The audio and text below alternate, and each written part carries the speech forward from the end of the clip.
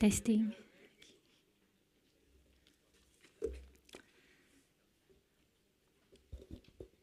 Ladies and gentlemen, as we are about to begin, please be seated. I would like to request the participants to sit at the middle of the row so that after this, the cameraman will take photo of us.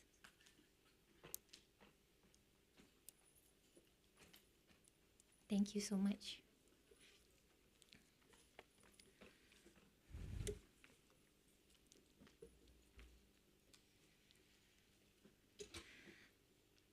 Ladies and gentlemen, distinguished guests and esteemed participants, Assalamualaikum warahmatullahi wabarakatuh, Salam sejahtera, and welcome to the second day of the Health Academia Month and Research Carnival 2023. On behalf of the institution, we would like to extend a warm welcome to everyone here who have travelled far and near. We appreciate you taking time off your busy schedules to join us today at the TJ Danaraj Auditorium, Faculty of Medicine, University Malaya, as we explore the theme Elevating the Application of Research in Public Health Practice. I am your host for the day, Fatin, and I promise you an engaging and insightful journey through a series of sessions that will shed light on the critical role of research in shaping the future of public health. Ladies and gentlemen, our schedule for today is packed with enlightening discussions and presentations. We hope you will find the program we have lined up for you to be fruitful and engaging. Each session today promises to be a valuable learning experience, so we encourage you to engage with our speakers, ask some questions, and participate actively. Let's come together to elevate the application of research in public health practice. So without further ado, let's dive right into it. We will now begin the first session entitled The Role of Universities Towards Meeting Sustainable Developmental Goals. I would like to introduce our moderator for this session, Prof. Dr. Nora Nakiah binti Muhammad Hairi, the guiding hands who will lead us through the session and introduce our esteemed speaker. Please welcome Prof. Noran.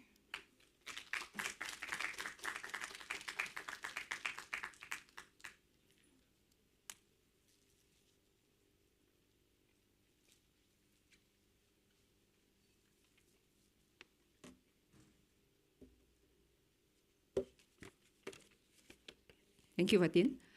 Assalamualaikum warahmatullahi wabarakatuh, and a very good morning to everyone. I see lots of familiar faces around. So for the first session, I am delighted to welcome you to this first and insightful session, as what Fatin has mentioned. And we'll be discussing on the topic that's very important. So my name is Noran, and I will be your moderator for today's session. So the topic of our first session is the role of universities towards meeting SDG, or Sustainable Development Goal. And one of the things that you would know by now is that this year, 2023, marks the hallmark of the mid-year of SDGs.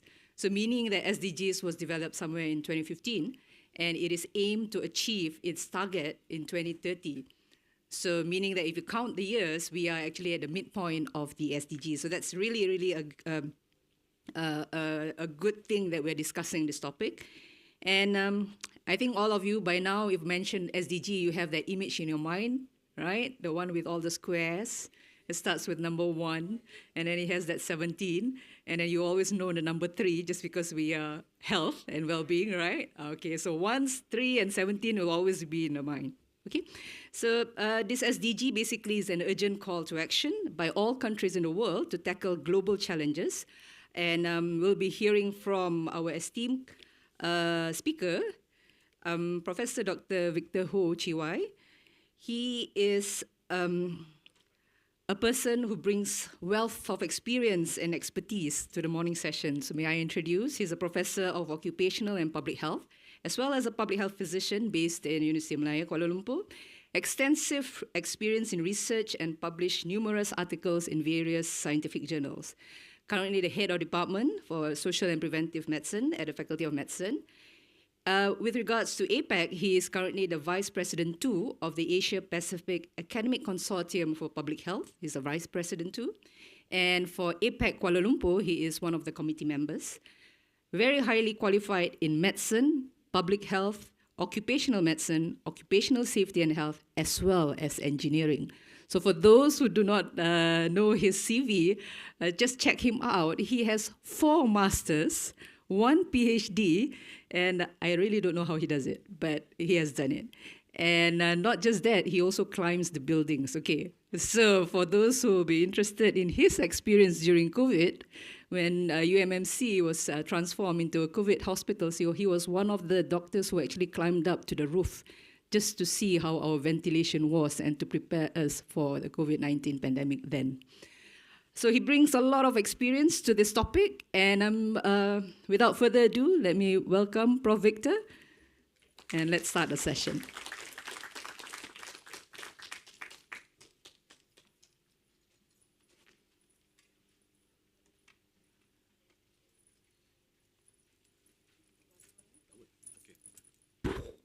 Thank you very much, Prof. Noran. Prof. Noran is a dear colleague of mine. We have known each other, I think, for the past 20 years, all right? And when we are all students, and then we become colleagues. And then I think we are reaching, not the end, but the pinnacle, and we are going to see how far this journey will bring us. So let me begin by, let's see, this is day 2, correct? And Royal University, and this is me.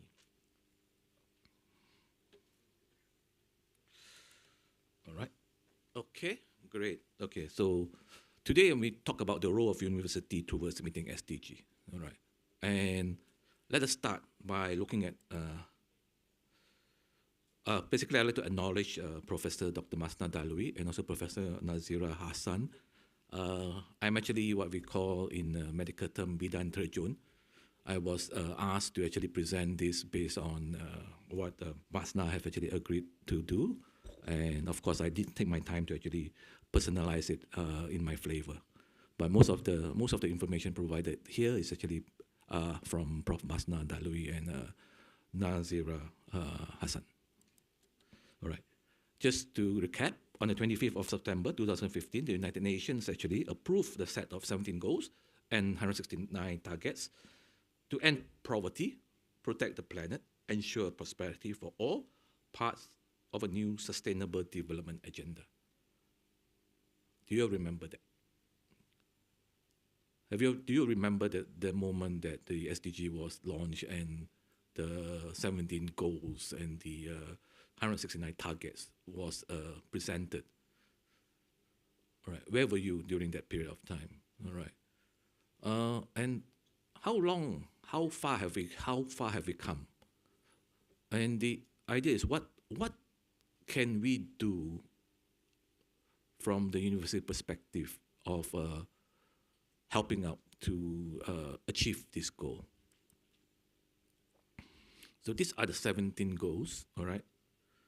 And it starts from no poverty, zero hunger, good health and well-being, quality education, gender equality, clean water and sanitation, affordable and clean energy, decent work and economic growth, industry, innovation and infrastructure, reduce inequality, sustainable cities and communities, responsible consumption and production, climate action, life below water, life on land, peace, justice, and strong institution, and partnership for the goal. So all the 17 goals are here. And which one do you fit in? I think Prof. Noran says that we do fit in number 3, which is basically good health and well-being. And that's what currently, if you ask for any fundings that you are applying for, they do ask you to look at what SDG do you fit in. And of course, we fit in number 3. But actually, are we just fitting in number 3? Is it good health itself is isolated from the other SDGs? And to have good health, do you need other SDG actually to achieve good health? And beyond that, what it means. So how does SDG and university comes into play? The question is, how much of SDG have you seen in, because we are currently in University of Malaya, how much of SDG have you actually experienced or seen in the university from 2015 to now? Do you know we are still in the SDG era before 2030? We are still going to try and achieve the SDG by 2013. University occupied a unique position within society because if you know University Malaya was established for the purpose of providing education and ensuring that Malaysia is able to produce students of higher caliber. And of course, Faculty of Medicine was created for the sole purpose of producing doctors to serve the rural community. It was not doctors for the hospitals. It was doctors for the rural community. That's why public health was a major component during the start of the university. University actually have a broad remit around the creation of determination of knowledge, and you have long been powerful drivers of global, national, and local innovation, economic development, and societal well-being. So SDG needs university, and likewise, university needs SDG. When you talk about SDG and you talk about university, what do you understand by that? What do you mean by SDG needs university related education? Do we have that in Malaya? Are we selling SDG related education? Are we focusing on that? Provide comprehensive and global acceptance of definition of responsible university. Is UM responsible? Is UM considered a responsible university in the terms of SDG? Offer a framework for demonstrating the impact. Create new funding stream. Do we have new funding stream for SDG? We have basically funding stream, and currently the funding stream actually require us to include SDG as one of the goals of the objective or outcome of your research. Support collaboration with new external and internal partners. So that's how university can actually, SDG can help university to improve themselves, to market university as a place where you can actually work and develop SDG. But university can also, on the another hand, help to develop SDG by providing knowledge and innovation solution to SDG, create current and future SDG implementers, demonstrate how to support, adapt, and implement SDG in governance, operation, and culture, develop cross-sectorial leadership to guide the SDG response. So university also can help in that context. So how are we going to do it?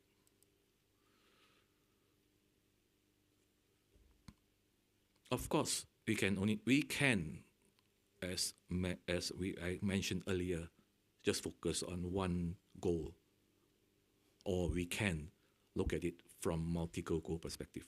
We can just focus on providing quality education to ensure inclusive, equitable education and promote lifelong learning opportunities for all. We are already doing that, correct? Our department, we are doing that. We are, as we mentioned, we have been doing that for many years, that we provide inclusive and equitable quality education. We're talking about public health per se, and we provide lifelong learning opportunities for all by having different ways that you can complete your Master of Public Health. And I think the university itself actually are providing the opportunity by having different type of venue or ways of you actually getting to completing your education. Like we have in Stimulate, you have the buffet courses, we have the ODL, open distance learning, we have the hybrid learning, we have the online courses.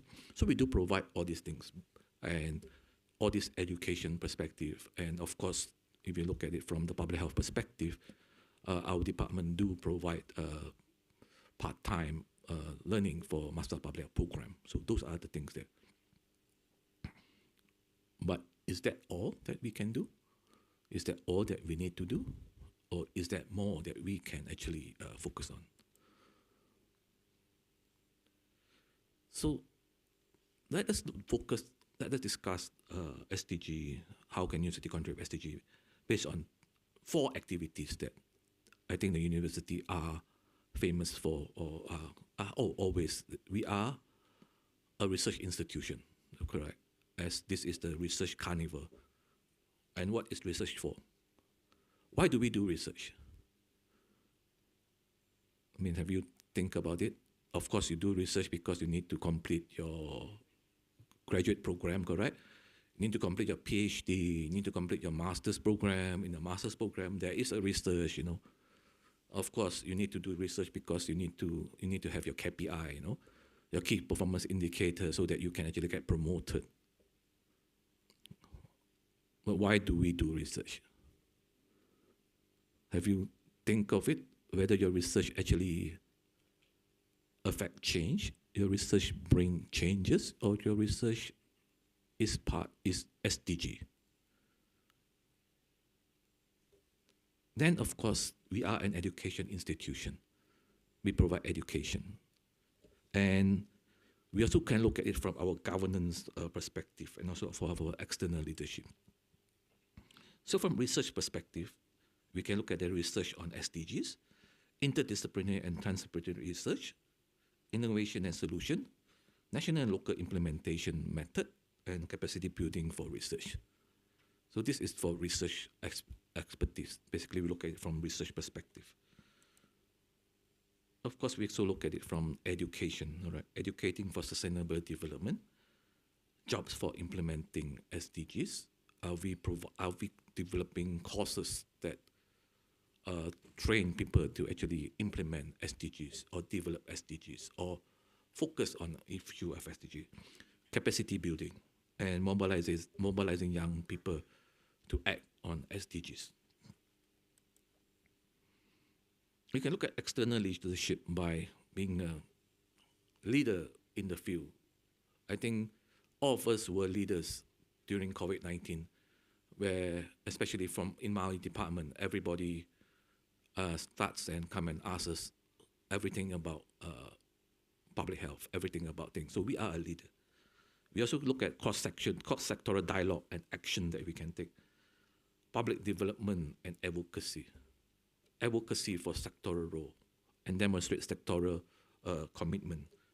Look at it, how can we actually use this as external leadership. The things that sometimes we don't remember or don't do is how are our governance or are aligned to SDG. Are we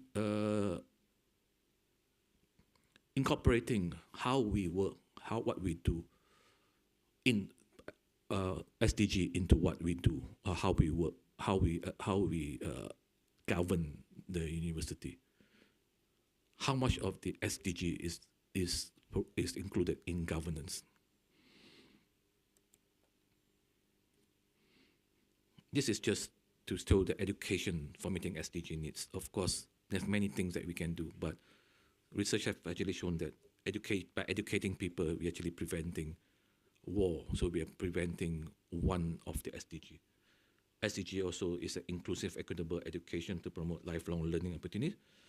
So we can actually look at it from some of the target within SDG that we can actually focus on.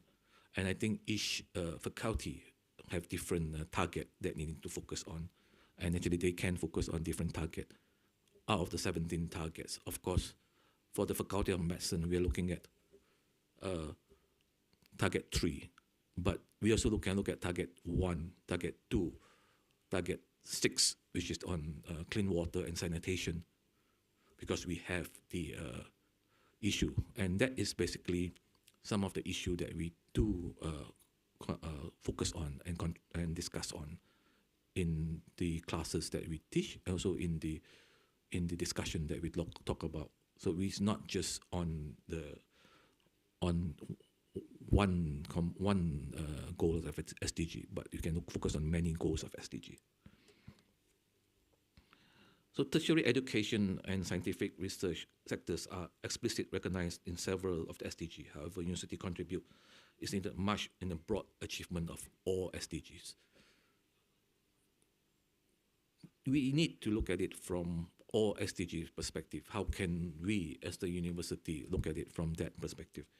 SDG agenda covers a wide range of interconnected social, economic, and environmental challenges, and unique function and expertise universities are critical for overcoming. So the question is, how can we do it? All right. So this is what university can do: provide students with knowledge, skills, motivation, understanding, address the challenges of SDG, empower and mobilize young people, provide in-depth academic and vocational training to implement SDGs solution, enhance opportunity for capacity building of student professionals from developing countries, and address challenges relating to SDG. These are the things. So are we focusing on that? Are we bringing in people from developing country, or to equip them in a way that they will be able to function and promote SDG? Research. Addressing research-related SDGs, several SDGs target directly refer to needs for research-related activities as key component for addressing SDG. Many service targets are considered means of implementing of the SDG. Like target 9, industrial innovation and infrastructure. Target 2, zero hunger. Target 3, good health and well-being. Target 7,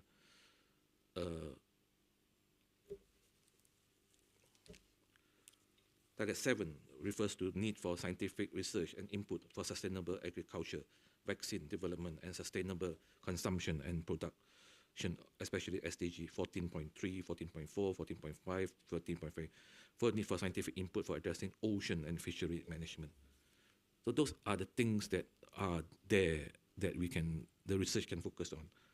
Of course, we can also look at section target 17, which is partnership for the overall goals, enhance north-south, south-south, and triangular regional international collaboration with access to scientific technology innovation and enhance. So 17.8, fully operationalize the technology and bank on science and technology. So those are the things that our research can focus on, or our research can actually focus on any of the SDGs that can actually, there are needs to be answered, question need to be answered. So research basically focus on understanding the challenges, localizing SDG agenda, developing solution, identifying and evaluating options for pathway, and supporting operation with SDG framework. Basically, we need to identify the best policy and solution for addressing the many gaps in our understanding of physical world, human system, and interaction between them that contribute to these challenges. We also need to look at research that has a key role in translating global SDG agenda into national and local contexts. We also need to develop solutions to drive the development of social and technological innovation and solution across SDG challenges, and to find the best pathway to get there via modeling and backcasting approaches, and also determining how to monitor and evaluate progress. So university can encourage and promote SDG as a topic of research within the university, support full spectrum of the research approaches needed to address the SDGs, including interdisciplinary and transdisciplinary research, support and incubate innovation for sustainable development solution, actively support national and local implementation of SDG, advocate for national support for coordination research of SDG, support capacity building for developing countries to undertake the use of research of SDG. I think University of Malaya has been doing all these things. We have been, all our research areas actually covers all this area.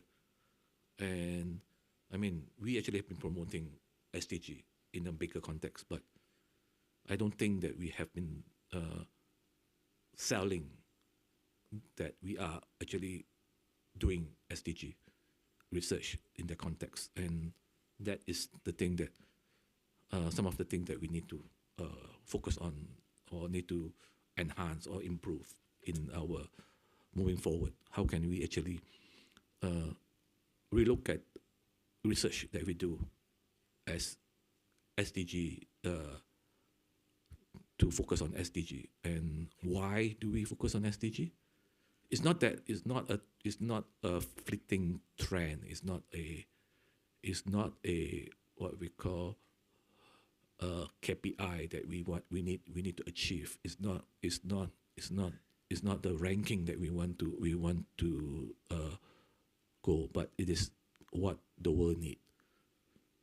If we don't do it, then we would not be here much longer. I think that is what we need to focus on. So, and if that is being done, then your research will have impact. You would be doing things that impact the world, and it does not matter whether the research is going to help you in your promotion, but the research is going to help the world, and that is what make you feel sleep better at night. And of course, organization and governance, culture, and operation of university. The question is activities that we do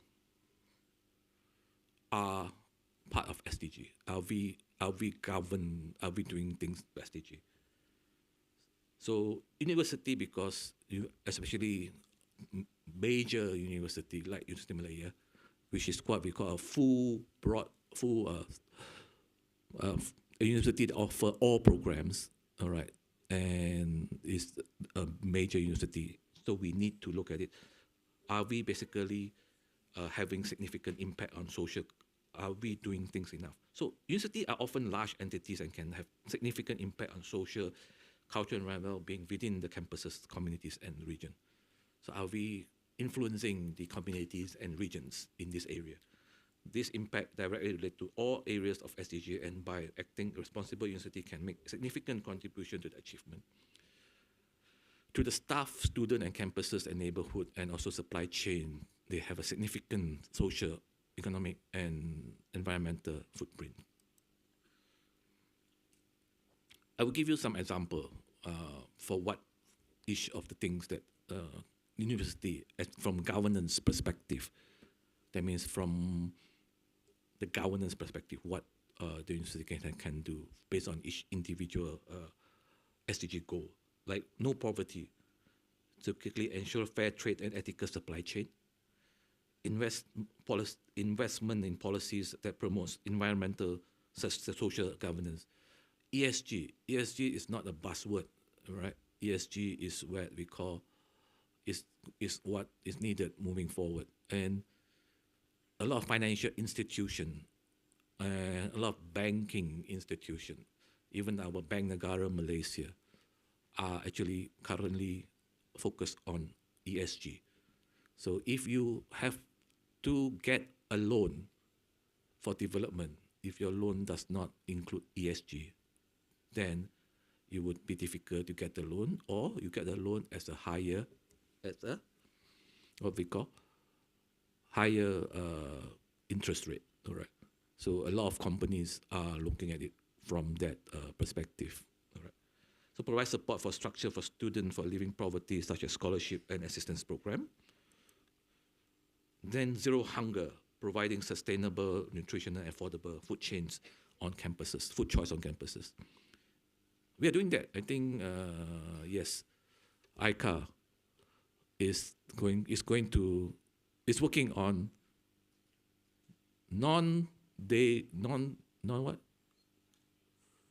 plant-based food. All right.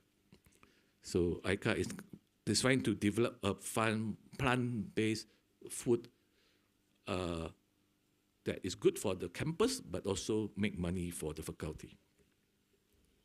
All right. Well, facilitating food production on campus.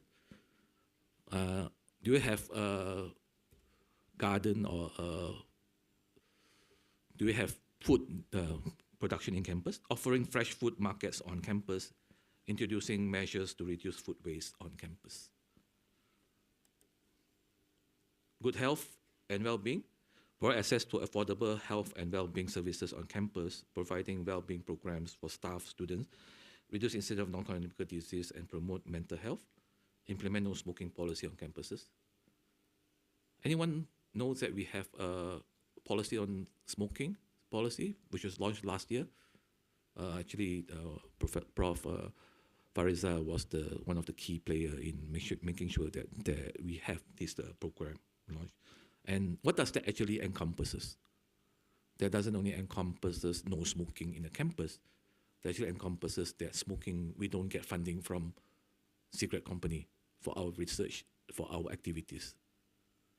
And of course, there are people who are not happy about that because people do get funding from secret company. All right. Ensuring appropriate practices and in place to dealing with hazardous substances. Then, of course, this is our major, what we call, role is to support vulnerable and disadvantaged people to participate fully in university, including people with disability, indigenous people, and people experiencing financial difficulty. And we try to do that. We tried. I mean, those of you that in in MPH would know that we tried our best to provide for all people. But of course, we are not 100% good, but we tried. And hopefully we would be able to provide more opportunities for people with disability to continue their education.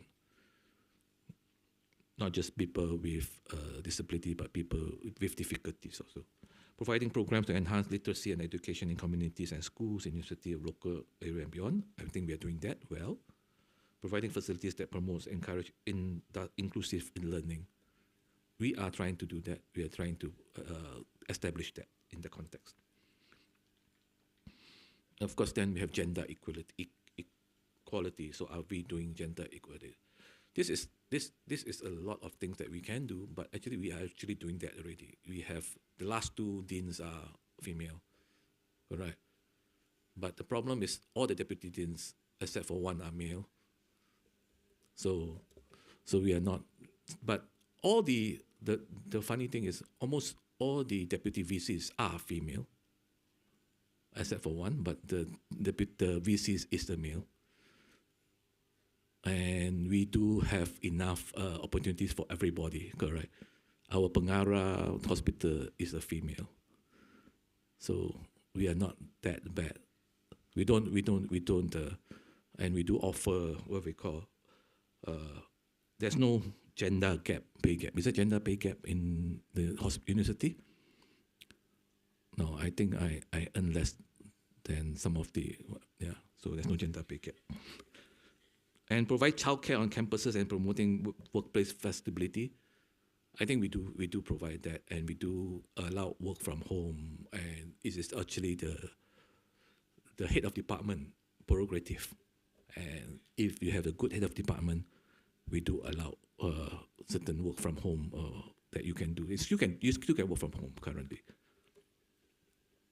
Participatory campaign in preventing violence against women, we do that, and of course, with the different research center like Cheria Research Center, actually we're doing a lot of gender equality, and actually we are doing that. Those are the things that we talk about governance that we can do. Of course, there are another what we call all the 17 goals that include governance, that include all the 17 goals that we can do research on, all the 17 goals that we can actually improve on governance. So what can the university do? University can actually align university governance structure and operation policy with the aims of SDG. how are we doing actually? There is the Times Higher Education THE ranking on SDG university around the globe and in Malaysia. How do you think we are doing? We are number 2, all right, but very far away, number 2.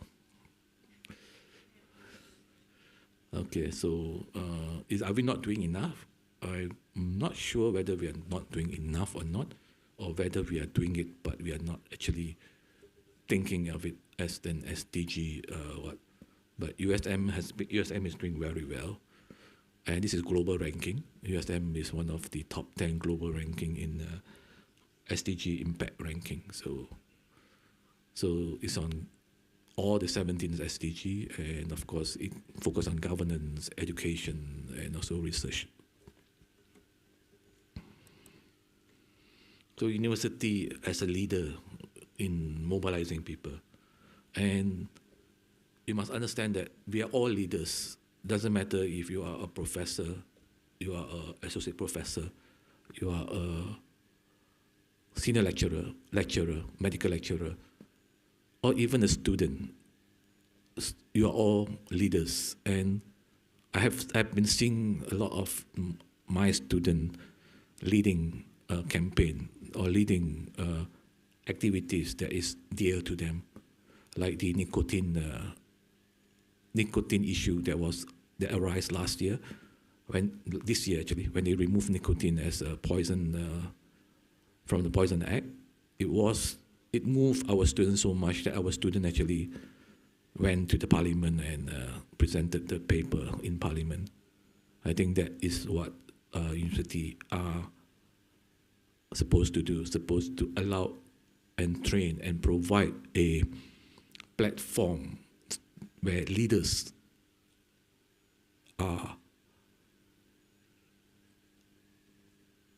can be, when leaders get the chance to become leader, and when we train leader, and when leaders is trained and establish themselves in university. So what can university do? Strengthen public engagement and participate in addressing SDGs, initiate facilities for cross-sectoral dialogue and action on SDG implementation, play a role in policy development and advocacy and sustainable development, demonstrate the importance of university sector in SDG implementation, and demonstrate university sector commitment to SDG. So, summary, education and research are implicitly recognized in several SDGs. University have a direct role in addressing SDGs. University can support the implementation of every one of the SDG, as well as implement of SDG framework itself through research for solution, reoriented and reorganized governance, include culture and operational of the university, develop nature external leadership. Thank you very much.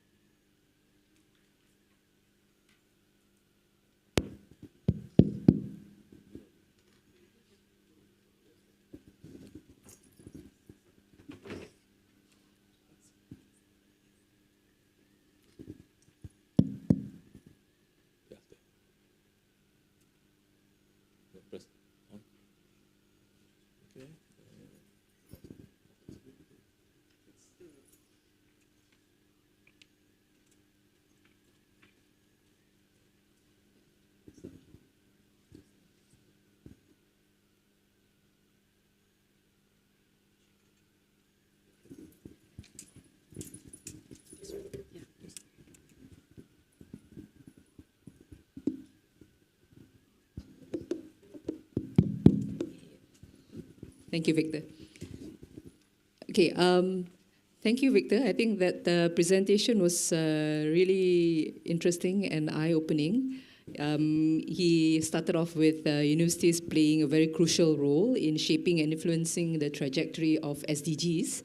And he also navigated us through the very multiple landscape of how universities, academias, in terms of the academic staffs as well as the students, research activities, and a lot of community engagement and how this can actually help us to achieve the SDGs. In my mind, I've already had like almost 5 exam questions already. So for the MPH students or the DRPH students in the department, those of you who attended his lecture today, you're very privileged. There are a lot of things that he spoke which I thought was very, very interesting, thought-provoking.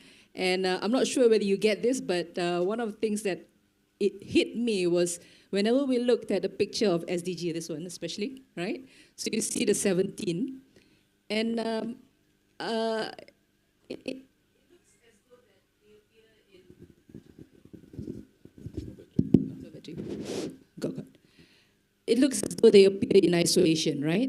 We always say about, okay, we are number 3, good health and well-being. Whenever we write our research proposal, we highlight the number 3, good health and well-being, or we take a combination of few, right? So maybe if you're talking about, say, water supply or things like that, or even poverty, you take number 1 and number 3, then you highlight these 2.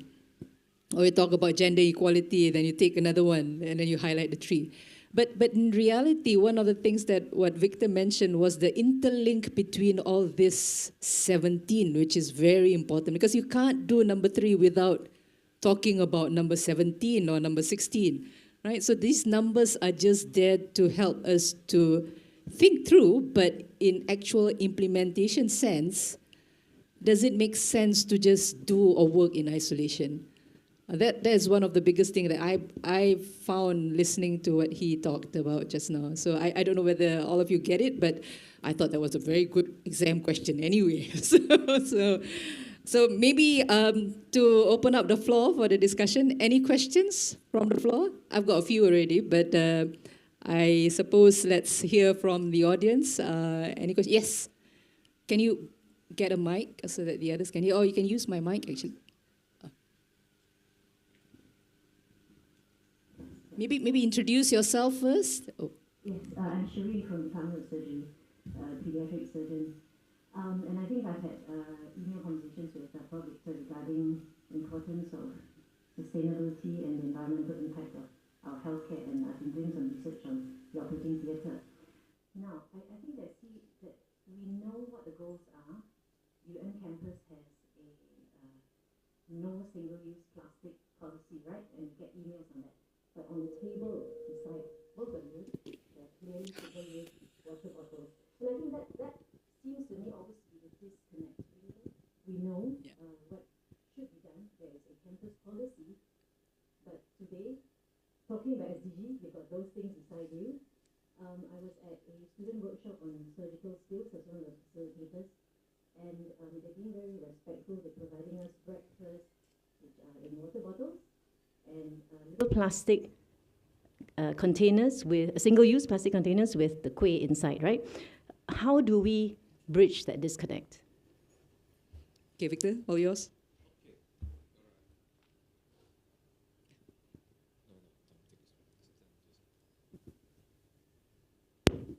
Okay, thank you very much. This is a very interesting concept, and the only way to bridge to ensure that we practice what we do is, we need to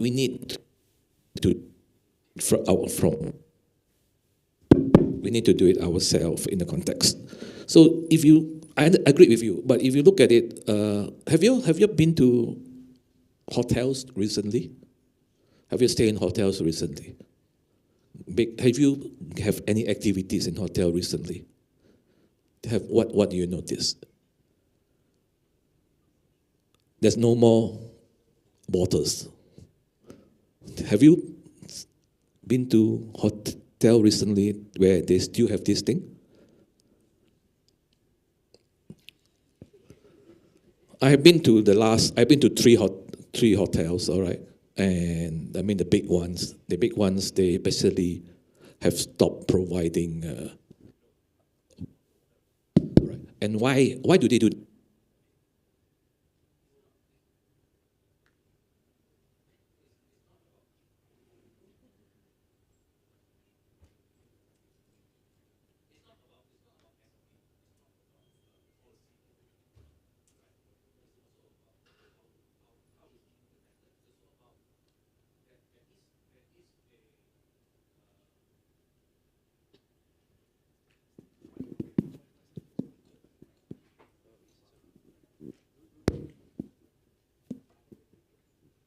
It's not about policy alone. It's not just about implementation, but what they did, they did because they need to do it because it's part of what we call their ESG accreditation or ISO accreditation. So so if you want to become ESG recognized hotel, you need to do that. All right. And a lot of them actually don't have water bottle, all right? And those still have given this are basically not there. So how can we as university, how can we do it?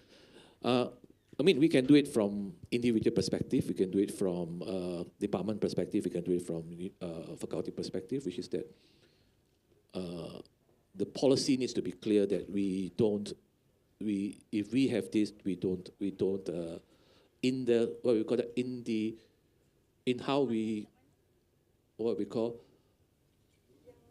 ask for quotation. We say that okay, that is part of in the quotation itself, and I think the university have not done it in a clear way. That's why we are where we are. Correct. If you look at the SDG itself, that's where we are because we have good policy, but it actually does not.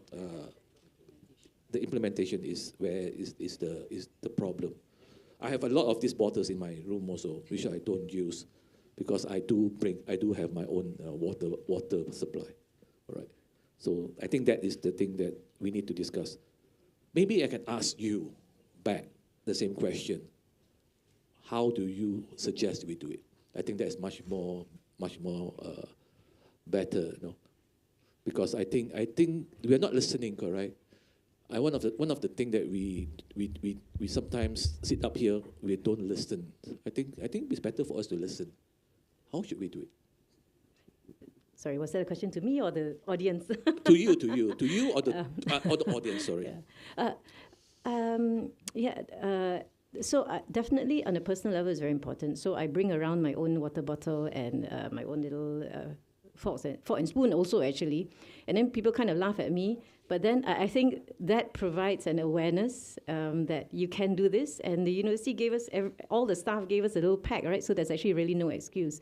But also I think as certainly on the side of, say, an advisor or facilitator and organizer, when, say, drug companies come to me and say, can we give you a CME talk? I will actually tell them now, can you avoid all single-use plastic, right? So I think we are both end users as well as policy implementers. So we need to take advantage of the role that we play. I think, yeah, that is great. That's a great idea. Do you have any ideas from the floor on? I mean, implement. That's why we need. There's a lot of opportunities for us to improve. All right, and there are ways to doing it. So it's either personally you do it, or people actually become the gardens, like what we call, if you want to have an ESG accreditation, you need to do it. Yeah, but do check out some of the hotels. I have one hotel that have provide a water filter within the room. So, but the water filters in the toilet, so people are thinking of it. Wow. So they don't even bring water to your room. They just have a 3M water filter, and then ask you to give you an empty bottle, and so you can collect water from there. Right. So those are the things that I think the innovation that we can actually look at it.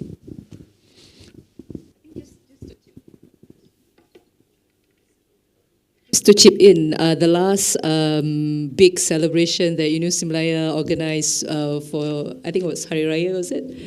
It was BYO. So it was no more single usage of plastic, but basically just, bring your own bring your own dish kind of thing, or bring your own plate kind of thing. But of course, then we joked around, what if you bring plastics again? So but it is a good thing that once you create that awareness and people actually see you doing things, and it can be followed. Because I do remember the times when we went to school back in the 70s and the 80s. That's how young we are. We don't see this. We bring our own food, the food, apa tu, all this Tupperwares, or not Tupperwares, Food container. Food containers, yes, that's a appropriate word, yeah, the food containers, and so it can be done. That's a good question. Maybe we'll open up to the floor. Anyone else have any ideas on how to go about this, or you have any other questions to Prof. Victor? Yeah.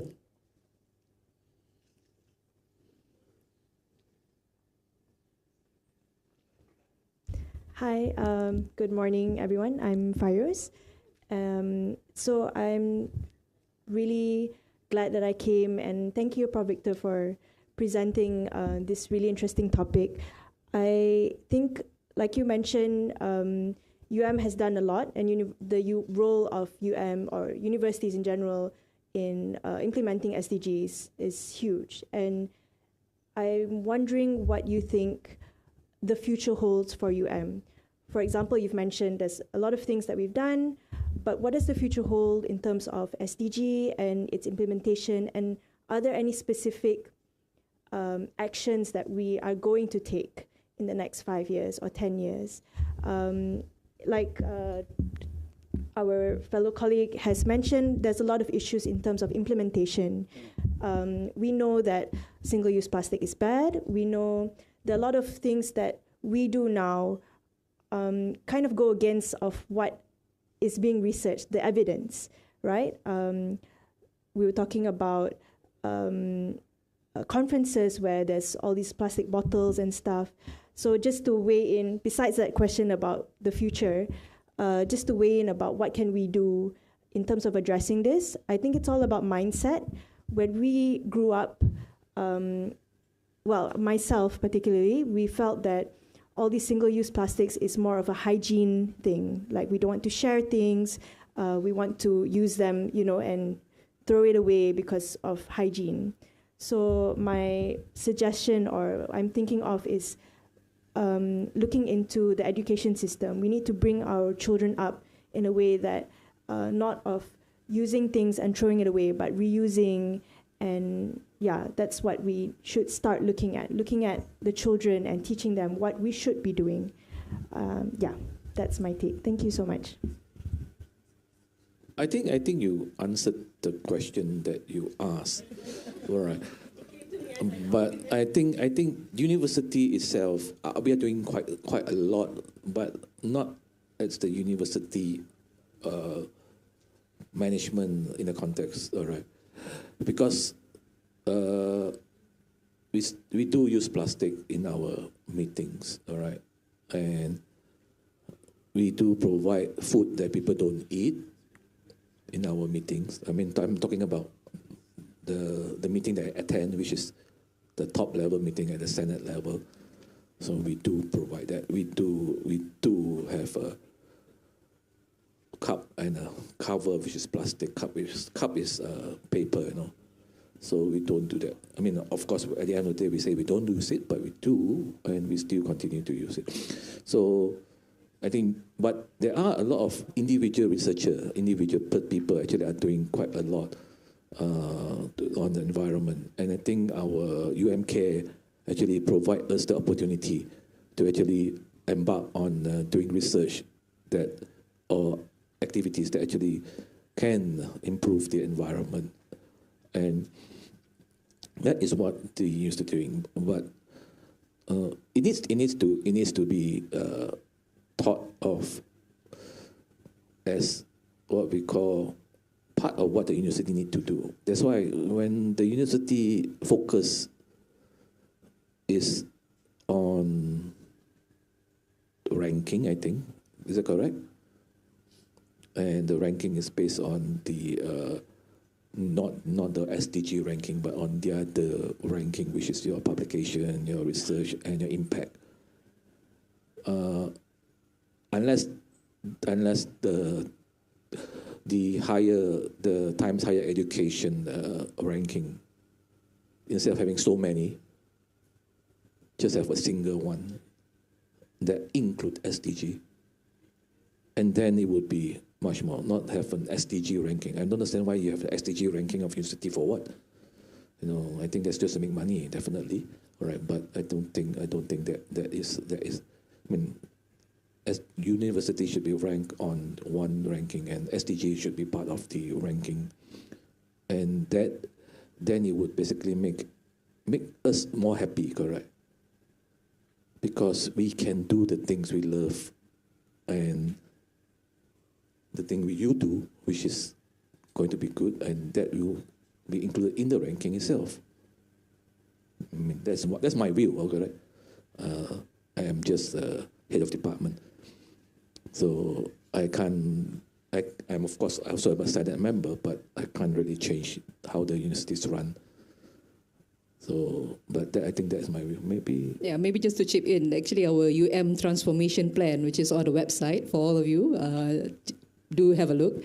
So this transformation plan that happens in 2020 when we drafted it does include SDG as one of the things that we should look into. So it's clearly stated there in the website. So maybe, Victor, the next Senate meeting, you can also remind everyone that let's relook at the SDG goals and all the 17 and see whether are we achieving all these 17s, or we kind of, forget about some of the things, some of the 17 items, or are we looking at it in isolation? Yeah, maybe it's a time for reminder. Yeah, I think the ranking itself is the one that makes us look in isolation, where the ranking is isolated. I mean, the T ranking for SDG is USM is on the top, and top 5 in global ranking. So where are we? Okay. Thank you for the questions. So any more question on the last question? I mean, I like the talk that the mention about education from young, and I think all of you remember motto, ilmu punca ilmu punca kemajuan. So even when was formed, we've already thought about it, right? And I think not forgetting our public health at SPM motto, creating the future of public health, higher education. So these two mottos really are things that we strive on, right? Any more questions from the floor? Yep. So far.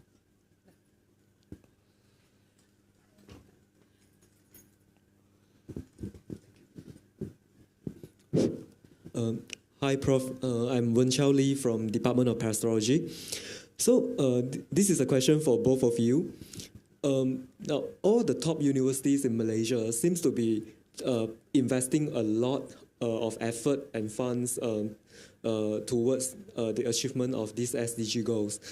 In your opinion, what is the main difference in terms of approaches used by and USM towards the achievement of this SDG? Thank you. That I'm not sure. All right, good question, but I clearly have no idea. All right, maybe Prof. Nora? I don't know about USM, but from perspective, I think one of the things that we have been championing is not just to do research because of research purposes. One of the things that Victor actually mentioned just now, what is the purpose of research, which I think is sometimes we tend to forget, because sometimes we just do research because of KPI or research because we're doing our masters, and one of the requirements is that you have to fulfill this 9 credit or 12 credit, or for the DRPH or PhD, the bulk of it is to do the research. But in UM, the last few years, we have been pushing for research that impacts the world, right? Even our tagline says, serving the nation, impacting the world. And research is supposed to be impactful research. So meaning that rather than looking at the outcome or the output, we should also have a look at the pathway towards the impact, meaning that whatever that you do, does it change the policy? Or does it change the, what evidence, new evidence that has come out? Does it change anything? If it's just a piece of paper in the journal, which is good that people read about it, or it's just a thesis that you put up, and of course, you get your degree at the end, which is also good, but it doesn't really fulfill the needs of an actual research, which one of the things that I think Victor clearly said just now. He threw the questions to you. Why do you guys do research? That's the thing I like about him. He asks questions that people don't ask. Sometimes when you listen to him and suddenly, I never thought about asking this kind of questions. Why didn't I think about it? So he has those things in his brains, which is just, to me, I find it very intriguing. So again, we got to go back to the fundamental question of why do we do research, right? Sometimes you want to balance both. At the same time, you want to do your research for the 9 credits or 12 credits or 63 credits or 100% credits for the PhD, but balance it with, think again, how does the research that you do actually impacts or gain for the community to actually gain something from the research. So this is something that I feel UM has embarked on early on, especially with some of the funds that we gave out through the IIRG, right? And in fact, even the Grand Challenge, we took up a Grand Challenge question and tried to focus on the Grand Challenge. So we've done that in the last close to maybe 5 years or so. 10 years. And I think, close to 10 years maybe. And I think we've done some good things. In terms of improving policies, improving activities with the evidence that we have. So this is something that I'm proud to say we have done it, and we're a champion on it. From research perspective, we have done it, but from governance perspective, that maybe we need improvement on the context of governance. If you let us look at what we do, correct? We say online, correct? We say that paperless, is it correct? But you still have to, I still have to sign, I have HOD, I've got to sign tons of papers every day. Why? I don't know. I don't know why, because actually we don't have to, correct? You can just take it and it has been legal for a long time, since Mahathir launched the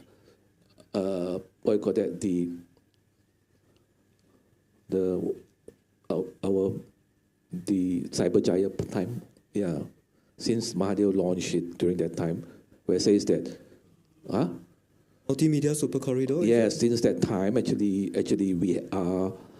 the government actually come out with a circular that you can. Everything is illegal.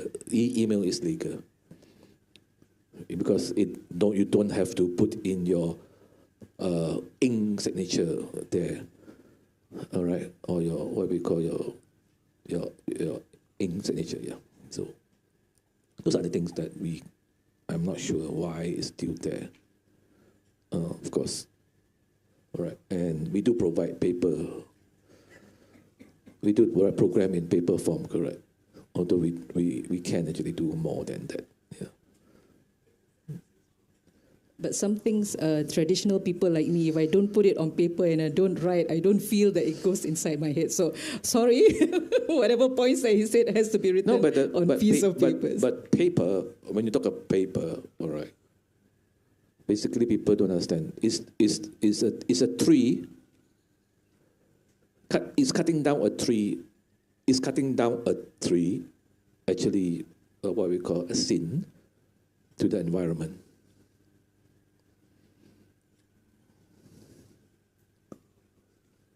Wow. See, the audience is full of silence. Yeah. So now we've got to go home and think about the sin that we have done. So when does a tree becomes stop providing us with carbon dioxide, oxygen? Sorry? When does a tree stop from giving us oxygen? No, at night definitely. I'm talking about the long term. Yes, so the tree when it's growing, all right, that's where oxygen, they take up carbon dioxide to grow. Once they have grown to a certain stature, they stop giving us oxygen because the carbon dioxide and oxygen becomes equal because they stop growing. So, so from that context, paper produced in an ethical manner, clean manner, without polluting the environment is actually good.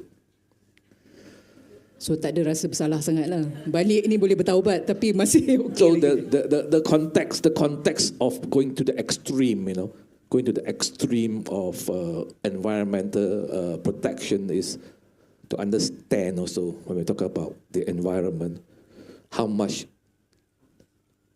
impact are you doing? I think the social footprint, we asked the question last time, all right? So what is your social footprint today?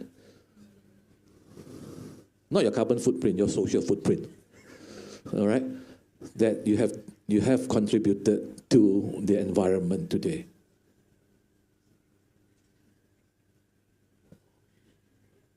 No answer? Okay. Not much from yesterday, but I think after this I shall go to a mall or something and walk for almost a few hundred steps. No, I mean, it's not that. It's basically what the activity you do that contribute to the environment, not just carbon, the activities that you do. Like what we say, having plastic is one of them. Okay. I think we are over time. As usual, masa mencemburui kita. So we have to end the session today, but bear in mind you've got lots of questions from Prof. Victor and a lot of things to think about. Thank you very much for the interesting presentation. Let's give a warm applause to Prof. Victor. And I hope you enjoyed the whole sessions for the day. Thank you very much. Assalamualaikum warahmatullahi wabarakatuh. Waalaikumsalam.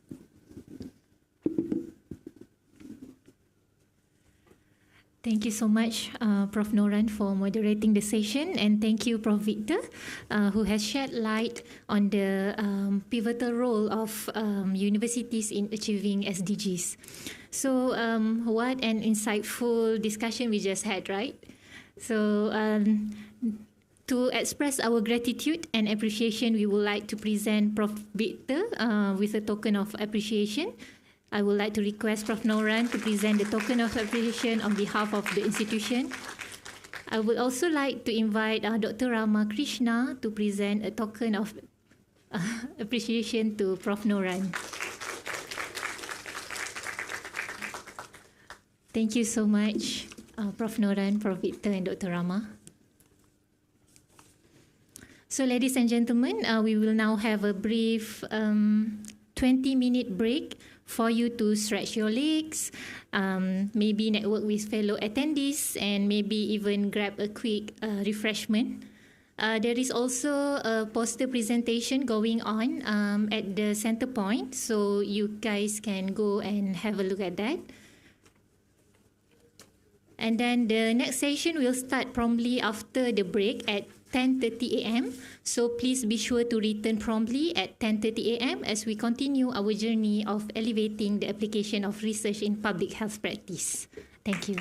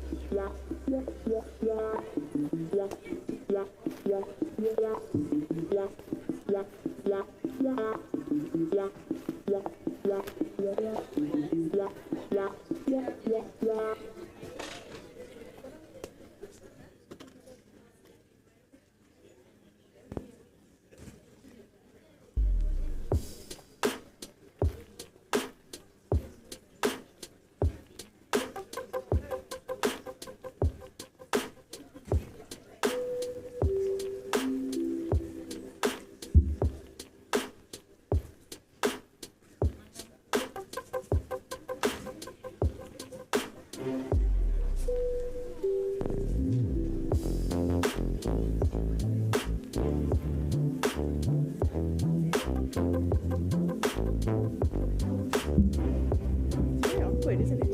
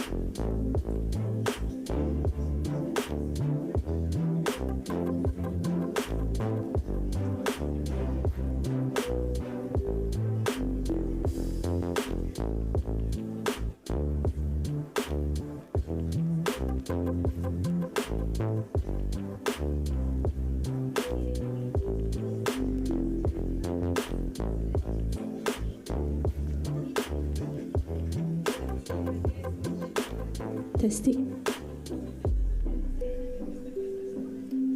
Good morning, Prof. Indica.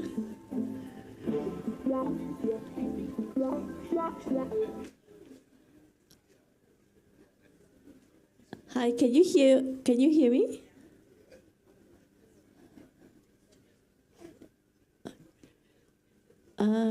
Hold on a second. We're unable to hear your voice in the hall. Hold on.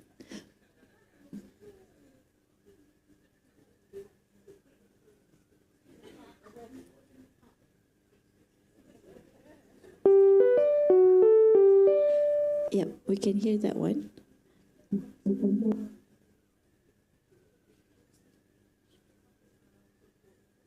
Can you say something, Prof. Indika?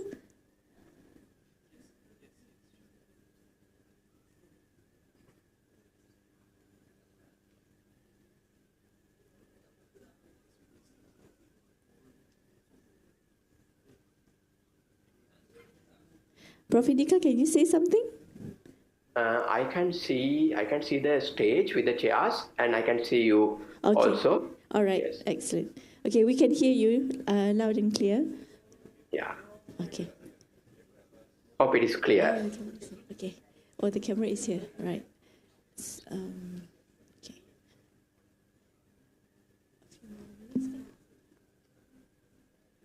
So we have 10 more minutes, Prof. Yeah.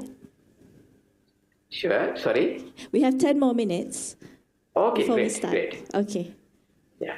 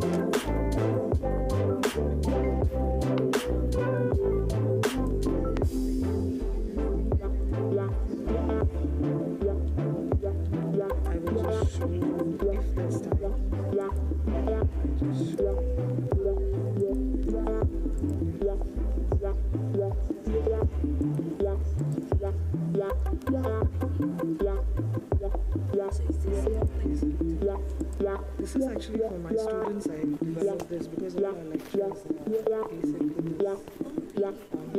So I didn't want to just put a bunch of lecture videos. So I created these web pages, you see. And then, so there's a lot of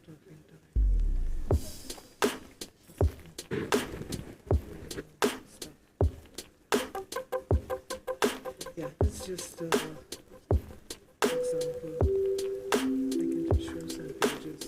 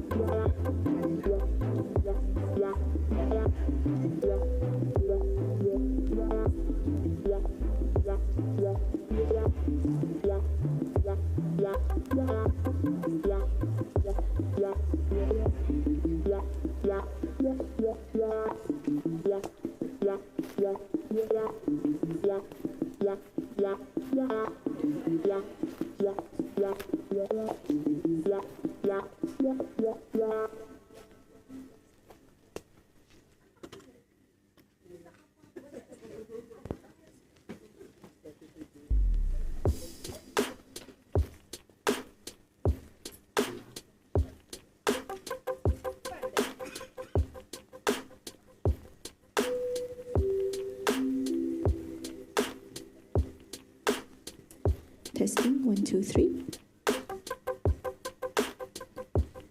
Testing.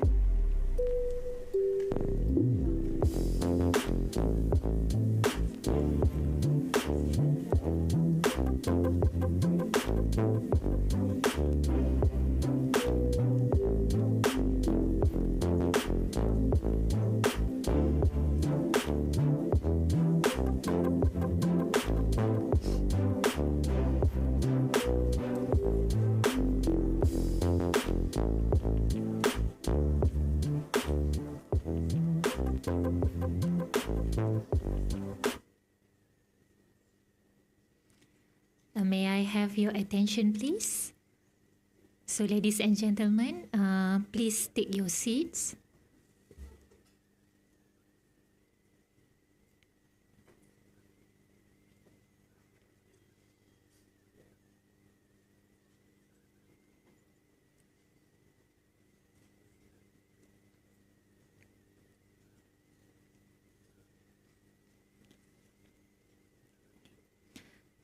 Welcome back, ladies and gentlemen. We hope you enjoyed your break and had a chance to recharge.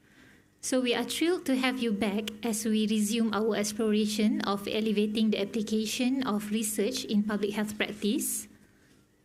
Now, let's engage in a thought-provoking discussion in a forum entitled Addressing the Social Determinants of Health in Undergraduate Medical Education Curricula Across the World.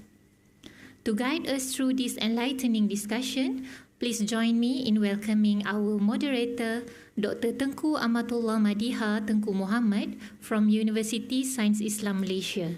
Please welcome Dr. Tengku Amatullah Madiha. Thank you very much, Madam Chairperson. Good morning and Assalamualaikum warahmatullahi wabarakatuh to everyone. Thank you for joining us to the second session for the Health Academic Day. Today I am the moderator for the forum entitled Addressing the Social Determinants of Health in Undergraduate Medical Education Curricula Across the World. And we are very lucky today. We have three distinguished panelists with us. The first one is Prof. Indika Mahesh Karunathilake, who is the first ever professor in medical education in the University of Colombo, Sri Lanka. He is the founding president of the College of Medical Educationists and the immediate past president of Sri Lanka Medical Association. And during a time span of 2 decades, Prof. Indika has served the SLMA, which is the Sri Lanka Medical Association, in the capacity of Assistant Secretary, Editor, Secretary, Vice President, and also President-elect in 2019, and as the President of the SLMA during the most challenging year of 2020. He has conducted extensive research and authored over 100 publications in peer-reviewed international journals and over 300 research presentations at international and national level, and has received the President's Award for Scientific Publications. He has made significant contribution at the global level through several leading international organizations such as the World Health Organization, World Federation of Medical Education, and Southeast Regional Association for Medical Education. And as such, he has vast experience in medical education. Recently, Prof. Indika was elected as the Secretary General of Asia Pacific Academic Consortium for Public Health, and he is the first Sri Lankan to be appointed in this prestigious post. So it is an honor for us to have you today, Prof. Indika, and he will be joining us via Zoom. Hi, Prof. Indika, can you hear me? Hi, Prof. Madiha. Ya, terima kasih and selamat pagi. Thank you very much. Selamat pagi. So, beside me here is our second panelist, and let me introduce you to her, Dr. Sharuna Verghese, and she has joined us from the Jeffrey Chess School of Medicine and Health Sciences, Monash University, Malaysia. And she has joined Monash University as a senior lecturer in 2017. She is a public health researcher, educator, and humanitarian. Her doctoral thesis is on the access of urban refugee women to maternal health care and was an interdisciplinary study combination combining actually the international human rights law with public health. So her interest is in public health was actually sparked while doing her MPhil thesis on the drugs and pharmaceutical industry. And after an early career stint in teaching, she went to work on the issues of migration and health at the national and international levels. And she was the first regional coordinator for CARM Asia, which is an organization, a non-government, a profit and non-governmental organization set up in Kuala Lumpur in 2001, which actually educates, promotes, and protects migrant labor and health rights with a focus on HIV/AIDS issues. She has extensive work experience in relation to HIV and mobility in South and Southeast Asia and the Middle East, and has provided technical support for the establishment of community-based organizations working on mobility and HIV in Vietnam and Cambodia. She has served on national, regional, and international research and intervention projects, and has a keen interest in engaging on these projects from a multidisciplinary perspective. And the list is long. I'll give you some of her projects. International migration, human trafficking and forced labor and their health dimensions, community-based health prevention, community mental health care, monitoring the right to health, social determinants of health, which is our topic for today, and health equity.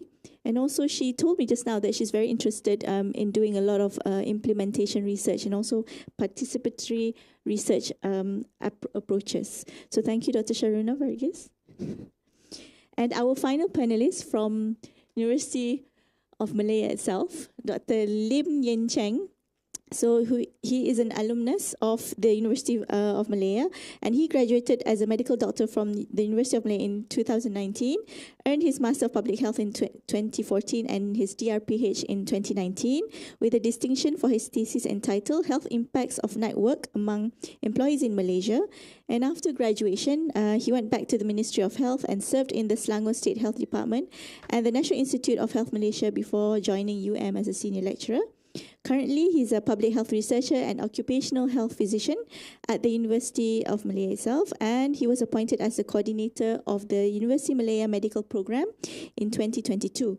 So his primary interest relates to the influence of the circadian system on chronic disease and mental health in humans, and he studied shift work as a surrogate for exposure to light at night, including related biomarkers for cancer, metabolic syndrome, and mental health, and his experience in teaching medical undergraduates would be a valuable sharing for us today.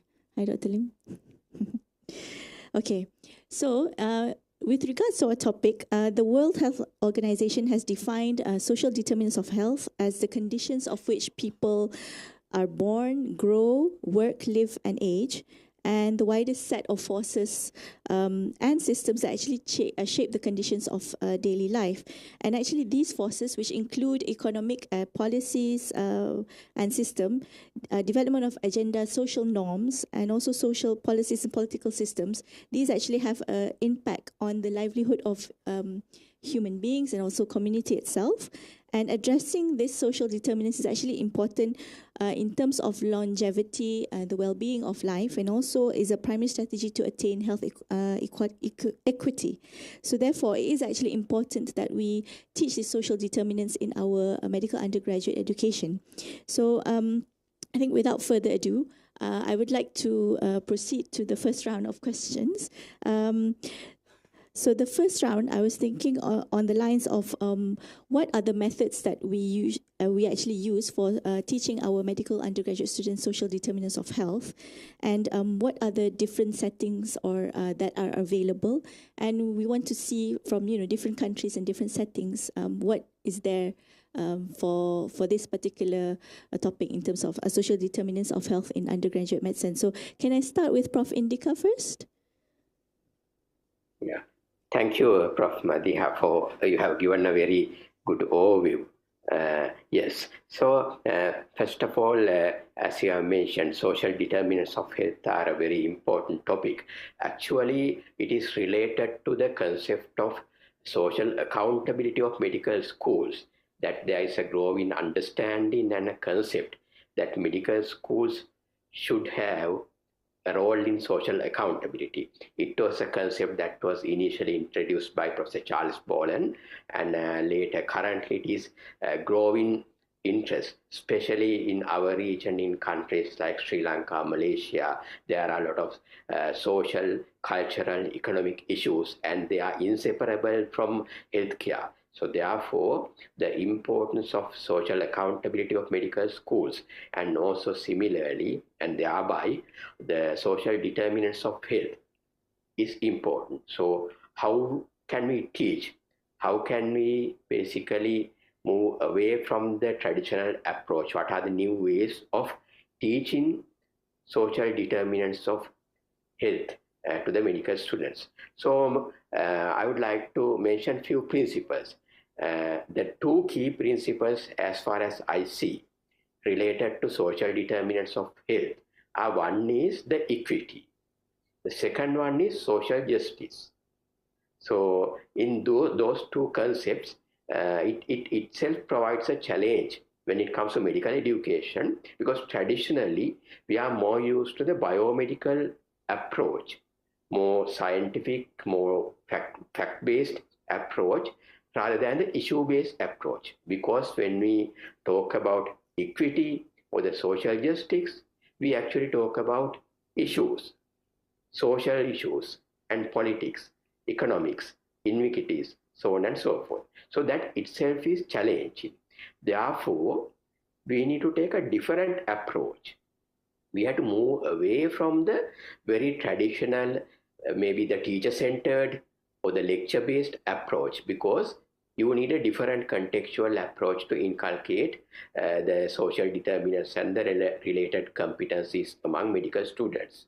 So that is one thing I want to mention. So what should be that approach if it is not the traditional teacher-centered approach? One thing is, we have to think about the principles of adult learning. Our students are adults, and this concept of social determinants of health and the concepts of equity and justice are very much contextual, and these are competencies and concepts that has to be inculcated or ingrained among the students.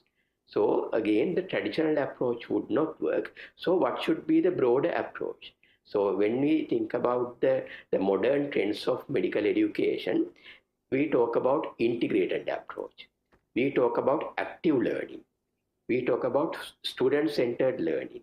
I suppose those are the pathways that we need to take: the multidisciplinary, integrated approach, and more student-centered approach, more active learning. And that is in line with the adult learning principles that we mentioned also. Our students are adults, so they need to be motivated about what they are learning, and they need to be interested. They should know the relevance. Why learning about social determinants of health is important as future healthcare providers, and it has to be meaningful learning. So our teaching and learning approaches should be based on adult learning principles to encourage active learning, to motivate them, and provide them meaningful education. So how can we do that? How can you do that? What are the different approaches? So there again, we need to go for a different set of maybe strategies. For example, how can we create reflective practice? How can we get the students to reflect about social factors, reflect about the conditions and the contexts that our patients and our community live in? Now, if you take Malaysia, I suppose there are a lot of differences, a lot of diversities when it comes to ethnicity and the language, religion, so on and so forth. So how can they understand the differences? How can they reflect upon that? Therefore, reflective learning and reflective practice is very important. So again, we need to think about different strategies. How can we inculcate reflective practice? For example, maybe through field visit, writing reflective logs, or maybe getting them to write reflective journals about their own experience, because they have to basically go into their own mindset, reflect about their thinking, their attitudes and beliefs, and critically analyze them. So reflective approach is very, very important if we are to incorporate social determinants of health into the medical education. Secondly, active learning, because social determinants of health cannot be learned in a lecture theatre setting. They have to go to the community. They have to go to different populations, communities, ethnicities, and maybe even perhaps live with them. I think there are certain examples, even among many countries, including Malaysia or India or Sri Lanka, where medical students go into different remote communities, live with them and learn from them and gain experience. So that kind of active learning approaches are very important. When it comes to classroom-based teaching, again, what would be more important is more student-centered approach rather than the lecture-based approach. Having said that, even lectures, we can make it interactive and try to provide the necessary concepts. But we need to go beyond concept and get the students to discuss them actively. Therefore, group discussions, student-centered learning activities are more important. Yeah, so those are some examples that we can think about. And in addition to the formal curriculum, the informal curriculum is also important, because that is how the students engage with each other, engage with the community and the society. There can be student interest groups who may be interested about social issues, maybe religious issues, so on and so forth. So student initiated activities are also very important. Therefore, when it comes to inculcating social determinants of health, the informal learning aspect and student initiated teaching learning activities are very important. So these are few thoughts just to get the discussion started. Over. Thank you, Prof. Indika. So shall I pass on to you, Dr. Sharuna? What are your thoughts in terms of medical education, in terms of teaching social determinants? What are your experiences?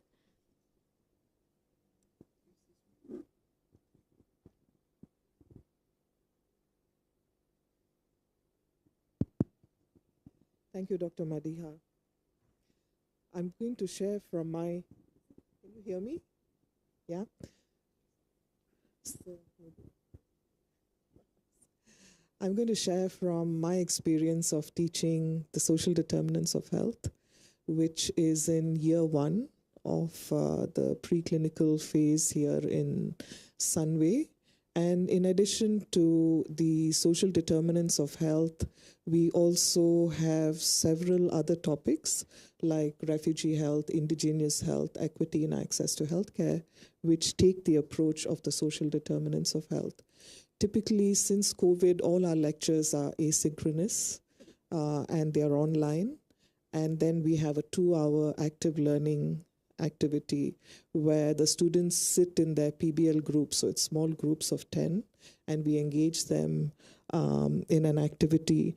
Now, when we're talking about the social determinants of health, I totally concur and support all the excellent points that have been raised by, Prof. Indika.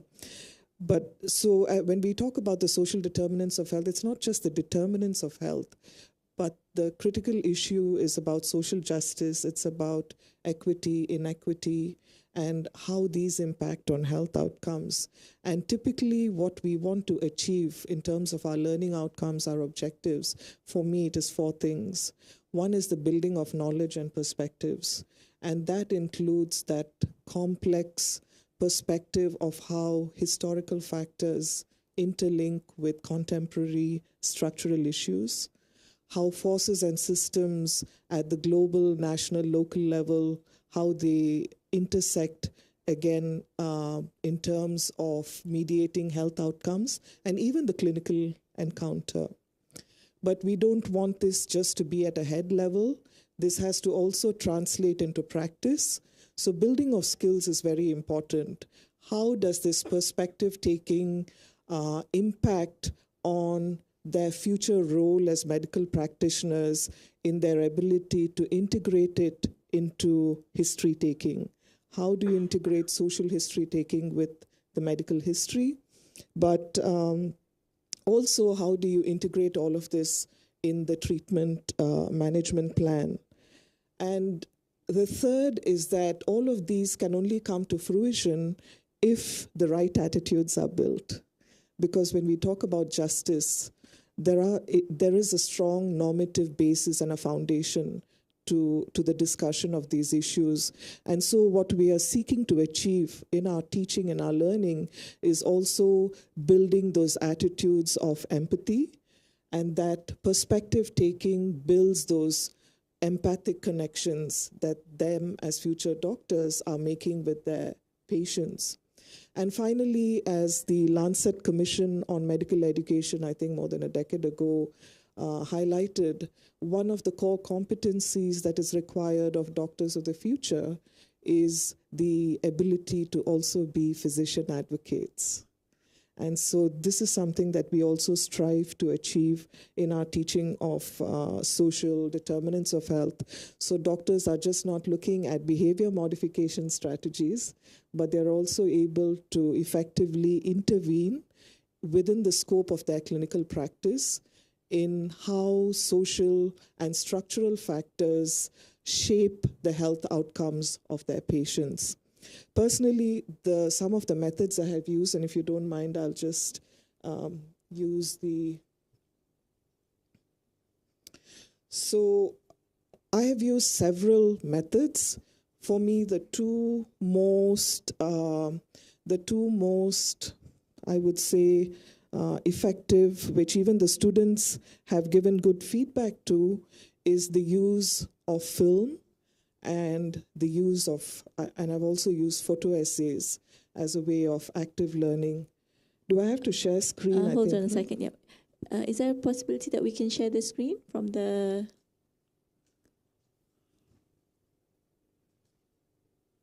no, the not this one, Chrome. The Chrome, yeah. The Google Chrome. Yep, that one. Yep. Yeah. Thank you.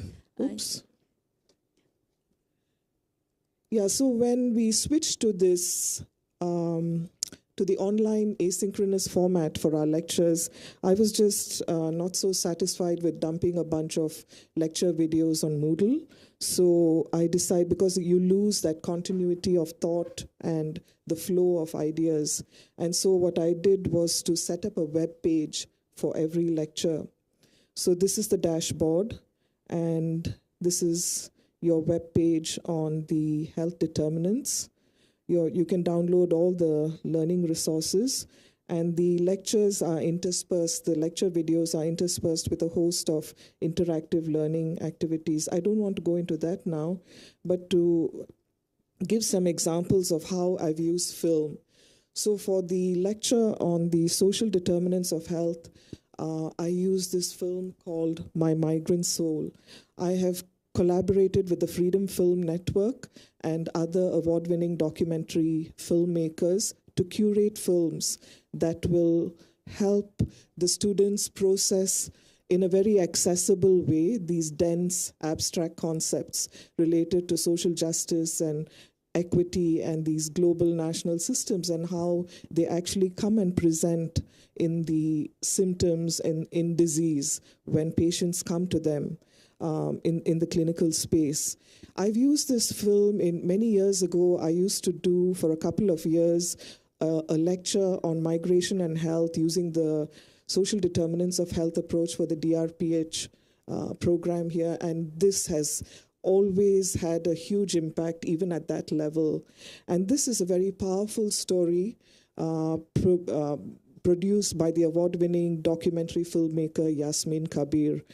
She constructs the whole story with the use of audio tapes of a migrant worker who came to Malaysia from Bangladesh, and he's sending back audio tapes to his mother. And when he arrives, he finds out that he was cheated by his agent, and he's undocumented, not a fault of his. And how he then, his life spirals into poverty, a fugitive running from the law, being exploited. And the story goes on for a long time, and his sister has sold her blood to finance his migration, and they don't hear from him for a long time. They are very worried. And so the mother goes to the agent and she says, just bring him back, it doesn't matter. And after a long time, the agent says, okay, he's coming on, such and such a date, and it's a Friday, and you can go to the airport and bring him back. So the family goes to the airport, but sadly, it is his coffin that arrives. He dies in the Seminary Detention Center. He dies of pneumonia with asphyxiation, which for a 20-something, is not very normal. So that's a powerful film. So all of the things that are very difficult to explain about these economic, political, legal systems, global, regional, national, all of that is captured in a very powerful film, which also touches you at a personal level. For indigenous health, I use a film called Abai, which talks about land rights of the indigenous, the Orang Asli, and how it is linked to food security, their access to medicines in the forest, even their identity, because land means something totally different from our capitalist formulation of the ownership of land, for the indigenous.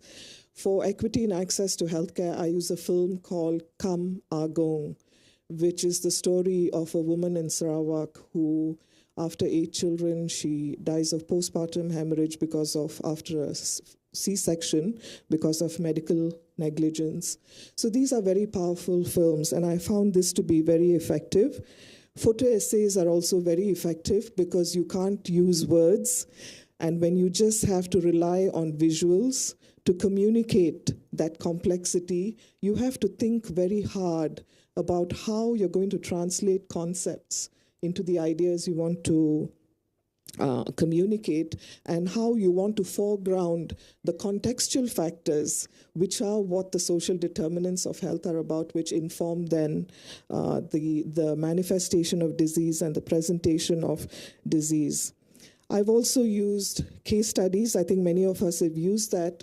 The difference is that I not only focus on case studies which show the pathways between the social determinants of health and health outcomes, but I also focus on physicians who are role models, because I think when you want to build attitudes, you want to inspire, you want to move the students towards action, it is good to have those kind of role models, and also to share with them that this is not something new. So going back to Rudolf, Virchow, and then you're looking at Mekion, you're looking at Jonathan Mann, and even in our own contemporary Malaysian landscape, Dr. Amar Singh, Jayakumar Devraj, I think this auditorium is named after his uncle.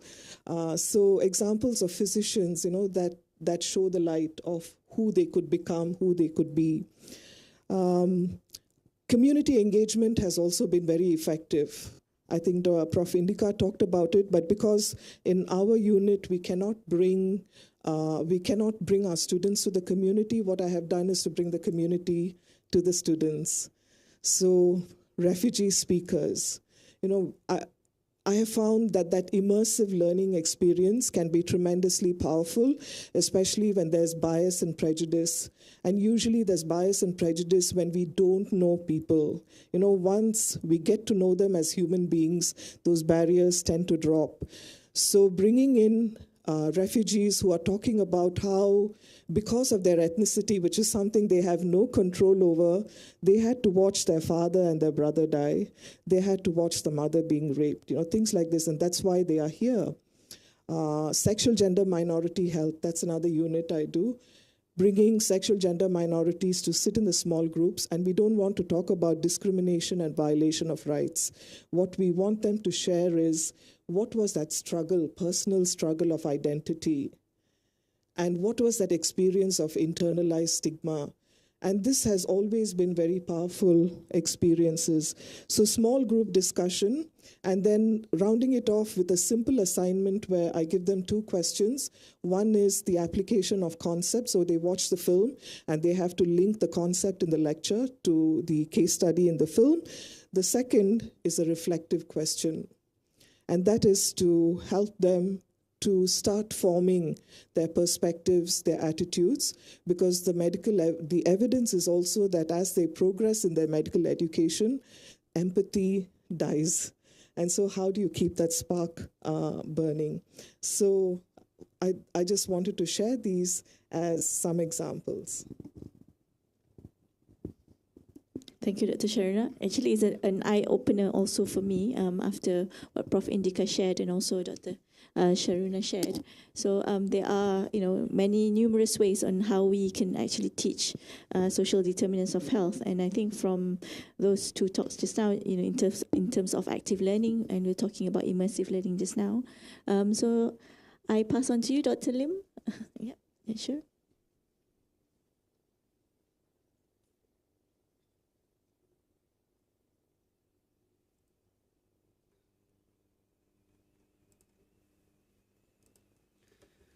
Good morning. Thank you, Dr. Madiha, as the moderator for today's event. Thank you to Dr. Prof. Indika and Dr. Srona for the interesting insight that have been given just now. Just a disclaimer, I'm not a sociologist, I'm not a social epidemiologist, so the talks that given by me may be a bit different from what have been given by Dr. Srona. I was given this task mainly because I'm the coordinator for undergrads for the so I was tasked to give this talk. So the other thing is that because I'm the graduate from here, I graduated from UC Malaya about 14 years ago. So I gone through the medical syllabus in this university, and I came back here 2 years back as a lecturer. So I think that's the reason why I've been called to give the talks here. So the main thing is whether the education that provided by our university is sufficient or not for SDH. So I'm going to focus on what had been taught here before this and currently, because I got the information from our students. So I would like to share with you what we had done. So as we all know, these are the determinants for health, right? As you all know. And these are the program that we're having, right? So we have been started our program since 1964. We are the oldest medical school in Malaysia. Our first dean is Professor T.J. Nandaraj. So the other thing that I would like to highlight is that we got our revision in the curriculum in 2012. That was about 9 years ago. So the main revision was that we have changed our teaching from department-based to system-based. Initially, the student will be rotated from one department, example, medical, then they go to surgical, they go to PEDS, and they go to other posting. But for now, everything is integrated together. So we are done it according to system-based. Example, in the respiratory system. So we bring the lecturers from medical department, respiratory physician. We also bring the lecturers from SPN departments to talk about tobacco policy. We also bring the lecturers from occupational to talk about the implication of asthma towards because of the workplace, they got asthma. So what are the things that we can do to control the asthma? So this is what we have done for our the teaching methods that we have been implemented in UC Malaya for the past 11 years. Sorry, 11, right? So the other thing is that I would like to say that our students are very privileged because we got our hospital here, right? UC Malaya Medical Centers. So the beds, this is the latest statistic that I got. We got about 1,623 beds. And annually, we are seeing about 1 million patients. So regarding the staff that we're having in our hospital is that we got about 8,000 healthcare workers in this hospital. So another 10,000 are the patients, include inpatient, outpatient, and the relative. So in total, in a day, we got about 20,000 of staff and patients and family members come to this hospital. So they are the source of information. So we use them for our teachings. The other highlights that we got more than 40 specialty. I think that have been mentioned by Prof. Victor just now. We are considered as a major hospital. So we got all the specialty. We got rheumato, we got onco, we got psychiatrics, we got everything. So the other thing that I noticed different was that during my time, that was about 11 years ago, the student here, the undergrad student, we had to be attached to hospital clan for a year. That will be during year 4. But now, all the students are stationed in PPUM. So these are different that I can see. Another thing is that our students also have been posted to Hospital Banting during their 5th year, during my time. So we will do our ONG and pediatrics there. So, but now all the students, they are doing the posting here. So what I can see, the main difference is that Hospital Klang, you know, right, although it's a tertiary hospital, it's located in Klang, city of Klang, but the cases that we see there are so much different as compared to here. We are seeing a lot of trauma cases come to ED. We see a lot of assault cases as compared to here. And I mean, the patient there mostly are from low socioeconomics. The educational level are so much lesser as compared to here. So another thing is that language issues. because a lot of foreigners are admitted to that hospital as compared to PPUM. PPUM considered a semi-government hospital, so we hardly see any foreigner in this hospital. I think the same goes to Hospital Banting. We see a lot of indigenous orang asli. They come to the Hospital Banting because these people they are staying in Pulau Ketam. So these are main difference I see. So, but why we are not sending our student to district hospital and to the hospital out from UM? I think mainly because of the MOU reason. So, but the details why we are not sending that, I don't know. But I can see that if we are sending them to other hospital, we can learn so much rather than just putting our student here. So this is just for those who are not familiar with our hospital. We got Menara Utama, Menara Timur, Menara Selatan, the complex Wanita and Kanak-Kanak, and we got the Ruka, we got the trauma and emergency. So the teaching methods, right? Actually, I would say that we have incorporate SDH, social determinant of health, in our preclinical and clinical year. Meaning that start from the time they join medical school until the end, we are incorporating this component into the curriculum. So I'm going to talk about what have been done for year 1 and year 2 and for the final year as well. So I would like to I would also like to say that the credit shouldn't go to social and preventive medicine department alone, because other departments also helping us in doing this. This includes, for example, from psychiatrists. They are focused a lot on biopsychosocial approach. They focus a lot on biopsycho-spiritual approach, right? This is for psychiatric posting. And then for medical, I think medical also we also ask our students to ask social history, integrate social history into their medical history. So we ask about the employments, we ask about the economics, we ask about who are they staying with, we ask about their occupations. So all these components are SDH components. So all these have been incorporated. The other thing is that for medical, I think medical posting, let's say we focus on nephro, right? For the kidney patients, let's say for those patients, they need to undergo the hemodialysis.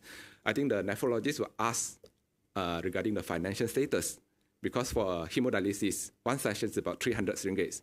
So for those people who cannot afford, they will recommend this patient to go for peritoneal dialysis. And then the student learning this either directly or indirectly along the ways. So all these have been integrated into our curriculum. So the teaching methods, I think almost the same with what had been mentioned by Dr. Sharona in private university. But I think, so we're having our lectures, we got our PBL, we got our clinical rotation. I was going to focus on the PBL, clinical posting and attachment in GP. I think this, I'm not sure whether this is there in your university. I'm going to talk about this later. So for the first thing is regarding the PBL, right? PBL is mainly for the year 1 and year 2 student. So our cases are mainly based on either real or hypothetical patient cases.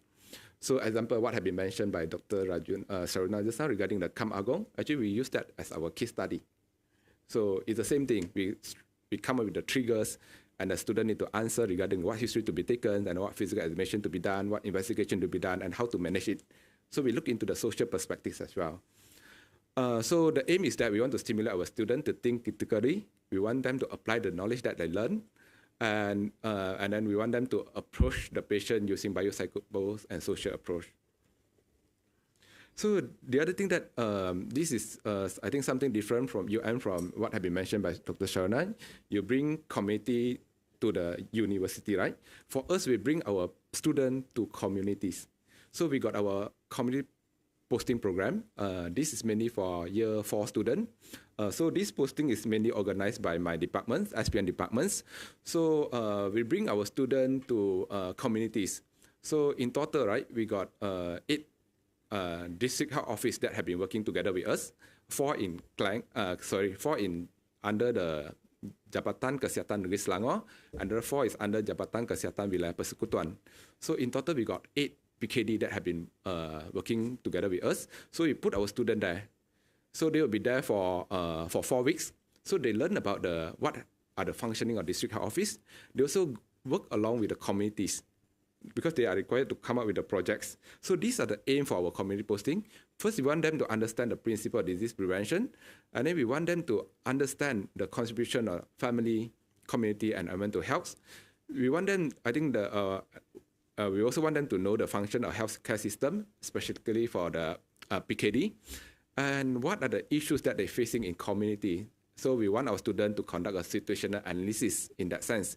So the other thing is that we want them to plan and to implement the public health intervention. Let's say you talk about dengue, because dengue is prevalent, or let's say we talk about Klang, maybe Meru is a hotspot for dengue. So what types of intervention that can be done, and why is that happening? So we want to know the causes behind the causes. So this is what we taught our students. And we want to, beside that, we also want to train them in terms of communications. And we just completed our CP program that was about 1 month ago.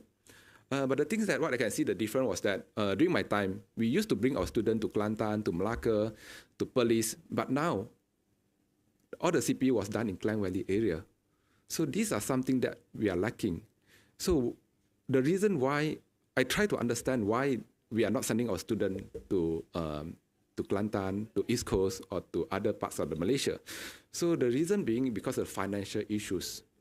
Even the student now, when they are being posted to Klang Valley area, they still complaining about the petrol. The claiming is not sufficient for them to travel from here to Klang, for them to travel from here to Jenjarum. So all these kind of complaints make us difficult to implement or to send our students out from Klang Valleys. So I think financially one of the things that to be considered. So these are one of the examples that we conducted 2 years ago. So the topics is mainly to focus on the self-support program for long COVID. So we teach our students, so they are being trained as a training, or they are being trained as a trainer to provide support to the communities. So they provide healthcare services, they provide screening, they screen for long COVID, they provide intervention, and they ask why the population there not receiving booster for COVID-19. That was 2 years ago, because the issues of COVID-19 was still is a major issue during that time. So the other thing that I would like to highlight is that we also send our students to private clinic, private general practice, GPs. So this program is mainly conducted by primary care departments. So the students are required to be stationed there for 8 weeks durations. So I think they just started yesterday. Because so one of the students, what I know was that the students are required to see about 50 cases in a day before they can go back home. So it's quite difficult for them to achieve that, because sometimes the patient load in the clinic is not that many. So the aim for this program, right, actually is for them to understand the service provided by clinics. I think this is not the main thing regarding SDH. But what we want them to know is we want them to understand how the social, economic, the family, the social, the environmental issues going to affect their access to healthcare setting. And because sometimes the patient management also will be affected by their financial status, especially looking into the foreigners. I've been seeing cases of dengue cases. They're supposed to be admitted, but the foreigner can't afford to be admitted in the private medical centers. So they rather come to the clinics for the IV drips. We know it's wrong. Ethically, it's wrong. We're supposed to send them to hospital. But practically, they don't want to go there. So we have to do our best. So we give the IV drips in our clinics. So this is what we do. So I think it's good for the student to be exposed. But the things that we are facing there is that most of the clinics, most of the GPs in Klang Valley, they're not welcoming our students. It's so difficult for the student to get the consent from the GPs. So why this is happening, I think this area has been oversaturated by medical students. So I think this is something that we should consider, whether we want to send our student to be out from Klang Valley, GPs in other centers, perhaps. So another program that I would like to highlight is regarding the Bhakti Siswa. I'm not sure how many of you have heard about Bhakti Siswa. Bhakti Siswa is a community outreach program. It's organized by Medical Society, MACSOC in short. So during my time, that was about 14 years ago, I had the privilege to join the Bhakti Siswa. We went to Sarawak, near to Mulu. So we went there for, I think, 3 weeks. We were there for 3 weeks.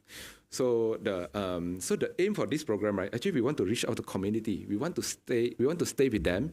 We want to live together with them, and we want to learn from them. We want to learn the culture, and we want to know what are the issues faced by them. I think this is so good, and it's so memorable as well. So the other things that we want to raise, beside that, we also provide screening to them, health screening. We also provide intervention to them. So this is what we do, because we bring along the lecturers from either from primary care, from social preventive medicine. For last year, what I know, they bring along the lectures from primary care and psychiatrics. So there are 4 lectures joined them last year. So last year they went to Pahang. I'm going to show you later in the subsequent slide. But on the right, you can see here, in 7 days to go, they're going to Seremban, one of the town in Negeri Sembilan, the place called Senilai. I've never been there before, so I'm not too sure. So they're going to go there in 7 days' time. So this event is organized annually. So this was what they did last year. They went to Pos Betau. I don't know how to pronounce it. It's about 3 hours distance from UM. So it's a place where orang asli is staying. So you can see here, our student, they provide healthcare services. They live together with them. So they are considered anak angkat to the family there. I think that's all from me. Thank you. Thank you, Dr. Lim. So I think we've seen various methods of teaching in terms of social determinants of health, and I was wondering for the second round, I was wondering in terms of questions such as are these methods effective? And given that the students, the different generations in medical students right now, they're different from what we were, I guess. Is it that what the current challenges that as an educator do you face in terms of teaching SDH to the students, and these challenges, do you have any experience, and what do students give feedback to you? Can I start off first with Dr. Sharuna? Yeah.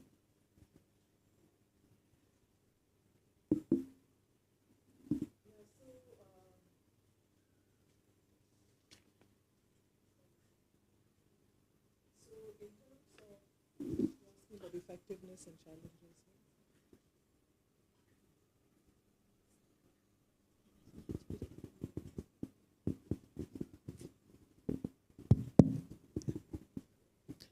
In terms of whether these methods are effective and what are some of the challenges.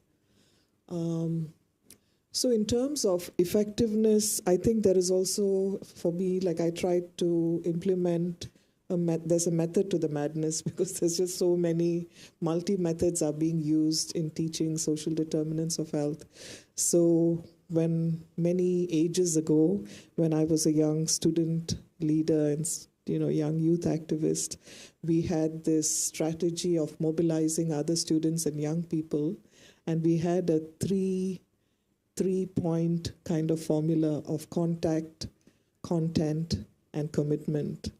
So we use very attractive, interesting kind of strategies to inspire and to whet that interest. So that's contact. And then you give content, and that has to be equally riveting to hold their interest, but also that there are ways in which they are processing that information meaningfully. And that has to lead to commitment.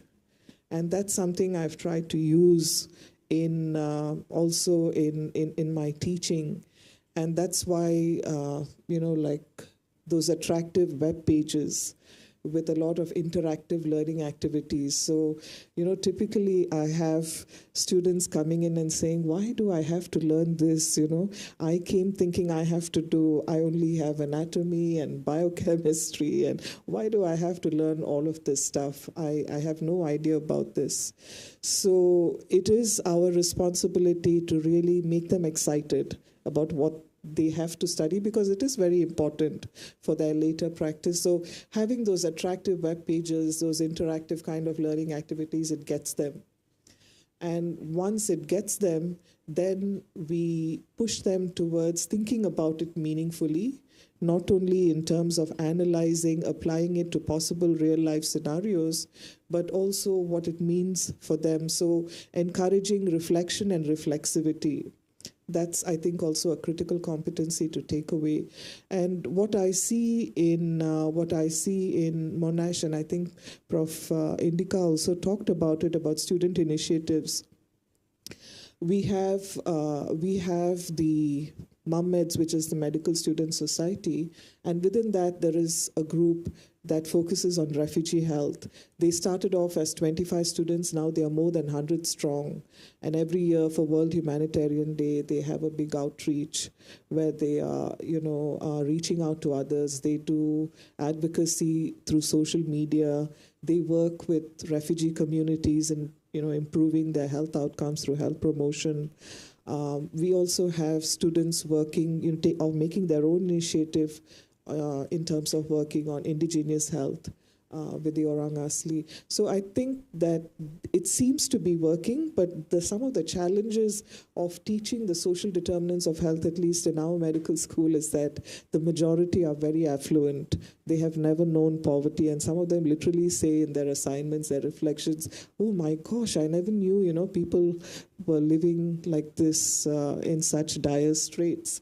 So, and the current social climate of young people being what it is, sometimes you tend to also be caught up in a bubble, which, is quite, actually it's quite fragmented and disconnected from the real world in many ways, but it is their real world. And I think that's the challenge of how do you help them bridge that, the world that they are, inhabiting and the one that is outside. The second challenge I have is that, and this is mainly with Malaysian students, I don't see this so much with the foreign students, especially those coming from Australia, the US, and so on, which is that there is a very reductive biomedical approach already ingrained in their thinking.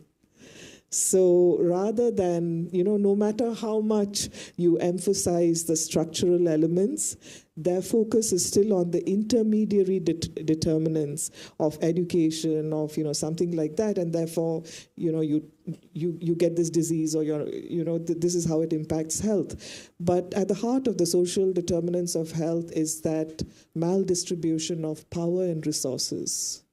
And it's the inequity of that, and the integration into the practice of medicine is how do you bring about that redistributive justice in the clinical setting? How do you do that? And so I think that's something else that we need to emphasize on. The other, as you will see, these are all very sensitive issues. You talk about migrants, you talk about racial inequality, you talk about, indigenous people. So how do you maintain the integrity of the content without diluting or compromising anything? And I think that is not something you do specifically within the active learning session or the lecture on the social determinants of health, but it has to be part of the whole approach of the medical school, starting from, day one. How do you respect diversity? You don't have to abandon your own ideas. You don't have to abandon your beliefs.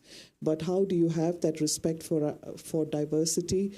And again, as I said, that immersive experience of seeing each other as human beings first, and then as cases with disease, or with all the other frames that we tend to look at them, consciously trying to make that shift in the classroom and emphasizing and also facilitating the creation of safe spaces where you can talk about anything but learn to do it respectfully.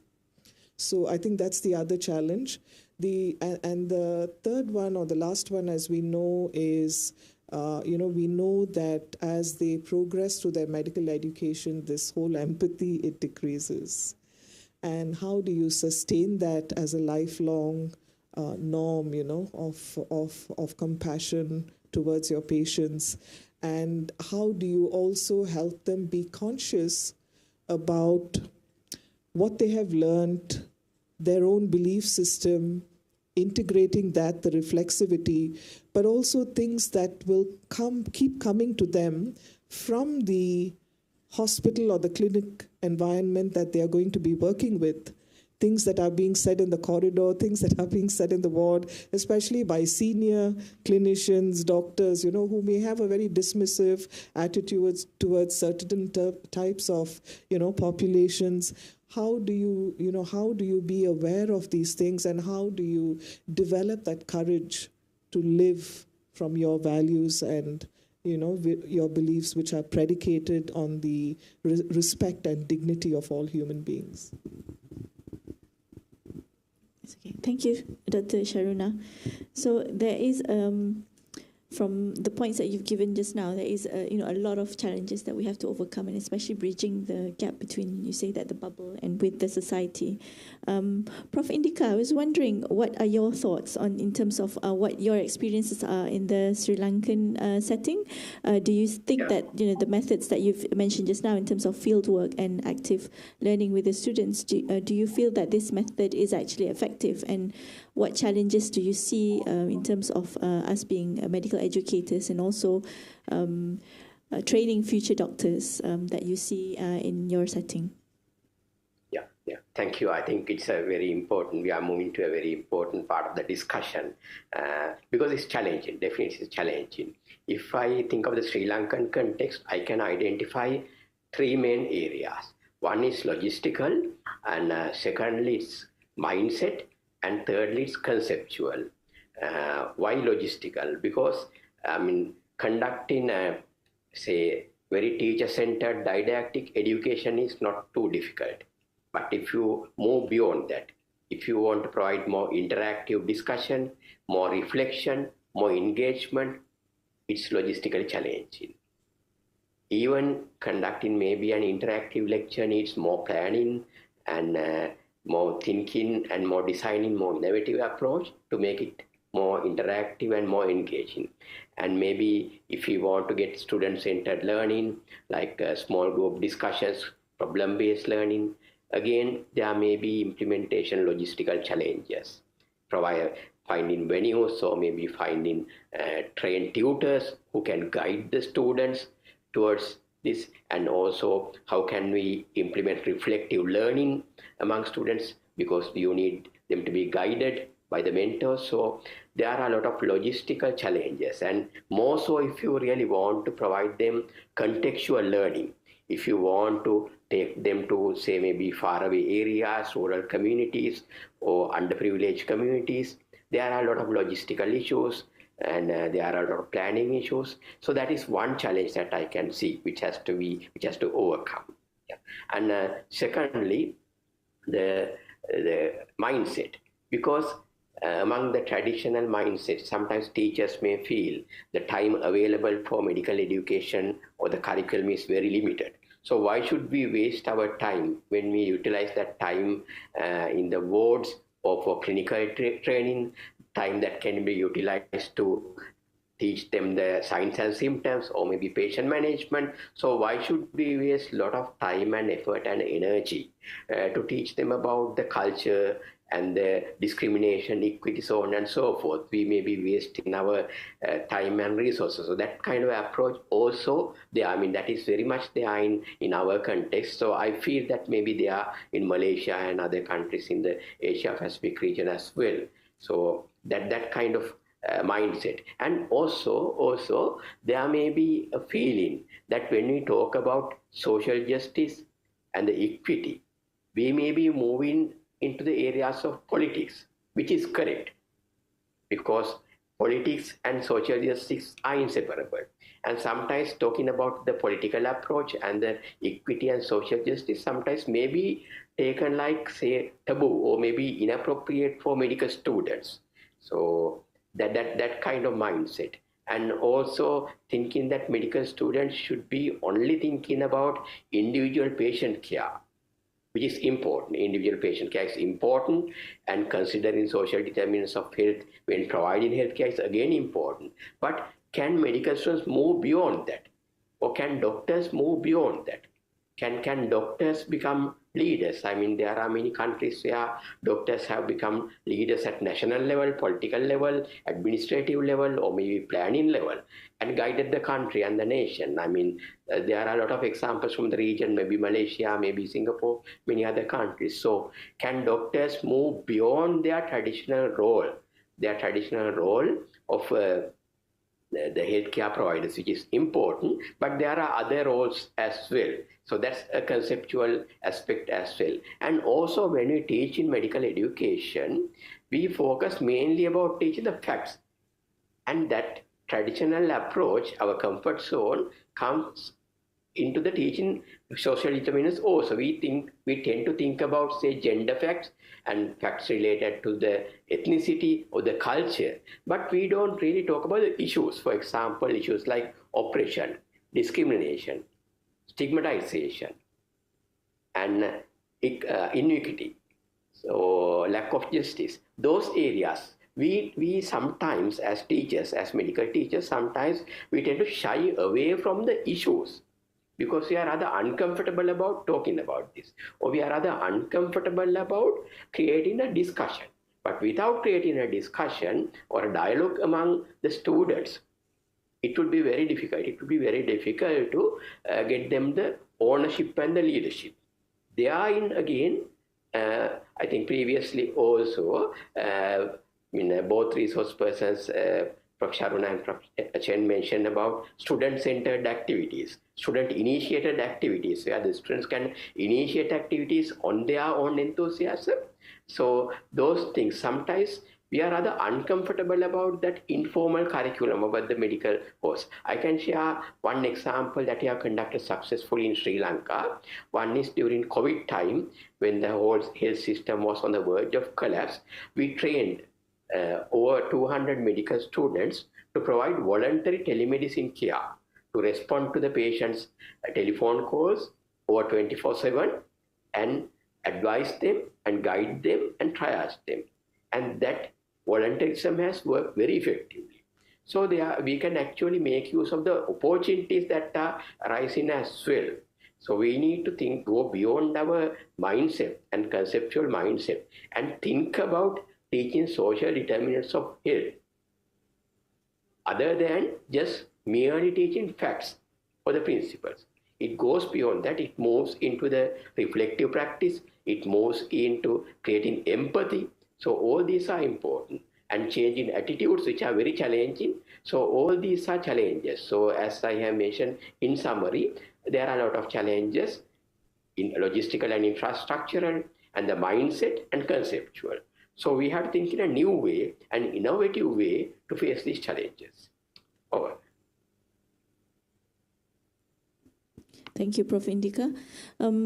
So I think the three key points just now that Prof. Indika mentioned was actually logistics, mindset, and conceptual framework of mind. So I think we move on to Dr. Lim in terms of your experience at UM.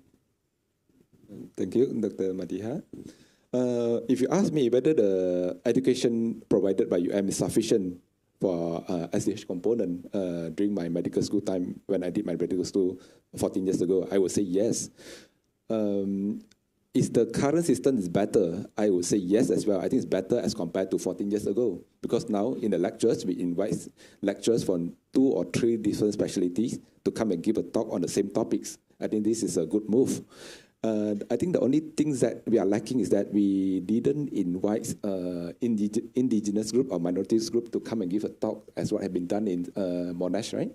So we don't have this in our university for our undergrad students. I think we should learn from private as well. Yeah, so I think I can divide the challenges into 3. First is regarding the learning environment.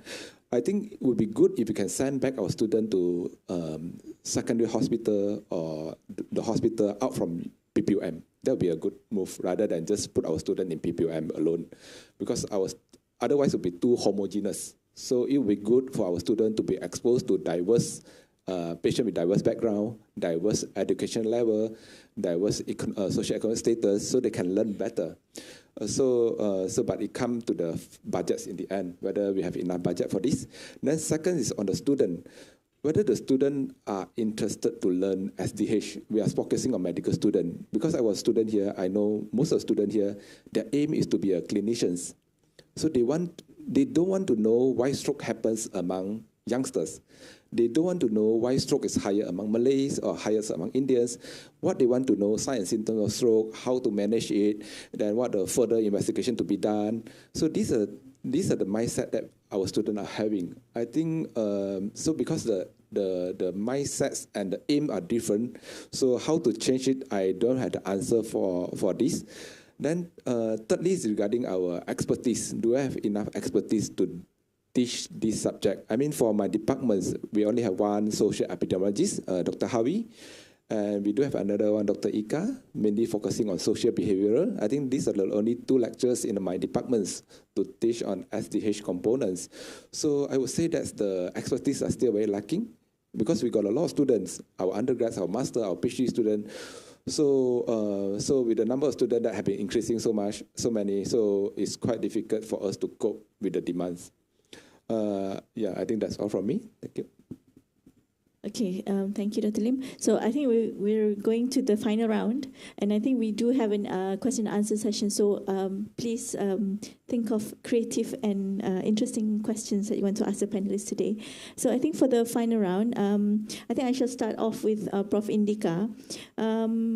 In terms of looking to the future, so what do you see that are possibilities in terms of teaching social determinants of health? And I think the most burning question right now is how does AI come into this teaching of social determinants of health? Is there any I think that we have to look about, or can AI play a role in terms of this?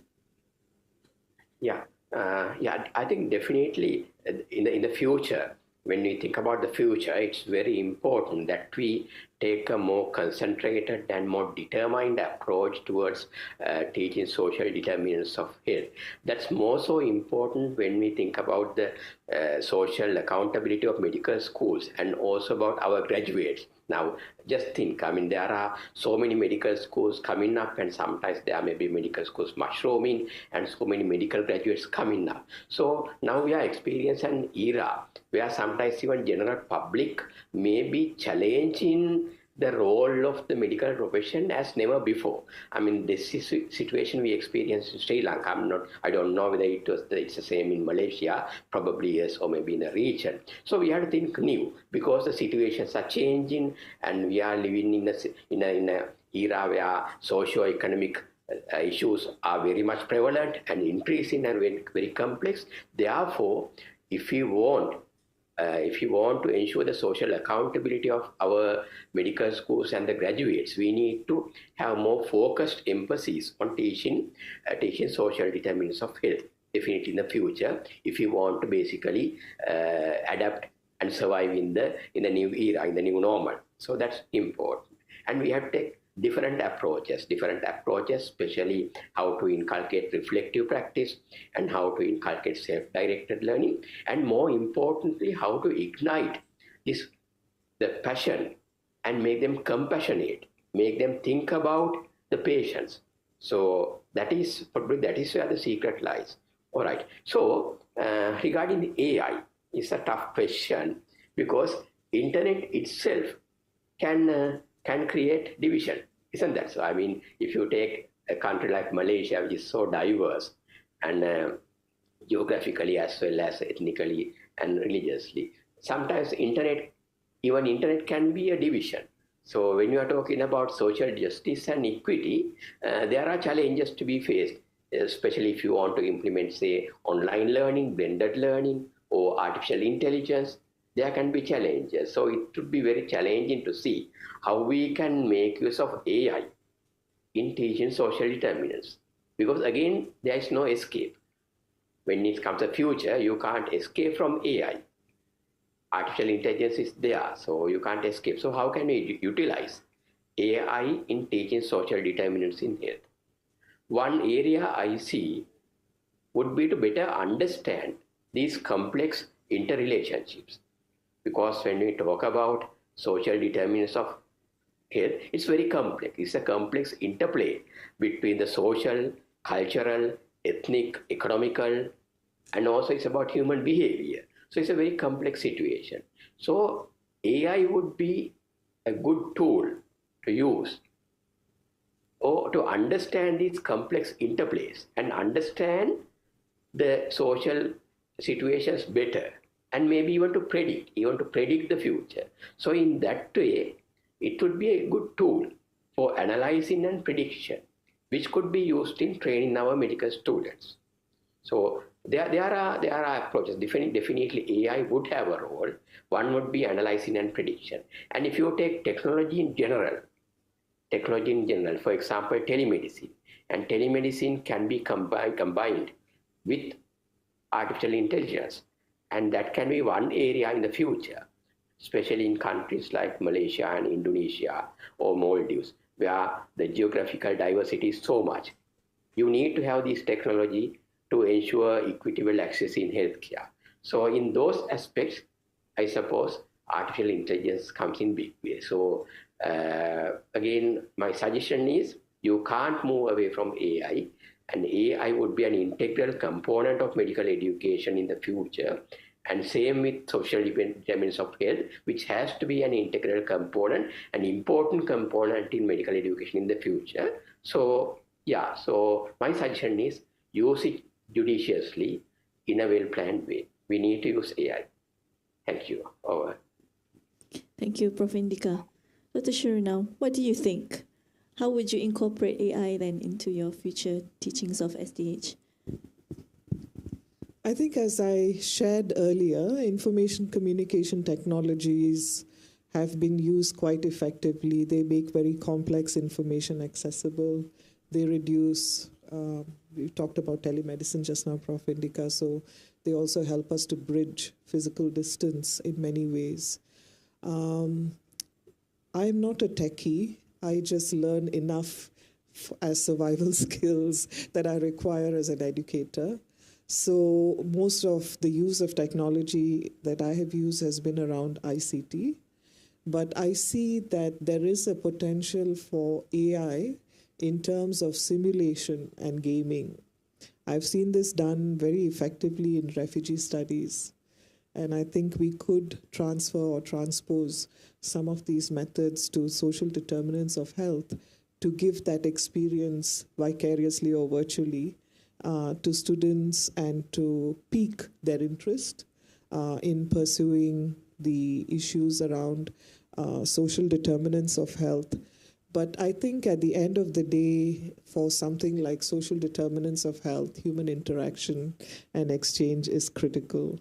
Because as we know from the evidence in neurobiology, when we communicate, it's not just our words that are communicating, but we are communicating through our biologies. So I don't think there can be a replacement for that, especially if we're looking at building these values of empathy, of compassion. Yeah, thanks. I think that makes us humans, right? The compassion and the empathy. Dr. Lim? I totally agree with Dr. Shrina regarding whether AI can replace human interaction. I don't think so. And then I don't think AI can replace our community posting, to send our student out from something like this. I think what we can do is that we can use AI to supplement it rather than replacing. So the other thing that have been mentioned by Prof. Indika regarding the data sets, right? We can use AI to analyze large data sets so that we know the impacts due to social factors that causing the health outcomes. I think this is important. Then there are things regarding the what I call that, the virtual realities. I think we can come with the using AI, then come with the virtual reality, and we can transport our student to different type of environments. We don't need to send our student there, so they can understand and they can talk to the person there. But we need AI. But I'm not IT savvy in this component as well, so I think I'm not the right person to answer this. Okay. Okay, thank you. So can I open the floor for questions?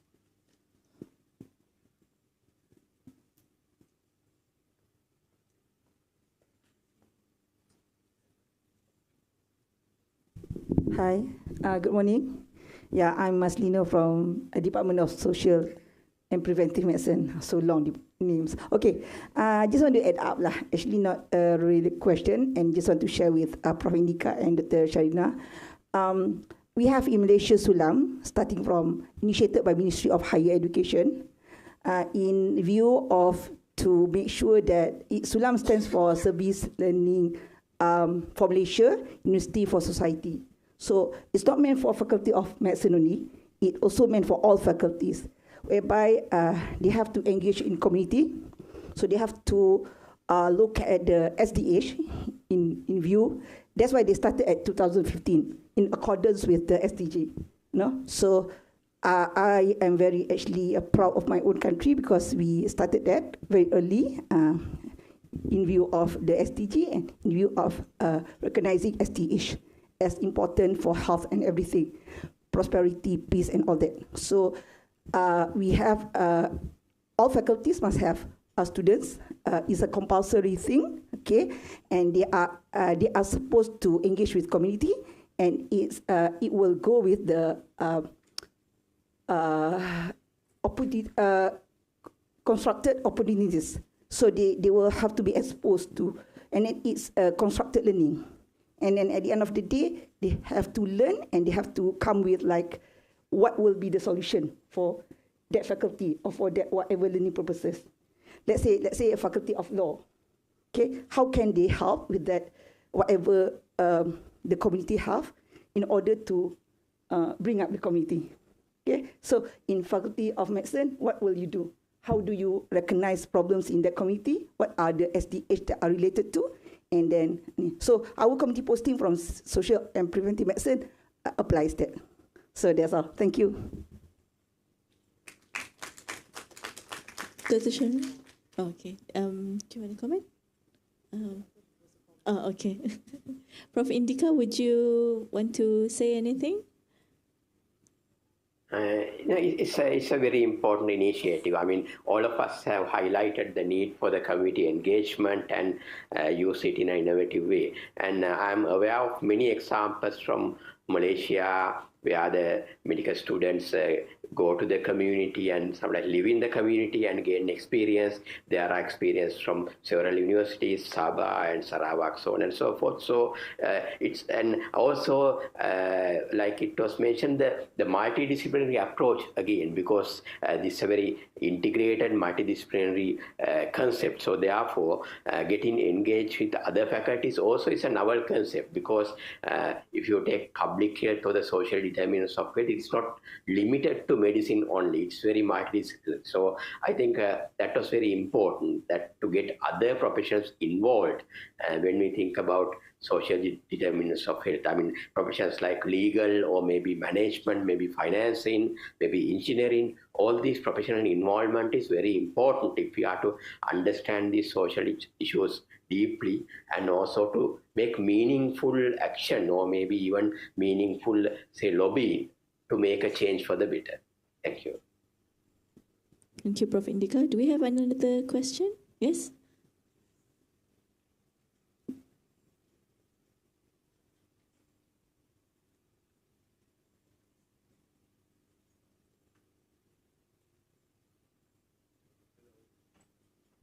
Hello, my name is Amir. I would just like to ask, we are a community that's deeply embedded with religion and social norms.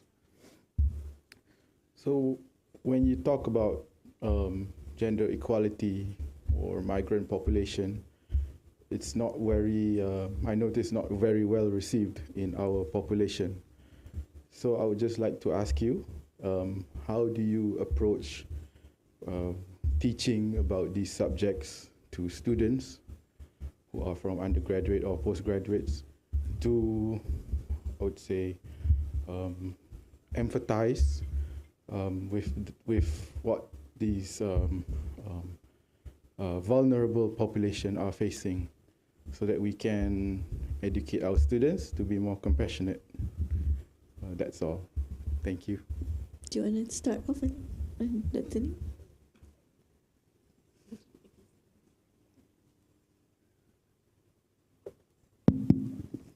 Yeah, it is a very real challenge that we have to grapple with in the classroom. And, you know, typically our classes, we have a strength of about 120 to 140 at any time.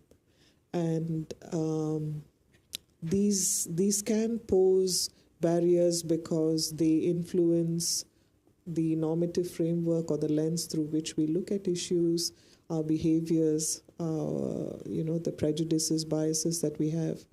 But it has always been my experience that, I mean, even if you talk about religion, all religions, have a value for compassion.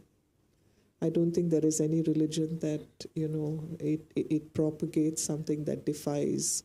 So compassion for the suffering And as I shared earlier, that immersive learning experience of bringing them face to face, bringing them in direct contact with disadvantaged populations and gaining that insight and that experience into human suffering, not as with the labels of migrant, not as, a label of a gay person, a man who has sex with another man, but as I said, like with sexual gender minority health, we did it for the first time this year, and we were very concerned. We were quite worried about how that would pan out, but actually it went off very well, because I think at the same time you're also trying to create a culture and an environment where you're not being forced to abandon your beliefs and your practices.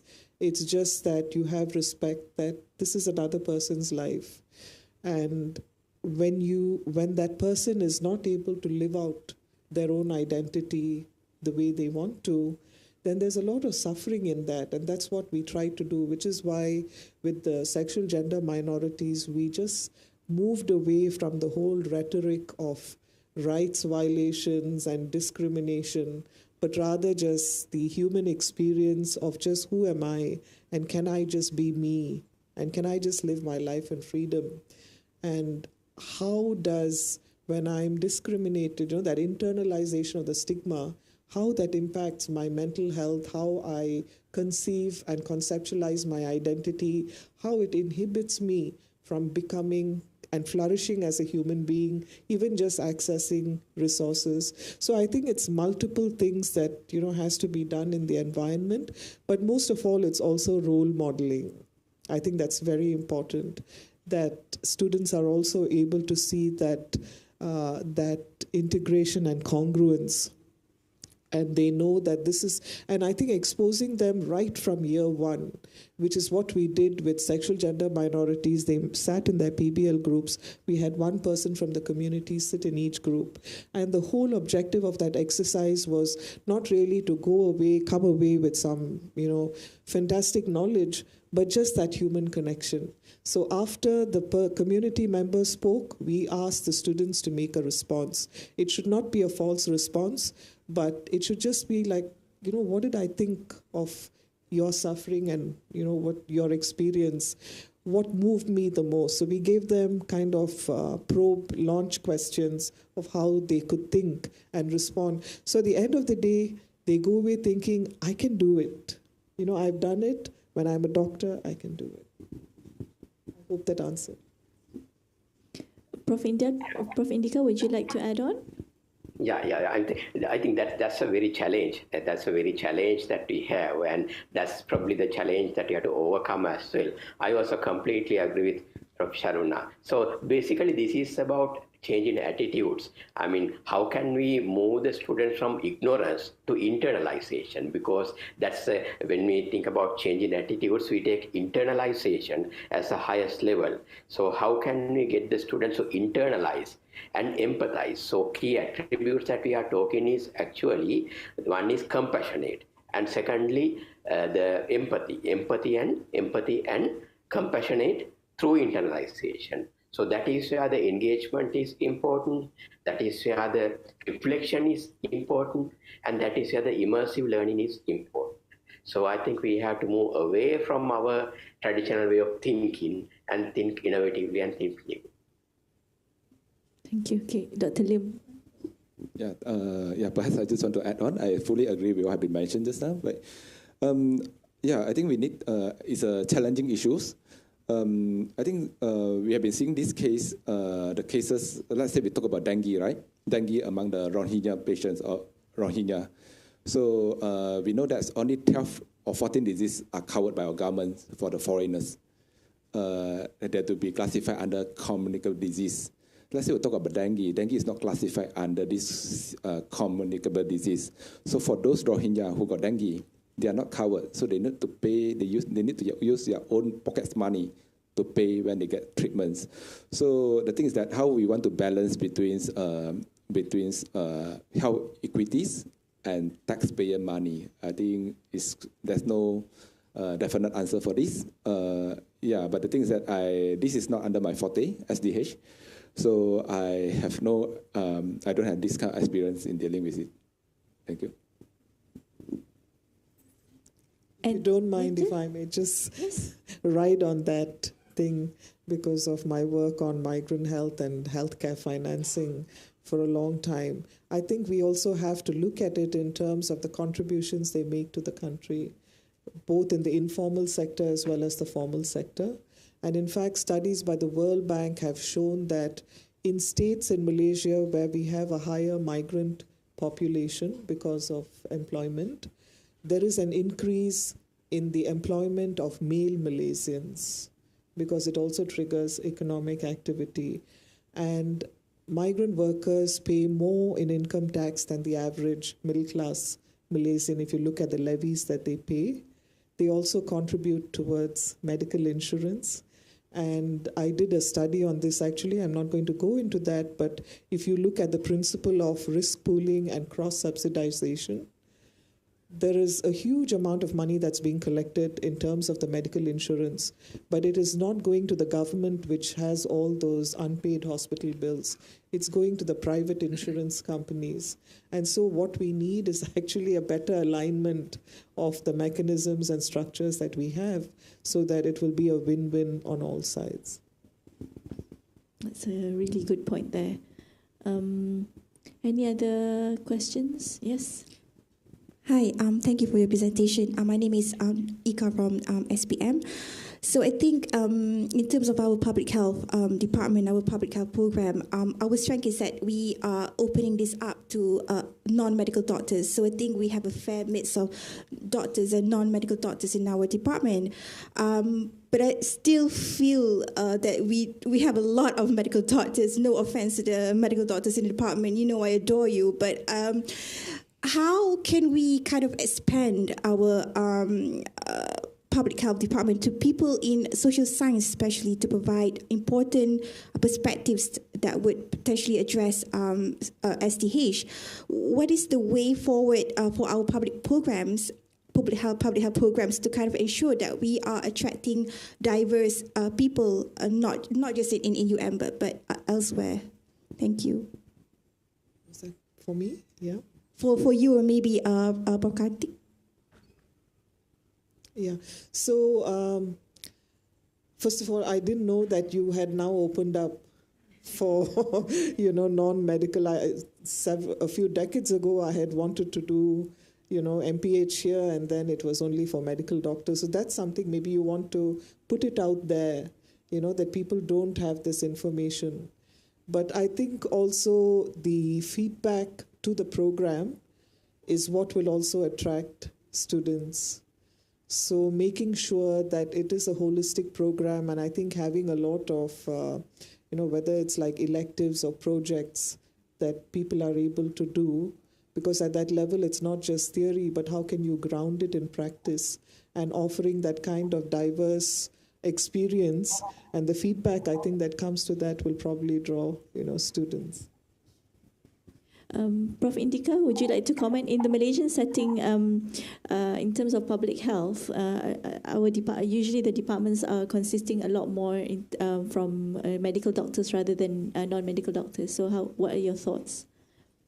I also fully agree. Now the concept of public health is it's very integrated and very multidisciplinary. The world is moving away from single discipline. So medicine, the field of medicine is very important, or the community medicine is very important, but the public health goes beyond that. It actually goes beyond not only medicine, but beyond health also. I mean, all health professions are important, medical, public health, nursing, so on and so forth, but it goes beyond as well. For example, other professions like engineering, law, economics, all these are important when you think about public health and social determinants of health. And nowadays we think about one health approach, and even going beyond, now we talk about the planetary health. Yeah, we think about the multidisciplinary and taking planet as one entity. So we need to be integrated. We need to work together. So the integration and collaborative approach is the way forward if we want to make difference, because there are so many planetary issues, environmental issues, and equity, social justice, politics, all these coming together. So the globe is one village. Nowadays we are talking about planetary health. So therefore it's very important. And again, I would like to make a suggestion now on behalf of APEC, where I am the Secretary General. And as you know, the has been a key leader in APEC, and several distinguished past presidents like Professor Anwar Saini and Professor Amir Janaluddin and Professor Wayun Law have been APEC presidents, and currently there is Professor Law and Professor Masna Dagli and Professor Victor, many of you contributing to APEC. So work together with APEC, I think that would be one way to increase the collaboration, because it's a very large public health organization. And also you may be aware of the APEC Public Health Accreditation Program, where we think about the conceptual framework, where we look at public health training in a very multidisciplinary integrated way. So so this is an invitation for all of you to work with APEC and join APEC, and that would be one pathway and one platform to collaborate and work together. Thank you. Thank you, Prof. Indika. I think that nicely summarizes our session for today. I would like to thank all the speakers, Prof. Indika from Sri Lanka, Dr. Sharuna from Monash, and Dr. Lim from itself. And thank you, your audience. You've been amazing. You've asked interesting questions, and I think this forum has been thought-provoking for me, especially in terms when you're looking at social determinants of health. It's actually very huge, and it requires a multidisciplinary approach with different aspects of expertise from different aspects. So it is very important in terms of providing and making future doctors. So I think we should all go home and think about what can we contribute towards social determinants of health, not just if you are a lecturer, but also if you're a student in future.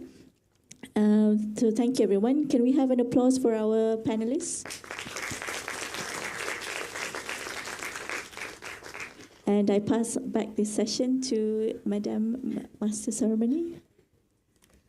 Okay, thank you so much, Dr. Madiha, for moderating the session, the forum, and also thank you so much to all of our speakers for sharing their insights today. After that thought-provoking forum session, I think we've had the privilege of delving into crucial discussions about SDH implementation. So the insights shared have been truly enlightening. To express our deep appreciation and gratitude, we would like to present the speakers with a token of appreciation. May I request Dr. Madiha to do the honors to present the token of appreciation to Dr. Lim and also Dr. Sharuna.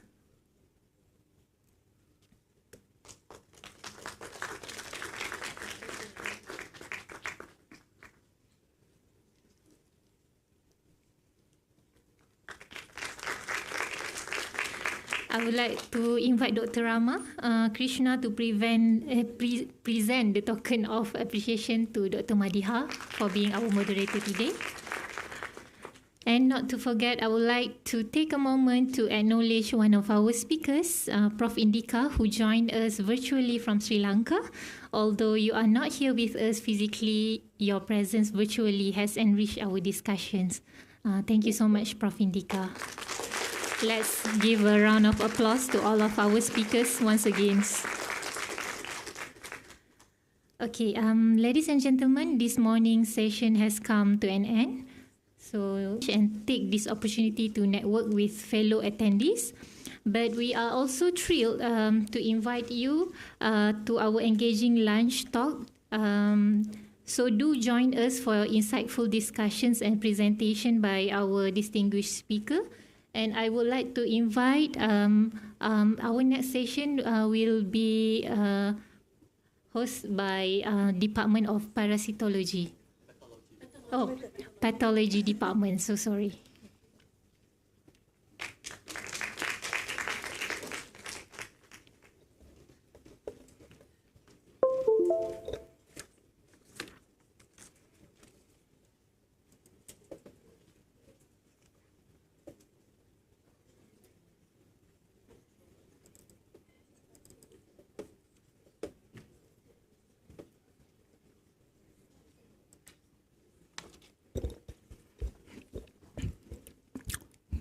Good afternoon, everyone.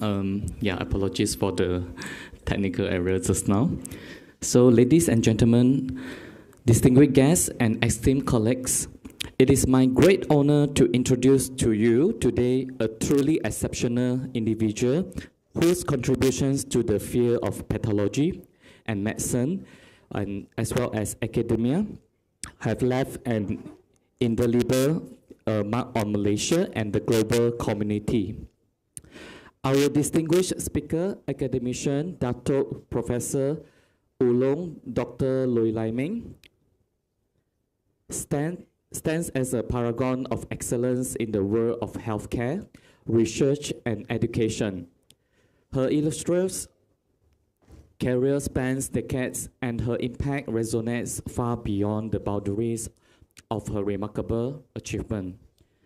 Prof. Loy currently holds the esteemed position of Malaysia inaugural National Distinguished Professor.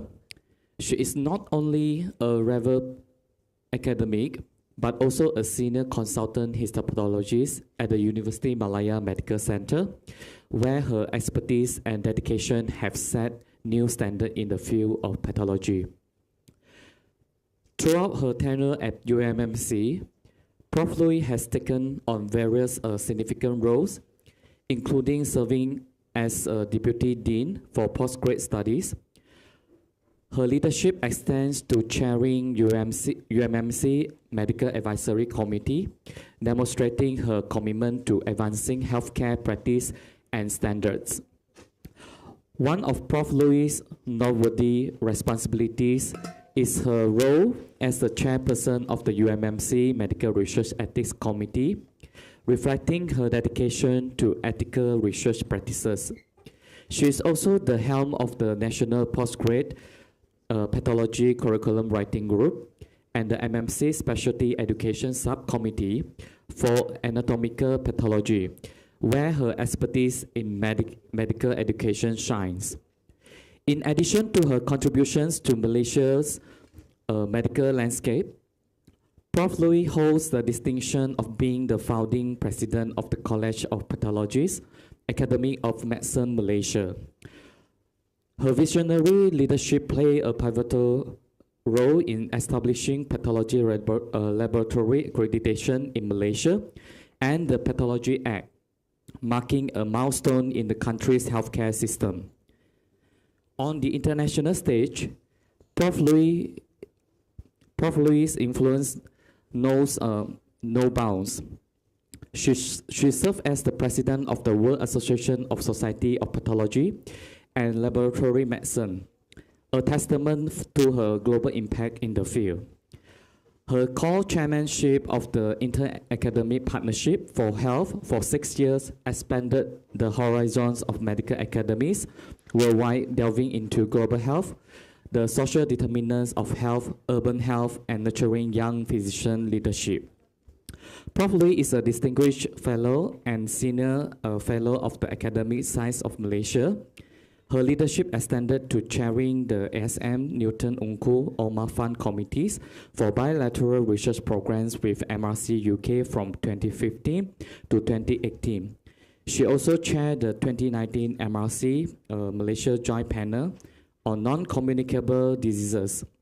These roles underscore her commitment to fostering international collaborations and advancing medical research. Prof. Loy's dedication has not gone unnoticed. She has received numerous accolades, including the prestigious Medical Award in 2016 in Health, Science, and Technology category. Her exemplary contributions have earned her the gold-headed cane and the CPAF AMM Lifetime Achievement Award and the esteemed title of Honorary Professor of the Chinese Academy of Medical Sciences, Peking Union Medical College. In closing, we are truly privileged to have Professor Loy here today to share her wisdom, experiences, and insights. Her lifelong dedication for advancing medicine, research, and education serve as an inspiration to all of us. Please join me in extending a warm welcome to Prof. Loy. Thank you so much.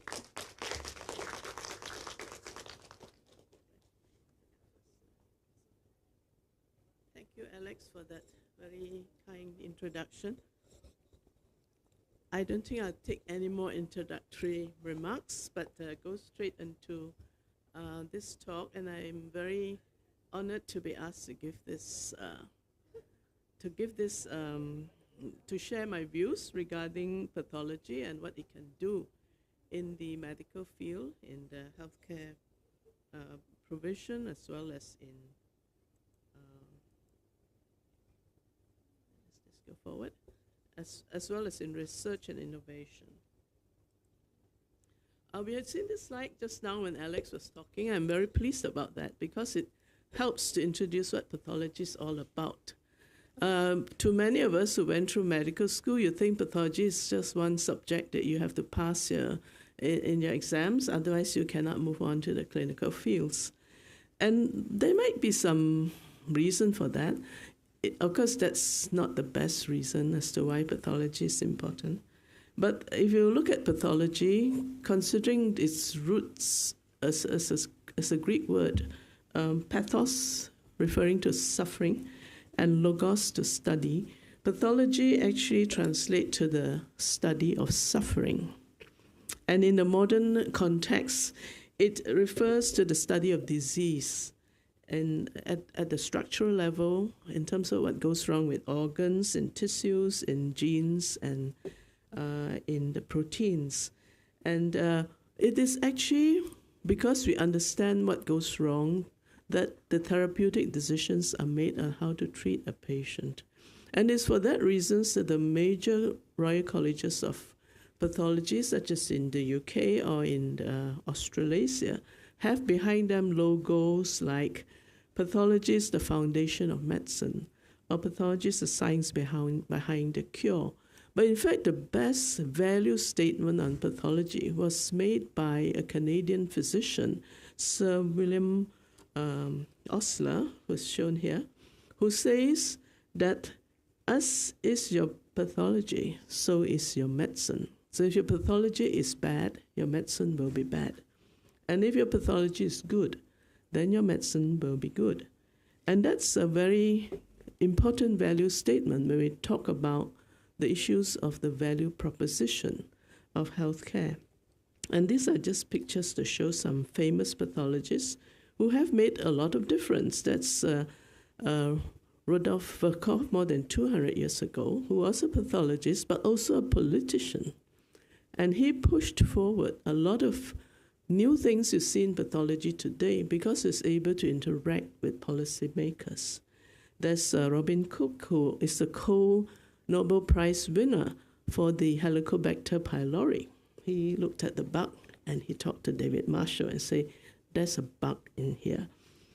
That's the cause of gastric ulcers. And Elizabeth Blackburn, who worked on telomerase and telomeres, and I work on that too, and both of us share the distinction of being in the same college and receive our award at the same time. And Wu Lien Te, who is a Malaysian virologist who worked at the IMR, who was asked by the Chinese government during the time of the Manchurian plague to help put an end to the plague. And he did that because he understood the importance of disease and that the plague was due to a specific bacteria that brought about the infection. And knowing how it was transmitted brought about the end of the plague. And he really deserved a Nobel Prize, but he didn't win it at that time because I think there were other reasons. So pathology has actually been established for a long time as something really very central in the healthcare system.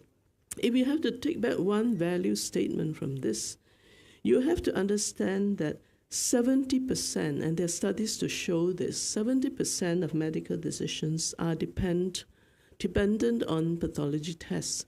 So if today we close down the pathology labs and we say, now you go and practice medicine and surgery without any pathological tests, you're going to be quite blind in many situations because you will have to be perhaps syndromic or fairly empirical, and that may not really be the best way to deliver a really good healthcare system. I'm not saying this as a threat, But I think it is important to realize that very often it's a very quiet supporter at the back that makes all the difference to what is done at the front. And I can point this out that pathology obviously plays a role in education. When you train to be a doctor or a specialist or a medical scientist, you need to understand etiology of disease, pathogenesis, mechanism, signs and symptoms, what goes wrong, what's the basis of treatment, what actually causes your patient to suffer, and what finally kills him. So it's very important as a basic education to understand what's happening in the health, in disease and the healthcare system. But there's a long list here under the testing services, and I will show why that is so long, because a lot of the focus of pathology is in the testing services. We test for risk factors that can be modified to prevent disease. We diagnose disease. We determine, and in the era of it's got a very big role to play in terms of targeted therapy. And something perhaps not so well known is we're actually the gatekeepers for the health system. We tell them what's going wrong, whether we are moving in the wrong direction. We have a lot of data that determines policy. But in research too, we have a tremendous amount of role to play in terms of new discoveries, innovations, technological adaptations, and the backing behind clinical trials and providing the evidence for policy decisions. Now, how did we ever come this way? We are here today in this week celebrating the 50 years of postgraduate education, and pathology is one of the first among three first master's program for training of specialists as pathology, public health, and psychological medicine. But it was a long journey, 50 years to today. So I thought I'll take about a few minutes to recapitulate how we came along this path. When Malaysia became independent in 1957, most of the pathological staff, well, let's put it this way. At that time, IMR was the provider for tests for the country, literally almost the sole provider for the public as well as the government sector. IMR lost 75% of its staff because most of them were expatriate staff. And with the nation going towards building itself to be a hopeful new nation, the rapid growth of medical and laboratory services highlighted the shortage of pathologists in the country. So in the post-independence era, Cabinet decided that we should have to produce local specialists ourselves.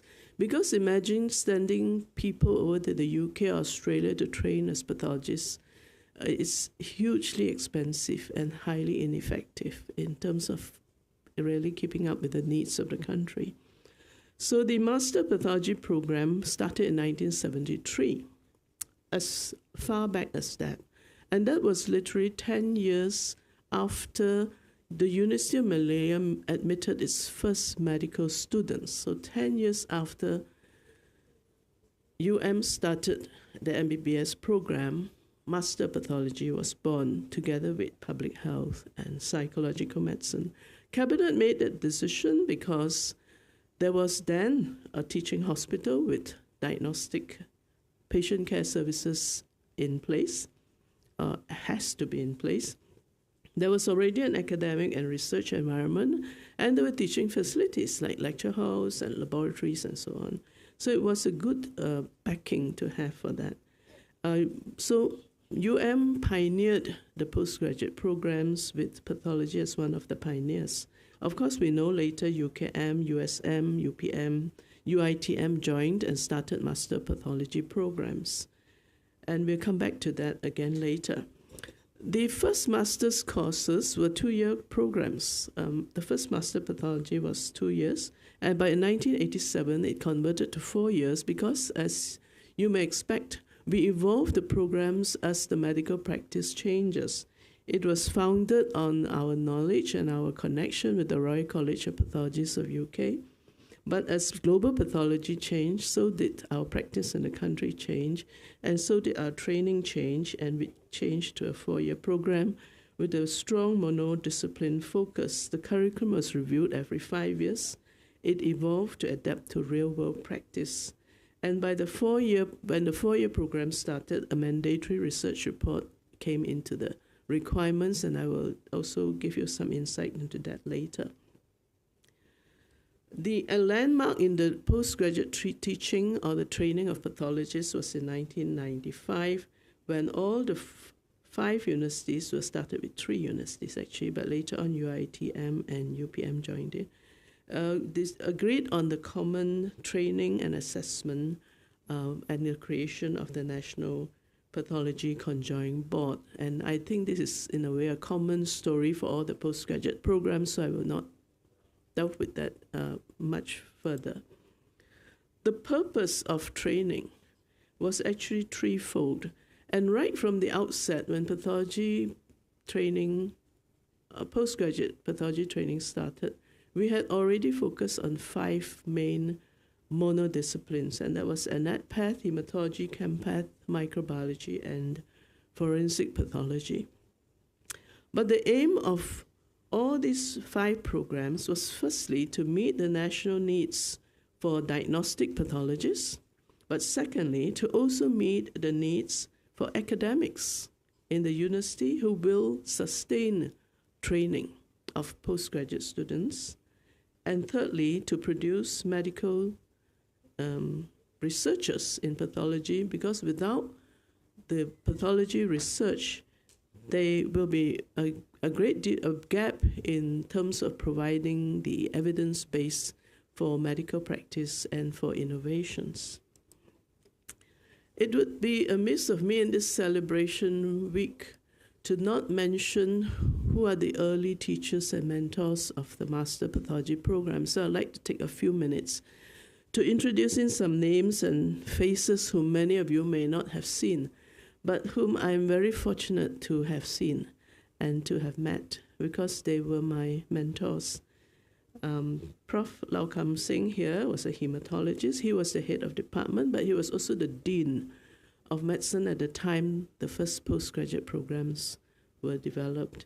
And he and John White were basically the pillars behind the hematology program. Professor Pratap was my direct mentor, and I owe him a lot in terms of what I am today. Prof. Sivanesan, who also anchored the autopsy services. Prof. Chandrasekharan for ChemPath, Prof. Putucherry, and Prof. Lamsaikit for microbiology. I didn't have the photographs of Prof. Ramalingam and Vijaya Thomas, but they were the ones who brought in the parasitology training for our pathologists. We did that with the help of many. I only named a few. But we also had the help from the British Council through the SICHE program and the Royal College of Pathologists of UK, and that's why you find that our Master Pathology from the early days were very, very similar to the UK training program. And I remember all of these people who contribute to what I am today. Roger Drury, who was here every year to teach us a few months each year. Sir Roderick McSween, who taught us liver pathology, and he's the guru of liver pathology. He's got so many textbooks of pathology, and if you want to know about liver pathology, have not seen his textbooks, then you haven't really looked at it properly. He, of course, became later on the president of the Royal College of Pathologists of UK, and he is what I call an honorary Malaysian, because he would love to come here and eat Malay cakes and also choose durians at the roadside. Fernando Paradinas was my direct teacher. He was very, very strict and very meticulous. He would not accept if I say something had no acid fast bacilli without having searched for 10 minutes for it. Anyway, he was very, very particular. And equally particular was Janice Anderson and Derek White from the University of Cambridge, who spent several months with us every year teaching others. And among those who were very close to her was Prof. Chia Pik Ling, who was who's, as you know, an excellent pathologist. And there were others in hematology. And Professor Bernard Knight, who I just met early this year back in Wales, he's 90 over years old now. I would think that it's appropriate to pay him a special tribute because Professor Knight's textbook on forensic pathology is well renowned, and he is the person who really helped us develop our forensic pathology master pathology program, and many others. I couldn't put all their names in or all their faces, but we had a lot of help. But I think equally we had a lot of help from ourselves, and that is a very important issue. The early empath graduates actually joined the faculty and they strengthened the program. And you see here, the leader of them all, Prof. Manaka, first batch empath graduate, became a full professor here, head of department, and retired as such. And all of them here became full professors and either left or retired as such. Second batch, there was Patricia Poy, I didn't put her picture, Eric Sumitran of liver pathology fame, Yap Suk Fan of ChemPath fame, did a lot of things in the laboratory medicine area. There was then myself. I don't know whether you can recognize me. I couldn't recognize myself. Jaya Lakshmi, who was of dermatopathology fame. Then the next batch, Sharifa Farida Al-Hadi, who became also deputy dean and worked also in the MQA of cytopathology fame. She brought in cytopathology. There's Padmanathan, who's still very, very active in pathology today. After leaving our portals, he's like a really giant in pathology in the private sector. And Prof. Pei Suat Ching, who brought in really a focus on lymphopathology. So they joined, and many more after that. Up to today, our department has been basically strengthened by our own empath graduates who have come back to us. And here I'm talking about our real graduates. There were also, of course, subsequently, some graduates from the other master's programs who joined us. But the idea really is that the program is successful and our training is successful because those who went through it came back and anchored it. So how well have we done? If we look at independence, 1957, at that time, I think there were only 30 pathologists in the whole country and probably no anatomic pathologists. By 1994, there were 120 pathologists, and the private sector began to start pinching them. 10% went out to the private sector. By 2007, 300 pathologists and 150 trainees in the pipeline. That time we could start talking about some kind of calculations of a pathology population ratio. At that time was 1 in 90,000. We were then able to set targets. We say we hope by 2010 we get a ratio of 1 in 75,000. And we were brave enough to say that we could even start training for others. We started training for other low middle income countries, as mentioned here, Sudan being the biggest responders to our open arms, so to say, to foreign trainees. We trained more than 60 pathologists for other countries, and this is a picture I took when I visited Khartoum with Jaya Lakshmi, myself here, to join in with one of their professional training programs. They were a vibrant population of pathologists there by then. Our graduates, very active and forming their own societies and having their own meetings. And I was a very happy time to meet them, very proud time. Although today I must say that with the problems in Sudan and the war going on, almost all of them has dissipated out of Sudan and gone into the neighboring countries. But our hope is that later on, when life is better and the political situation is more stable, that they will be able to come back and rebuild their own country. And that is our hope. Of course, the war had a toll on some of them, and there were a few casualties. But if we look back at today, 2023, pathologists make up 5.6%, 5.5% of the specialists in the country today, according to the National Specialist Register. Of course, we take this as a pinch of salt because not every specialist have registered in the NSR yet. But I would think that there are probably about 900 pathologists in the country today, which is really not bad, considering that when we gained independence, there are probably less than 30 of us. And we have a ratio, pathologist population ratio of 1 in 38,000, which actually exceeded our target of 1 in 75,000. Anatomic pathologists make up the biggest group, and some of them, about 18%, are dual registered in general pathology as well. So just a point of interest, okay? Contributed to a lot of the pathologists that are in the register today, and they're all serving the country, either in the Ministry of Health or in the universities or in the private sector. So those are numbers, but is that what we're talking about today? We have to take a step back and say that, okay, we were focused on training pathologists for the last so many years, but what is the value? My talk today is about the value proposition. And what is value? Value is different from cost. Very often when you talk to someone about value, they say, oh, this is a valuable thing. Valuable thing means you pay a lot for it. Like valuable car, Ferrari. It's more valuable than a Proton Saga.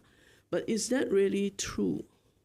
Value is not just numbers and dollars. If you look at value, the definition carries in words like, what is the importance? What is the worth? What is the usefulness of it? And it means that you have to measure it in terms of meeting expectations of the stakeholders, of whether it's fit for purpose. Is it really what you want? That's the value. Something's not valuable if you pay a lot for it, but you don't really want it. And it's the outcome that is achieved by acquiring that something, in this case pathologists, worth the effort and the investment spent. So let's look at what our pathologists do today. And then we ask, are these things they do valuable? Do they contribute to patients, to society, and to generally other people, and so on? There are a lot of things that pathologists do in clinical practice. I won't dissect out all the details. In education and in research, and some of them overlap. In one action, you may be doing all three things. But we look at our 50-year journey, and since this week is trying to recapitulate all that we have been doing for the past 50 years, to celebrate what we are doing, we should chart our journey as pathologists, but also as medical doctors, because basically that's firstly what we are. And then our role as world citizens, because then perhaps even looking at it more basically, that's what we are. We are human beings, part of the world as world citizens. Do we contribute? So the optics and the metrics, what we look at and what we measure should be, are we fit for purpose? Do we fix problems? And do we make the world a better place? And perhaps that should be how we judge value in the healthcare system and in the world. Well, we're celebrating, so I'm not going to be too negative about some things. We're trying to be positive today. Well, I think pathologists have contributed our share of national service in terms of leadership in the institution, and most of us, at least during my day, say, wow, we were asked to be head of department or dean or whatever. It's like, ooh, really suffering, even though we are the study of suffering. But we had our share of the national service. We've been dean, we've been deputy deans, as Padmanathan, myself, and Sharifah were both deputy deans before. And we have chaired many committees or served in many committees, projects, initiatives. We had chaired research committees, we have evaluated research, we have taken part in research. We have chaired ethics committees, guidelines, governance committees, advisory committees of both the hospital as well as of UMSC, promotion boards and so on. So I'm not going to go into details there, but I think we have also contributed in those aspects, as would lots of other departments. But if you say, have our teaching and training of pathologists at the undergraduate and postgraduate level made a difference in any way? Well, I think our teaching hasn't been too bad. We do join some medical students when they're graduates in their what do you call that, when they celebrate their class reunions, and we do get some feedback from them, and they perhaps do remember some pathology. And actually, the more objective measure is that along the way, we have actually won many Best Teacher Awards, both in the medical and the dental program. And more recently, Prof. Man, our current head of department, also had won the Best Lecturer Award. So we have kept up, hopefully, good standards in terms of trying to convey what pathology is all about. But in terms of our empath graduates, I think they have been leaders in pathology after they've left our program. We have among our empath alumni, Chief of Pathology Services in the Ministry of Health. We have presidents of the International Academy of Pathology, the first director of the National Blood Center, and subsequent directors of the National Blood Center. Padmanathan did a lot of work while he was in the university. Even after he left, he's still a very trendsetter in pathology out in the private sector. And I'm fortunate that I had the opportunity to found the College of Pathologists and to edit the Malaysian Journal of Pathology. So I think that we have made a mark at the national level. Now, this is a very, very busy slide, and there's a reason for it. Because most of the pathologists' work has been in the diagnostic services, obviously a lot of the measure of how well we've done in delivering the diagnostic services has to look at how we have been aware of what is needed of us in terms of delivering the healthcare services. So we had pioneered a lot of new diagnostic innovations. We have enhanced what we have to make it more accessible, more affordable, more deliverable, and perhaps more, how should I say, with a better turnaround time in terms of accessibility. And if you chart from 1980s onwards until today, you see that there are quite a number of firsts that I've put in there just to show off.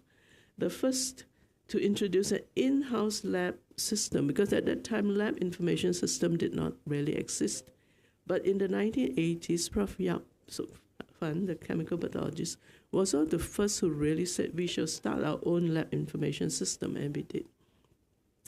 We were the first to participate in quality assurance in the country. At that time, the whole country, the labs did not have EQA. We just went around doing our tests, but without a quality assurance program. And our labs actually started this and said, we have to do this. We were the first to introduce it, and through the empath program, delivered that concept so that it became practiced throughout the country. And this actually, I need to pay a tribute to Prof. Lau Kam Singh, who was the head of department when I first joined as a Master of Pathology student. I remember one thing he drew into me was that quality should be the way of life in the laboratory. If you cannot assure quality, you don't really have a service. We were the first teaching hospital to implement the pneumatic tube system, which is still in existence today, and of course an improved version. We first introduced immunohistochemistry, and this I remember very well because this was during my time. We sent people for training. We ourselves got trained, and we did many workshops to introduce immunohistochemistry to other laboratories, so that today you cannot imagine histopathology or net pathology services in Malaysia without IHC, immunohistochemistry, but it came through our department. And we also did immunoelectron microscopy. We did, LIS for all disciplines of pathology was introduced in 1990. A few other things. We started automation in 2000. And by 2010, actually, fully automated systems. We have actually the longest full laboratory automation track together with centrifuge and refrigerators installed in this whole thing, like a real train going through the lab. The longest track in Malaysia and the second longest in Southeast Asia. And more importantly, we're the first Malaysian teaching hospital to be ISO 15189 accredited. And I'll tell you why we are so proud of that today. It's extremely important to be accredited. Now, this is a story towards accreditation.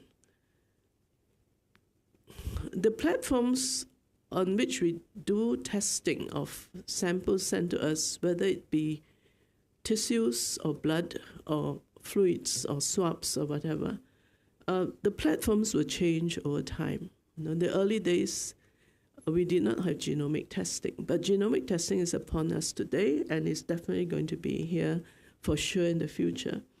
They are all very, very exacting technologies. The emphasis here is we can be very, very precise in what we do. We can calculate things out to the many decimal dots. But all that precision actually is useless and even harmful if the results are wrong. And I can refer to many papers on it. For example, here I've just shown a paper on HER2 testing. And what is the burden on the patient, a lifetime burden, if the test was wrong? It's something that we have to be very aware of in the lab as people who provide results from samples. We currently test about 6 million tests at the laboratory medicine area. That means chemistry and hematology, and I've left out microbiology here. They do a lot more as well. If we add that in, it'll be plenty. 6 million tests a year. In a net path, we do about 12,000 biopsies a year. And we actually do almost more than 600 autopsies a year as well. To ensure that all of them are meaningful tests and meaningful results is an extremely important responsibility. To use the appropriate technology and quality control is key, because the technology may be wrong in doing the testing, in which case your test is meaningless and not valuable or has no value. And if it's not quality controlled, then what you consider positive may not be positive because you really have no control. And to assure quality assurance, comparability with standards, and accreditation will probably be very key to answering this question. Can the clinicians trust us? Can the patient trust us that our results really give a true, or as true as possible, a measure of what is going wrong in their bodies and on which a therapeutic decision is going to be made?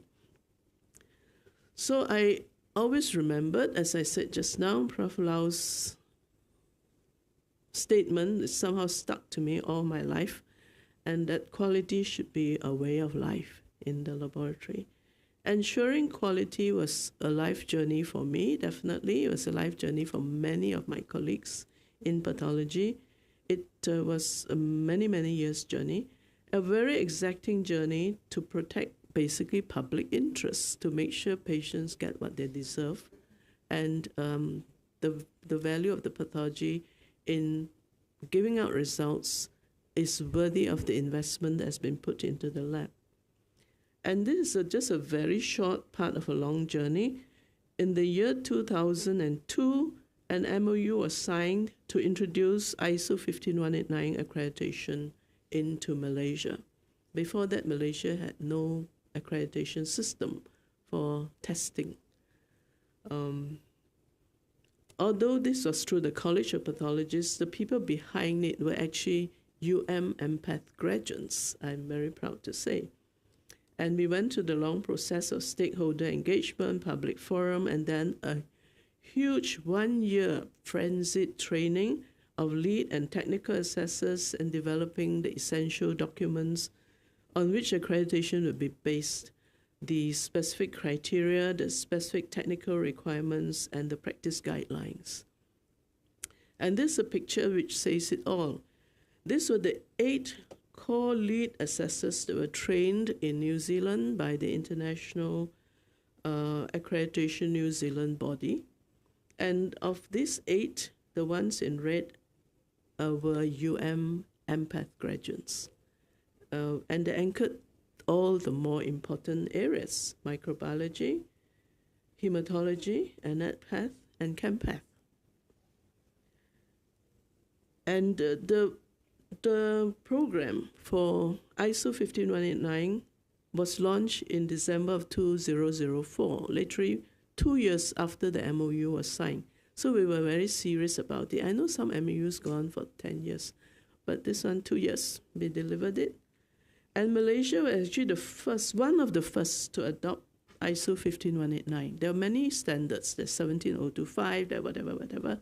We developed 15189. That's a long story why we developed, because this was focused on medical, not analytical. It's not just analyzing whether, a blood sugar level is 3.8 or 8.5, but it is the value of it in respect to the diagnosis of a particular medical condition. That clinical aspect was in 15189. And that's why we chose to introduce that. And we were one of the first in the world to introduce that. It made a lot of difference to Malaysian pathology and laboratories because it put us on par with a lot of countries in the world. It gave us that mutual recognition agreement, and it meant that it affected trade, it affected medical tourism, it affected a lot of economic advantages Malaysia has today. So there are actually long-term and long implications of introducing an accreditation system that is medical-based, 15189. And accreditation preceded the passing of the Pathology Act in 2007. Okay. Today, 96 Malaysian laboratories are ISO 15189 accredited. It's not an easy process. has gone through it. We were one of probably the first teaching hospital that had all aspects of our lab accredited. That means not just chemistry, chempath, hematology, and empath, cytopath, and microbiology, virology, everything accredited. And it was it was a tough process. I think we just recently finished another re-accreditation exercise. You can recognize how difficult it is, but we are proud of that achievement and the national standards. And this 4 anchored also the deliverance of the Pathology Act and the revisions of the subsequent versions of the Malaysian standards. So that's accreditation story. But what about research? Remember, we have teaching, we have clinical, and we have research.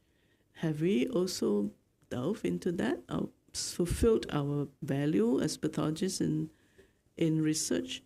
Well, I think our research has been quite impactful. There are many. I will again only show a few pictures.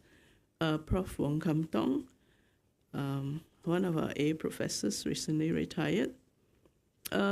And his book on infections of the central nervous system is seminal. I mean, he has his monograph here, which he has edited. We have been involved in discovery science, in classification of diseases, in pathophysiology, pathogenesis, predictive markers, and so on. We have Prof. Padmanathan, whose work on EBV and nasopharyngeal carcinoma, I think, is still cited today. Basically, together with collaborators in the US. And the Prof. Chia, whose work on HPV and cervical cancer is also very, very fundamental to the delivery of the vaccination programs today.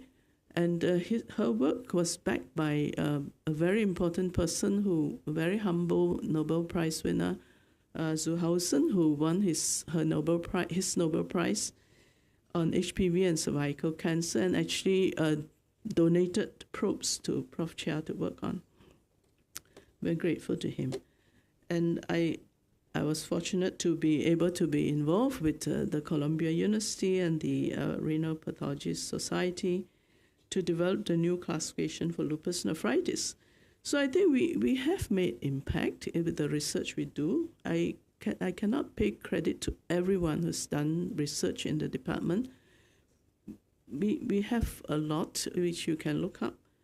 But we also are also involved in the clinical trials that go on all the time in providing the evidence base for changes in treatment. We have a dedicated PERSU lab in the department, which is designated to support research and education. So the medical lab technologists who serve in the PERSU lab should be applauded and credited for keeping track on all the research we do and in ensuring that they are well supported. So pathology is also involved in studies on value assessment. Basically, we are gatekeepers of what's going on in the healthcare system. I think this is a very important tribute to the rigor and the standard of research that is done by those who are involved in the pathology services and in the biomedical services, and how it can impact on the nation. If you look at disease outbreaks and the pandemic response, you cannot think of what the lab has done. And it is a tribute to the rigor, the standard of the scientific and the research capability of our country to be able to come forward and then respond to outbreaks and pandemic. One of the best stories, I suppose, is that of the Nipah virus discovery in the turn of the last century. The discovery of the Nipah virus by Prof. Chua went against the belief of the day. You need good science to be able to stand up to that and to be able to hold on to that this was an outbreak not caused by the Japanese bee encephalitis, but by a virus that nobody has heard of. I mean, can you imagine you go and tell somebody, it's not caused by what they have raised millions of dollars to pump into, but it's something else. And what is it? We don't know. It is something else. I found it, but I don't know what its name is yet because it's new.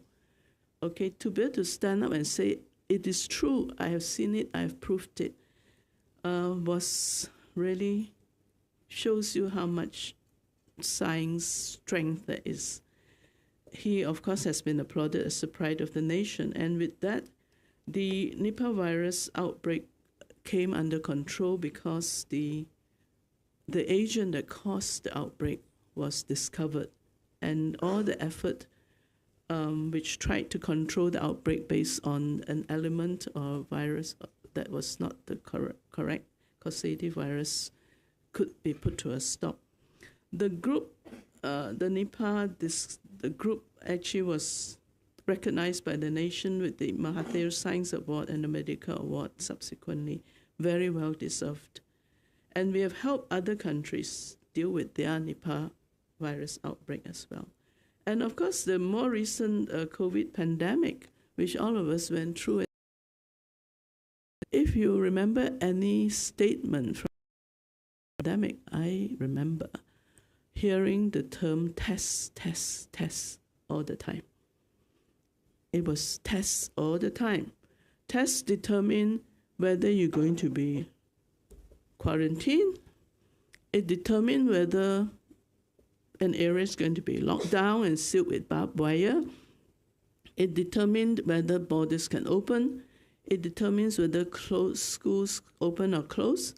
It determines whether you can travel or not. It was everything. Test. And then after that, it was what tests? PCR tests, antigen tests. And then after that, it was like, what cost? You know, and so on. But it dominated the day, and it tells us the importance of testing and reliable testing and accessible testing and affordable testing and so on. So I think this is a very important message of the value that testing and pathology brings to the country.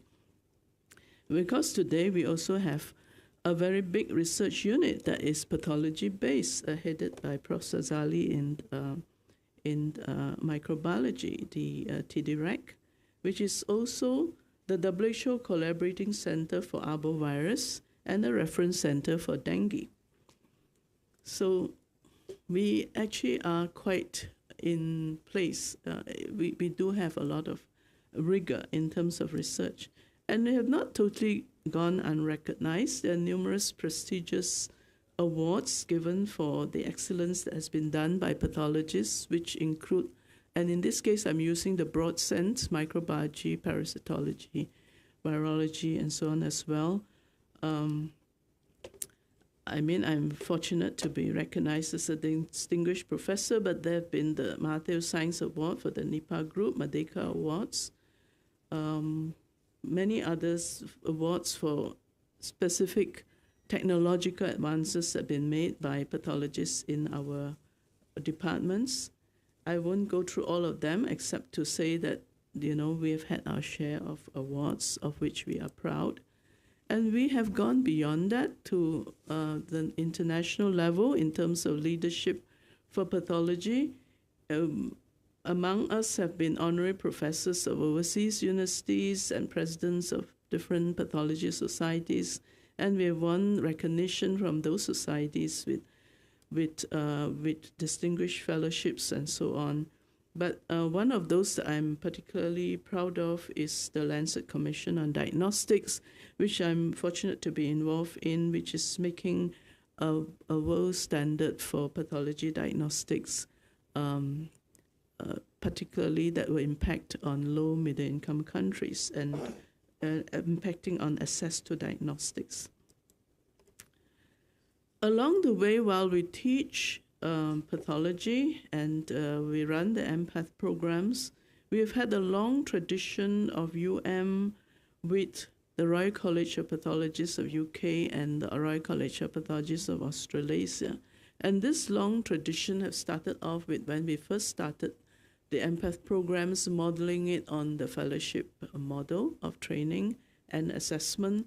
We have always looked to them as external examiners for our empath program. And in this picture that's not too far in the past, there's Professor Wendy Erber, who was from Australasian College for Hematology, Annie Chung from the British College for ANATPATH, is from Hong Kong, and Professor Chris Kartowski from New Zealand for ChemPath.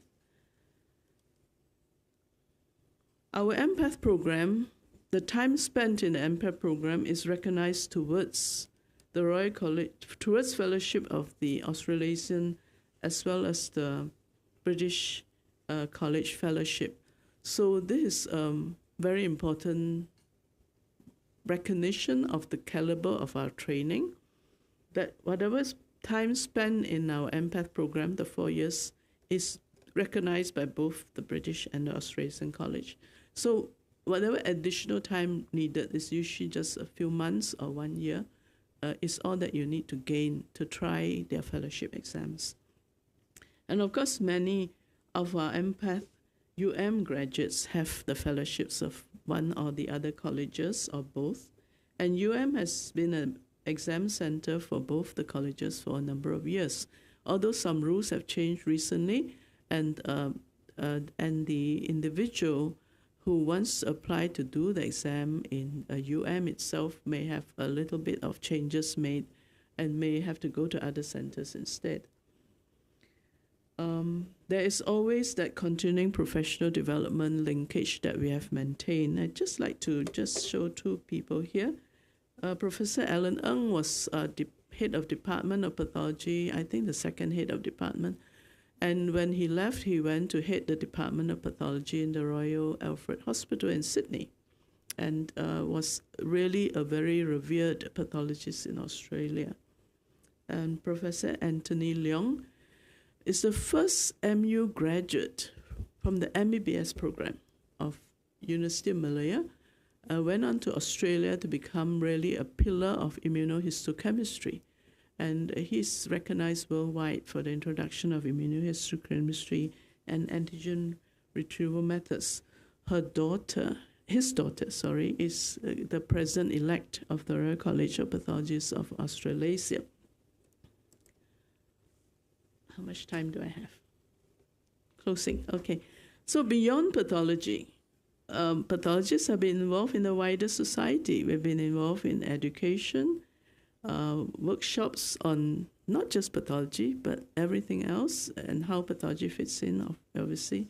We've been involved in publishing and writing, and involved in just the natural habitat, discovering new things in our world, in One Health, in planetary health.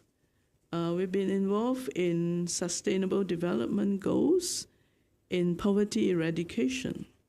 We've been involved in capacity building for young people. I truly value this time, and I had to take a few young scientists to the Nobel laureate meetings, and we can recognize here someone who's now a head of department in microbiology and a professor of microbiology in our institution, and this young man who later on became the director of UMMC, as well as a leading person in stem cell research, and ASEAN activities, and also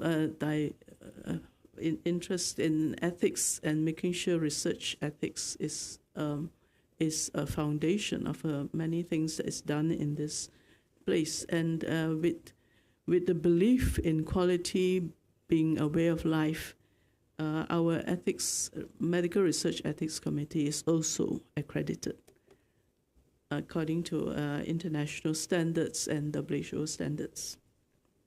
And that's our accreditation certificate. We have leadership in science. The Academy of Sciences Malaysia was established actually to serve as an advisory to the government on science and how it can be used to benefit everybody.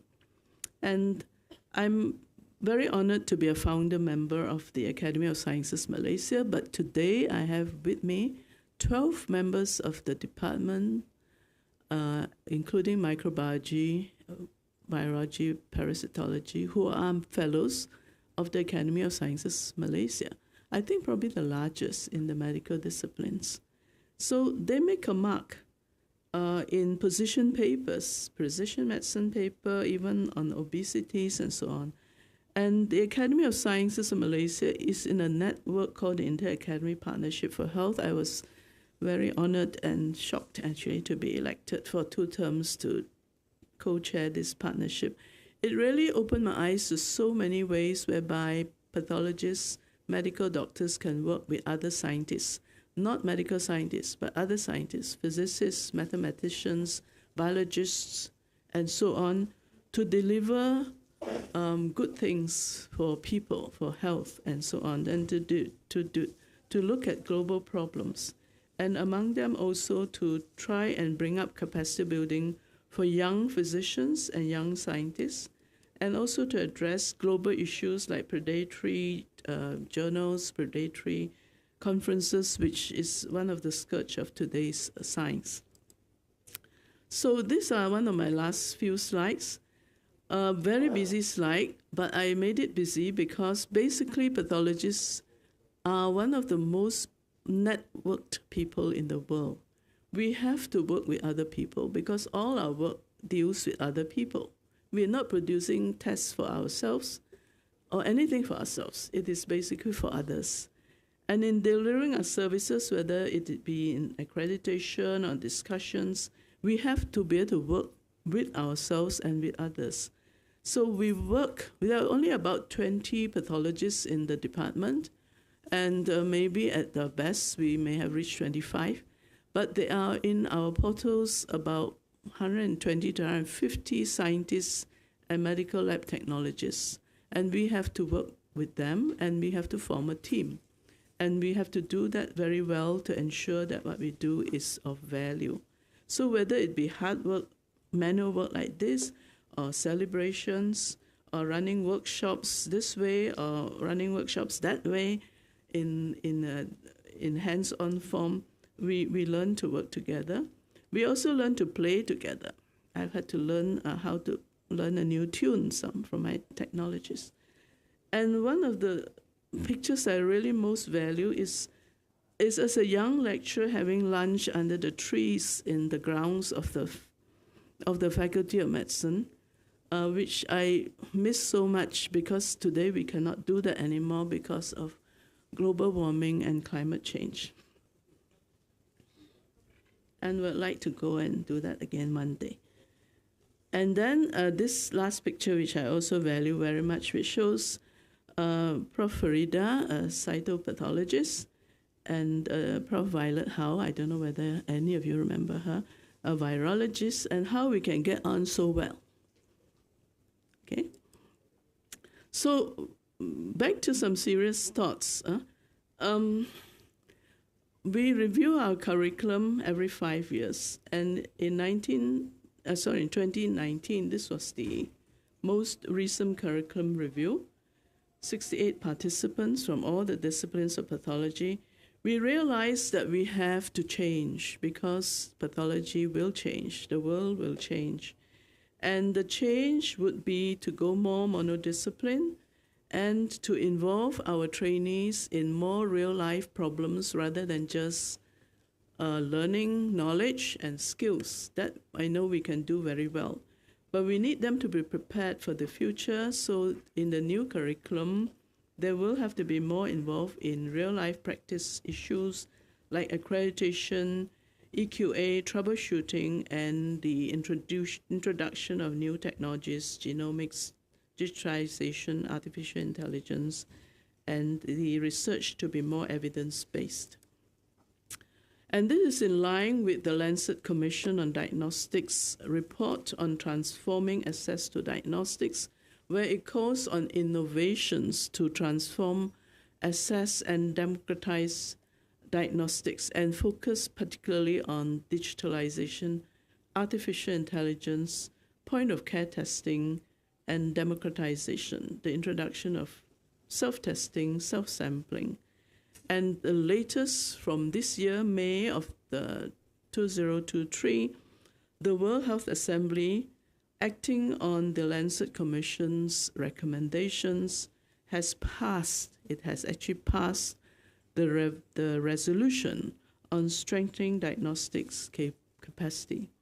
So the lens is now on diagnostics to deliver universal health coverage and the health agenda. So I will end with this, that once I asked many years ago a public health specialist whether pathology has any role to play in universal health coverage, and I was told no.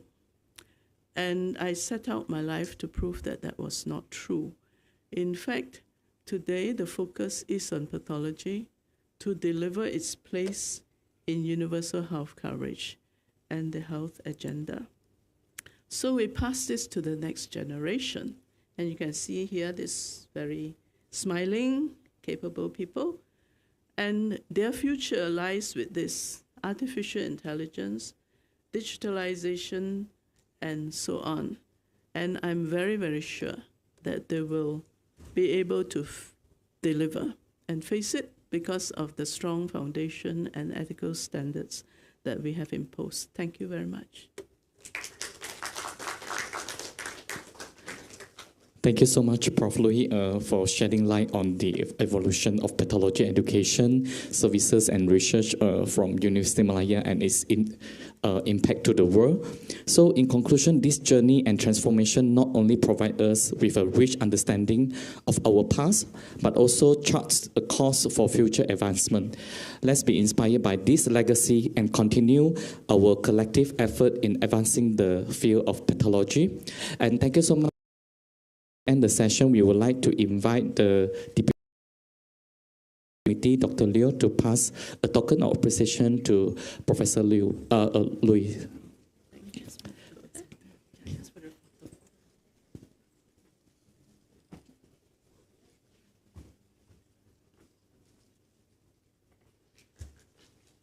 Thank you so much. Thanks, Dr. Liu and Professor Louis. Thank you so much.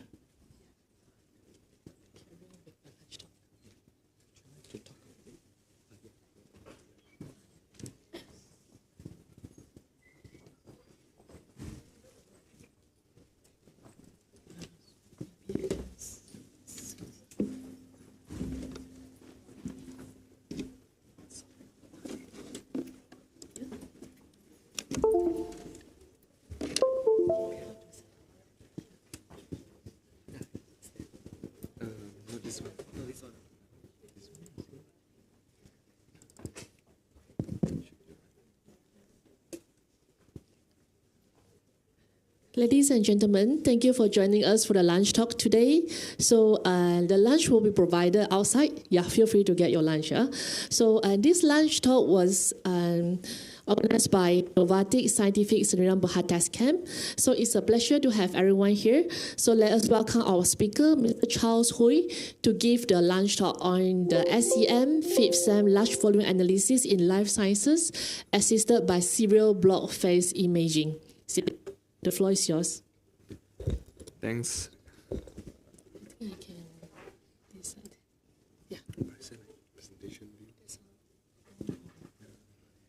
But then people will see. It's okay.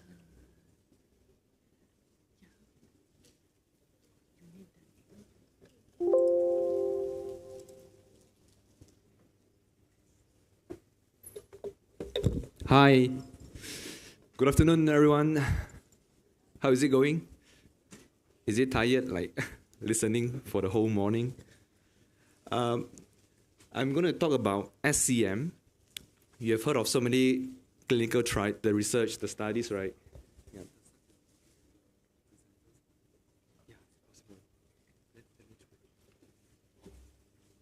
Yeah, but those work behind, the fundamental behind, right? Can't run away from SCM or microscope. That's the fundamental of it. That's where today I'm going to shed some lights on this SCM from TestScan. And I'm Charles from Novatic Scientific, the representative of TestScan in Malaysia. So before we begin, right, this is the lunch talk session, so everybody should entitle a lunch box. So if you have not taken that one, so it's outside. But I'm not sure whether we can eat inside or not. Yeah. Yeah, no issue eating here.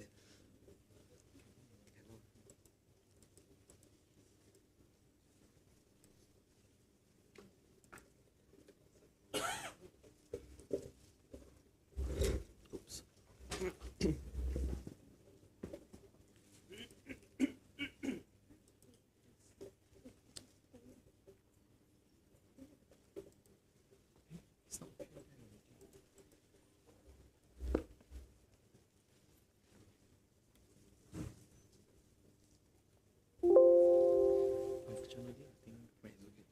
Show the okay, it's okay. Would that be okay? That will be fine. All right.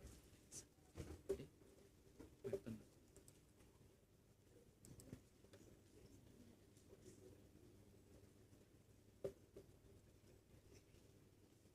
So show me?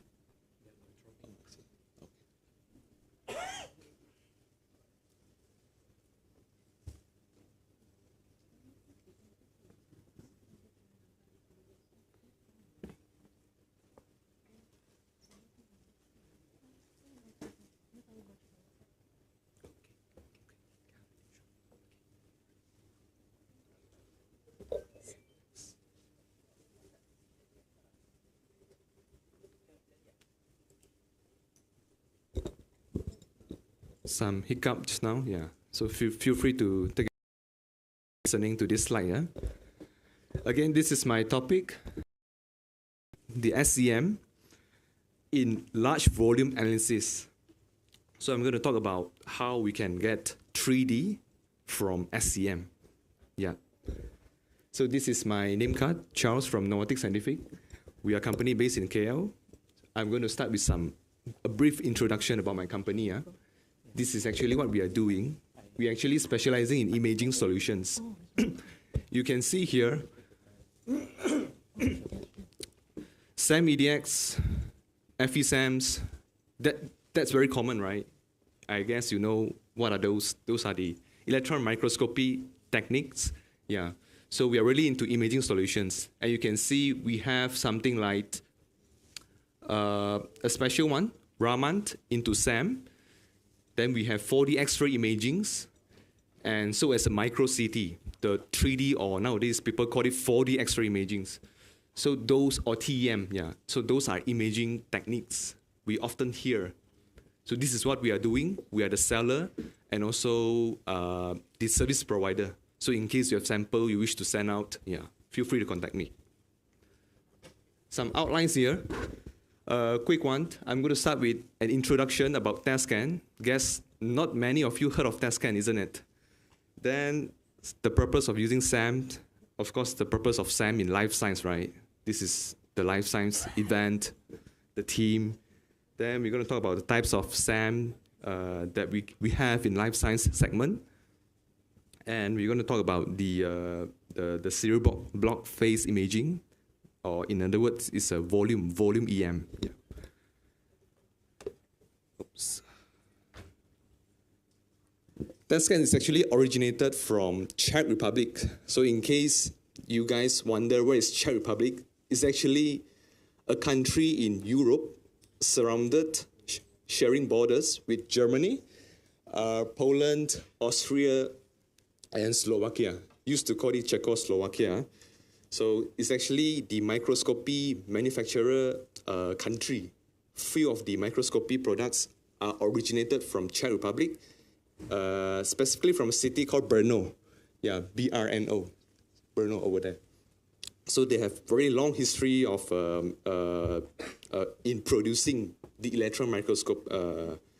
Yeah, so that is where Czech is here. The capital is called Prague, and I'm not sure you have few of the brands actually originated from Czech also, like Bata, the shoe, is actually a brand of Czech. So as Skoda, but you don't see Skoda the car here. Yeah, they are manufactured in Czech. And also famous scientists from Czech. Anybody know who is the famous scientist from Czech? So anyone? Of course, no gift, huh? Yeah. It's okay. It's actually Mendel. I'm not sure you heard of Grigor Mendel, the father of modern genetics. He is actually from Czech.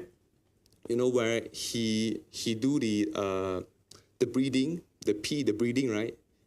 In Brno. So that's where his laboratory is located. Yeah. The father of modern genetics, you know, right? You learn the law of segregations and so on. Yeah.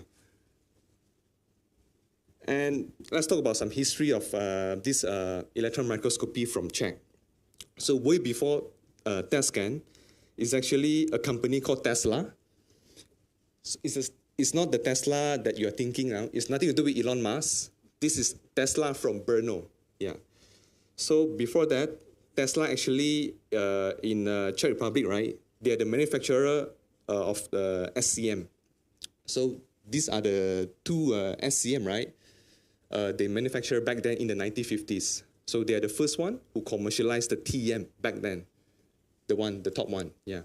So nowadays, of course, you still get to see it, but they are antique in Technical Museum of Brno, yeah. So Tesla, they have the knowledge, they have the expertise, they have the know-how in manufacturing the TEM or SCM. So they produced more than 3,000 devices back then. But then those were the era of Soviet Unions. Yeah. So it's like, hey, technology can't be like, globally, is still retained in Czech, can't be commercialized or globalize it. So that is the sad thing. So after the ending of era of Soviets, the USSR, that's where few former scientists from this Tesla group, they came out and formed TASCAN. That is in 1990s already, yeah, after ending of Soviet Unions. So that's where they formed TASCAN, and TASCAN, the word, right, part of it is Tesla. So TAS is Tesla, scan is scanning electron microscope. That's how the name being formed. And some lineup here, some history lineup here. So they founded in 1991. It's like more than 30 years ago. Started with the tungsten SAM, this one, yeah. Yeah, this one, the very conventional SCM. Then in 2013, they merged with a company called Orsay Physics. That's the producer for focused ion beam, the FIB. And also in 2018, they merged with a company which produced X-ray. So from there onwards, they venture into X-ray imaging or the micro CT techniques. So there are the few important timelines for TASCAN. See, I told you, this is not the Tesla logo that you are very familiarized with. So this is the Tesla in Brno. And then after they came out, they formed Tascan. Then in 2013, they merged with OSE Physics, the producer for FIB, and then they formed Tascan OSE Holding. Yeah. So they are actually the world first, they produced the first plasma FIB SAM back in 2011. I'm going to talk about what is FIB SAM later on. Yeah. Then they are also the first one to integrate TOF SIMs in FIB SAM. And also they have unique combinations of Raman into the SCM. So we call it RISE. It's a correlative microscopy technique. So Raman into SAM. Yeah. And also those field-free, ultra-high resolution FESAM. Yeah. So this is actually their product lineup. So you're going to see, right, starting from the top one, the Tensor is actually their TEM, so of 4D STEM. Then below Tensor is the group of MicroCT. So they are actually producing MicroCT as well for the non-destructive X-ray imaging. Then next one is actually, okay, this one, yeah. The top one, this is the conventional tungsten SAM. Yeah, the basic SCM that you always see in the lab. Next to it is a field emission SAM, a tier better than the SCM, greater resolution, better resolving power. That's where you need FESAM, FESEM. Huh? So the center one is actually the dual beam. So I'm not sure how many of you have heard of dual beam or FIB SAM. That's actually the focused ion beam SCM. So we have two sources. One is a SCM source, one is a FIB source. We'll go into details later on about this FIB SAM. Then you're going to see unique solutions from Tascan, like the Raman into SAM, or big chamber, or TIMA. Those are at the bottom one. Yeah, this one. So SAM, right? Actually, in life science, there are actually a few categories. Yeah, the normal imaging using high and low vacuum, that is the first one. Normal, right? Yeah, that's often you see it in the lab. So things that are not so common in the lab will be the second tier onwards. That's the RISE, or Raman integrated into SAM. I'm going to show you again how this RISE is going to be beneficial in the life science studies. The third one, volume EM. If we are talking about volume EM, SCM can actually do that by integrating the microtome inside. So that's where I categorize this as serial block phase imaging. The fourth one is the dual beam. Of course, this FIB SAM can do wonders. You're going to hear that later on. The fifth one, that is the really powerful one, is a cryo SCM or cryo FIB SAM. Yeah. So they are all available in the whole Tascan portfolio. Yeah. So like the normal SCM, the high and low vacuum SAM, the RISE, the serial block phase imaging, the dual beams, and also the cryos. They are all available in Tascan portfolio. And the last one, this is actually a Christmas tree whereby we're going to have all attachment attached to the platform of SCM. Yeah, that's really powerful one. Okay, so move on to next one. I'm going to introduce, right, why, what the SCM does, and also why should we care about SCM, right? So actually the SCM, of course, they give you topographical information, the topography image. This is like the image of showing topography. So again, the fundamental of SCM is to see what the light upright microscope can't see. That's it. Whatever the light microscope cannot see, right, you should go to the next level. That's SCM. Yeah. So whatever SCM can't see, you go to the next level. That is FESAM. Yeah. So the fundamental is what the light microscope can't see, we go to SCM. And SCM gives you topographical information. They give you material contrast, like the second image here, right? It's showing you some contrast. And also you can do chemical mapping by EDX. You get to know the distribution of the chemical compositions here. Yeah. So these are actually the function of SCM, yeah, in default. But then in life science, we're going to see more. It's like why we need SCM, of course, is to study the morphologies of specimens, right? Then when we need to know what is it made of, we're going to do EDS analysis That's where we're going to see the elemental distribution. So elementals here we are seeing like across the periodic table, right? Most of the elements, can be quantified. Then what is inside the samples, the specimen? That's where we're going to do cross-section view and see what is containing inside the samples. And say if you want to go to 3D, that will be a 3D volume EM already. Yeah, volume EM, yeah. And of course, say you want to localize your region of interest. SCM, right, actually give you dark and black and white, the dark and light, this kind of image. So it's a bit tough to localize the region of interest if you do not have the help from the microscope image, the light microscope image. So in CLAM, the correlative light electron microscope, right, that's where it will gain you access or the ease of use to localize the region of interest. Say like bacteria, you want to localize it.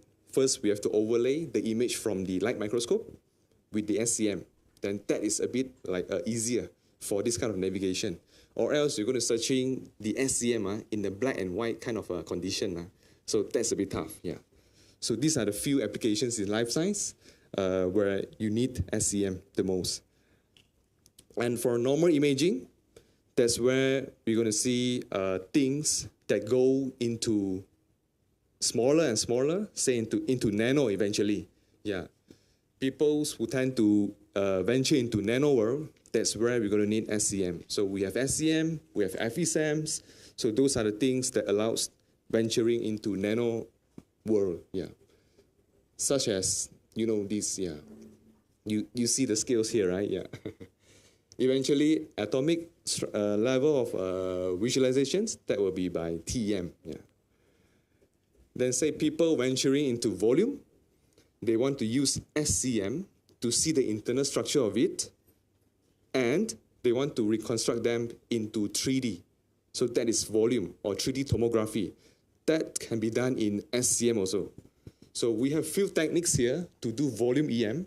Of course, FIB is a very good one. Yeah, these two, the gallium and plasma FIB, but they are expensive to own, yeah. Then we have actually serial block phase imaging, this one, yeah. We're going to, I'm going to highlight this one later on, yeah. How this serial block phase imaging, right, give you this kind of 3D tomography. So we are talking about volume EM now.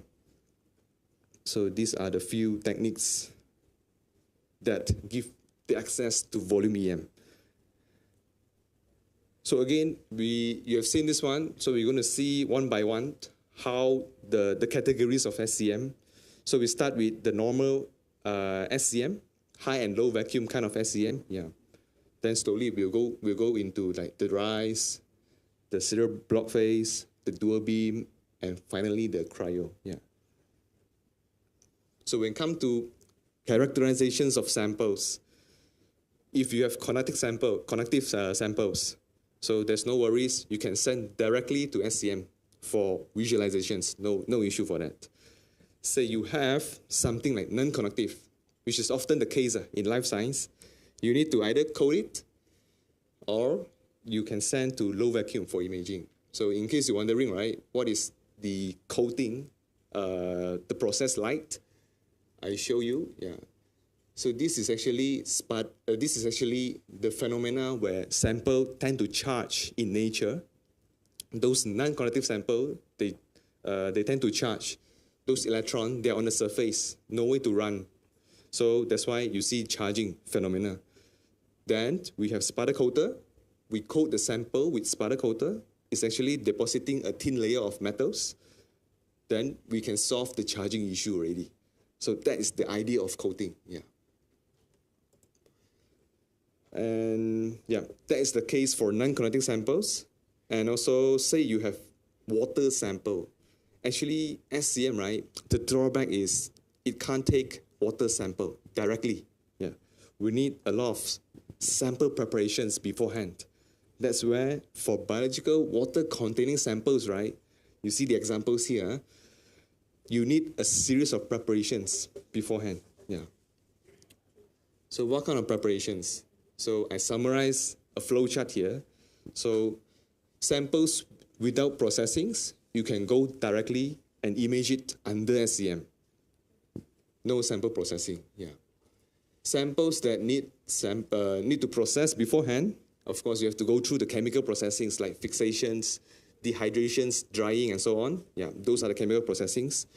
Then you go for coating, and you go for high vacuum SCM. Then there's another one, straightforward technique. Say you have cryo SCM in the premises, you can use cryo-SAM to prepare it. That one will not involve any chemical processings. That I will cover it later, yeah, in one of the topic. So that is the sample processing. It's actually another big topic to discuss. Yeah. Oops. Okay. So just to get you a feel, right, how we prepare the samples, where the samples should be loaded. This is, we call it SCM stub, aluminum stub. Often we prepare the sample here with a carbon tape. So these are the things we require, like the carbon tape, the silver paint, the carbon discs. Yeah. So once we have this prepared, the sample here, or these are the form of the holders. Yeah. So if you have irregular shape of the sample, you can use these holders. Yeah. Then we load into the SCM chamber. So what you are seeing here, the video is playing a very big chamber, whereby you see the stage, a motorized full axis movement stage. And just imagine your sample is in a start form, you place the sample there. Then we close the chamber. So that's how we load sample into SCM chamber. Then, of course, first, you're going to see a very wide field of view under SCM. Our SCM can give you this kind of view. It's very similar to the microscope. So often this kind of field of view, right, very large field of view, you get to see in the light microscope only. But in our case, test scan SCM, right, they give you such a very big field of view. Case in point, right, this is actually a femur bone, a lengthy one, animal one, yeah. This is how we navigate and then do some sample analysis. So we slowly zoom into the level of interest. Yeah.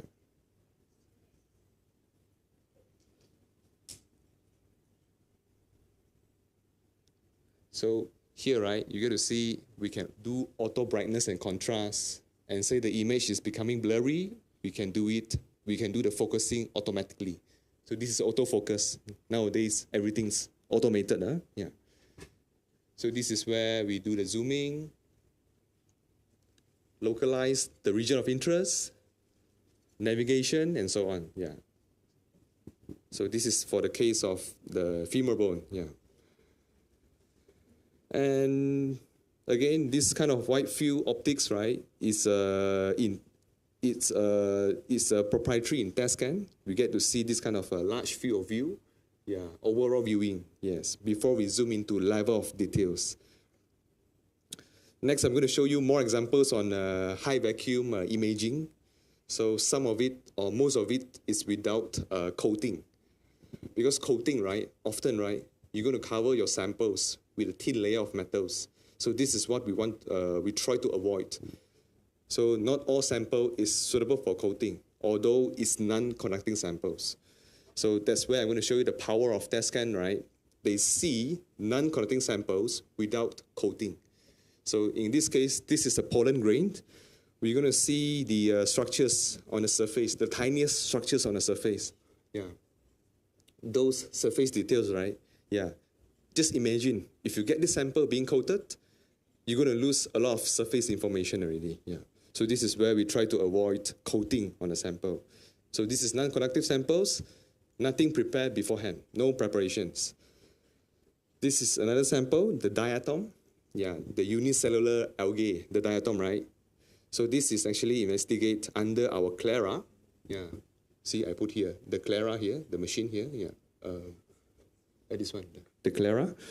And we used 1 kV for the surface imaging to see the structures. Actually, those are the structures on the surface, right, that determines the kind of the diatoms. Yeah. Then another very challenging sample, right, we have here is actually the collagen fibers. This is actually a tough one to be visualized under SCM because this is a very super highly charging samples under SCM. Here, we do not code the sample, but we use 100 volts. Just imagine, what is 100 volts? Huh? You have like 0.5 volts to 30 kilovolts. So we are using just 100 volts to see this sample. Yeah. So very sensitive and highly charging sample, the collagen fibers.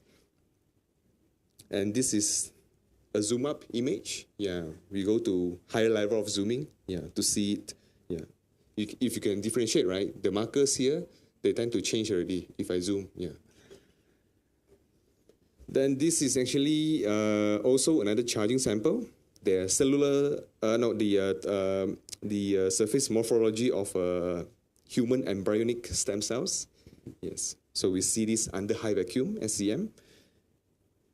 Then this is actually the examples of cross-section image embedded cells, whereby you're going to reveal some details like nucleus, membranes, mitochondria, and other organelles. Yeah. Okay, next one. Okay, this is actually the brain tissues with synapses. Yeah. So again, we image it at low kV, but not so low. This is at 2 kV, manageable, ultra high resolution imaging. And zoom up image will be this one. So you're going to see all the synapses, the vacuole or the capsule. Yeah. So of course, one of the purpose, right, for using FESAM is to venture into nanoworlds. Yeah. So we not interested in microns anymore. Huh? So say you're into nanoworlds or nanoparticles or nanomaterials or imaging, FESAM is the one you should consider. And in this case, we are using FESAM to see pharmaceutical powders. Yep. Then we use FESAM to see carbon nanotubes. Those are 2D materials. Yeah, so it's all manageable by FESAMs. Then of course, if you look at the marker here, so let's take a quick look. How do we identify or read this marker? Say this is a 200 nanometer scale bar. This length is 200 nanometers. So this, just imagine, just put a similar length here on the image, right? Then you can imagine what is the size of this particle. It's approximately 200 nanometer size as well. Yeah. So this is how we read the marker, the scale bar. So all the SCM, right, usually comes with a scale bar. That is really important because you get to know the sizes or what the image, right, SCM image wanted to tell you. So without the scale bar, we actually can't read much on the SCM image.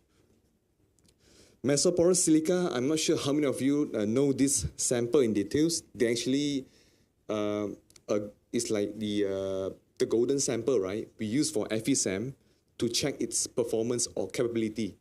Because this sample in nature is very challenging in imaging or to see it because it's highly charging in nature. So if the SCM or the FESAM is able to see this, right, means the resolving power it's good enough. So how well we can go in depth, right, about this sample. So eventually we try with this one, 50 nanometer scale bar. Yeah, means the holes here, they are in tens of the nanometers only.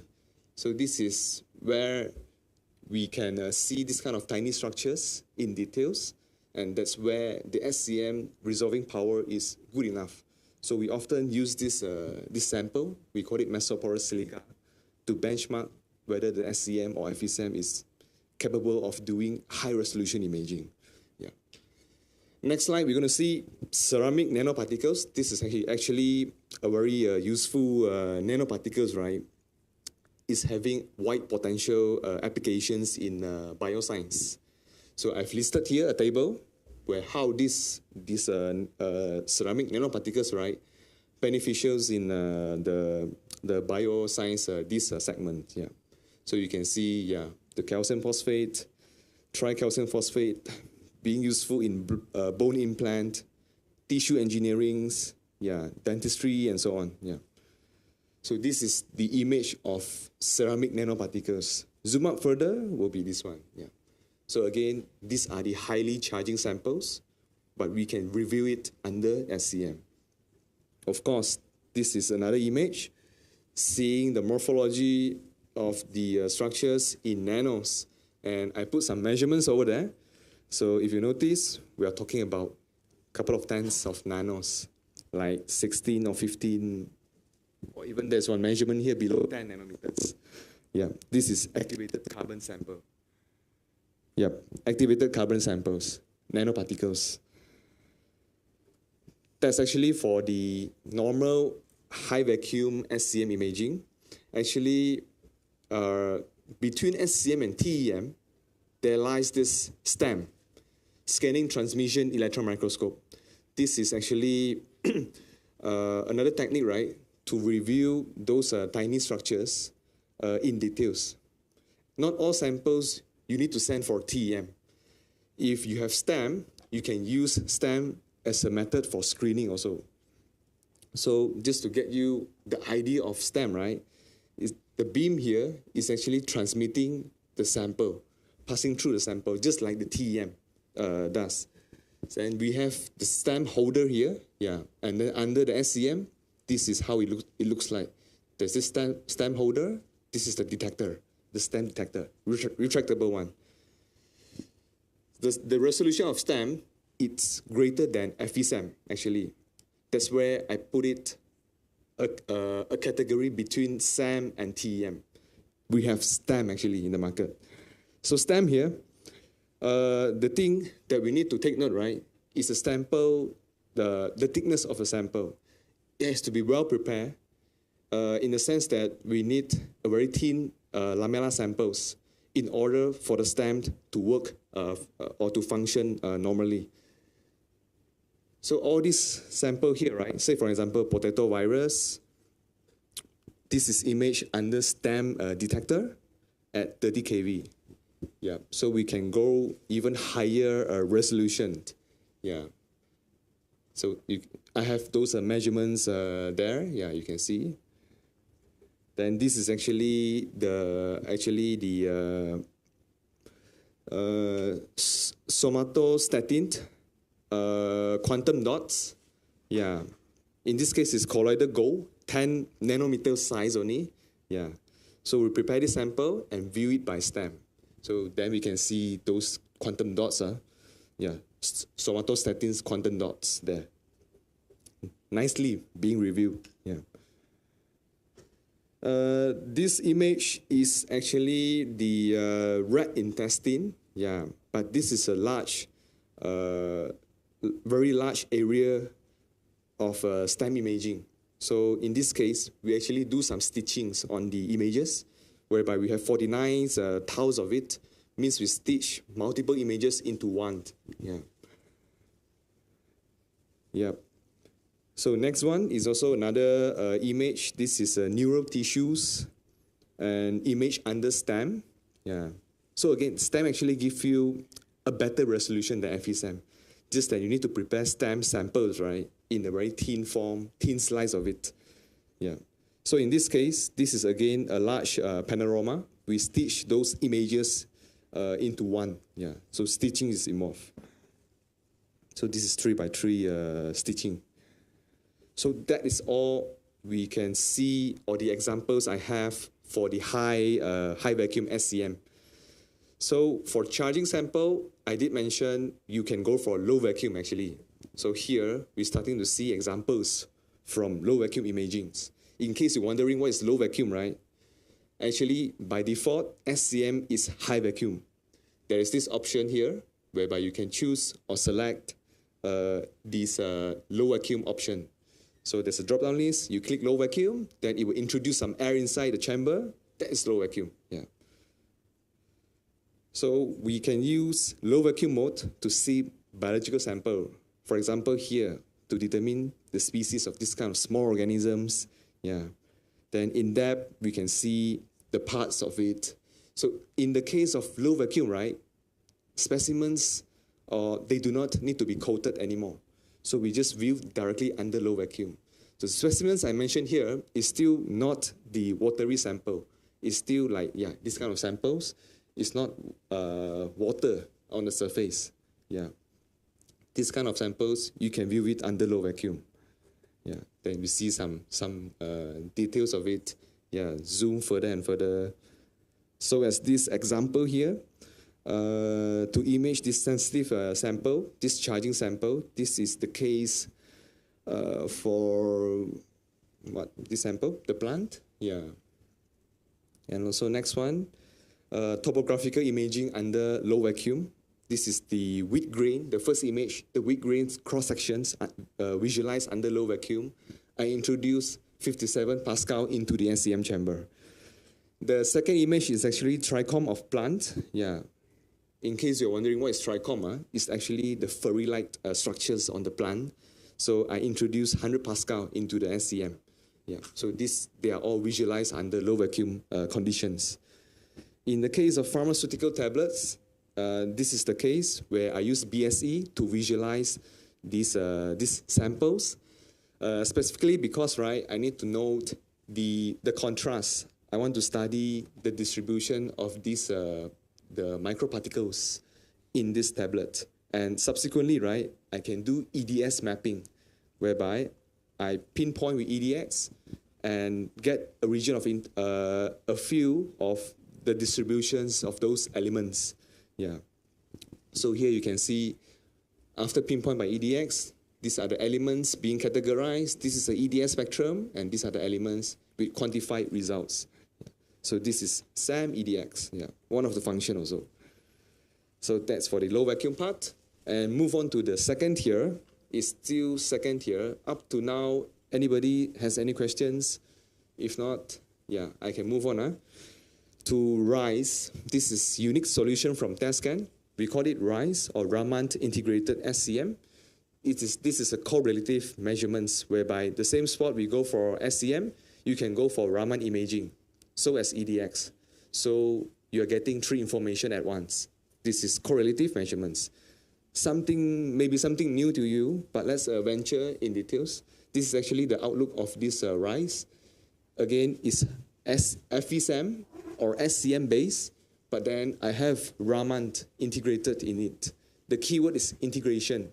So I do not use standalone Raman tool and standalone FESAM to characterize my sample. Instead, right, I use it in these integrated solutions. So you can see here, Raman is integrated into the SAM, and this is how the chamber look like inside the RISE chamber. Yeah. And this is what I've mentioned. How can we correlate a point where I go for SCM EDX imaging, and I can still go for Raman imaging, and I do not lose the location. So this is how it's being achieved inside the SCM chamber. Yeah. I'm not sure anybody heard of Raman here. In case you do not, right? Raman is actually another spectrometer, right? That gives rise the chemical informations. So later you're going to see how Raman give you or characterize your specimens that is having a synergy between SCM and Raman. Yeah. So here, let's start on with some examples. Okay. This example is actually more to minerals. Yeah. So bear with me. This is mineral samples, pyrite.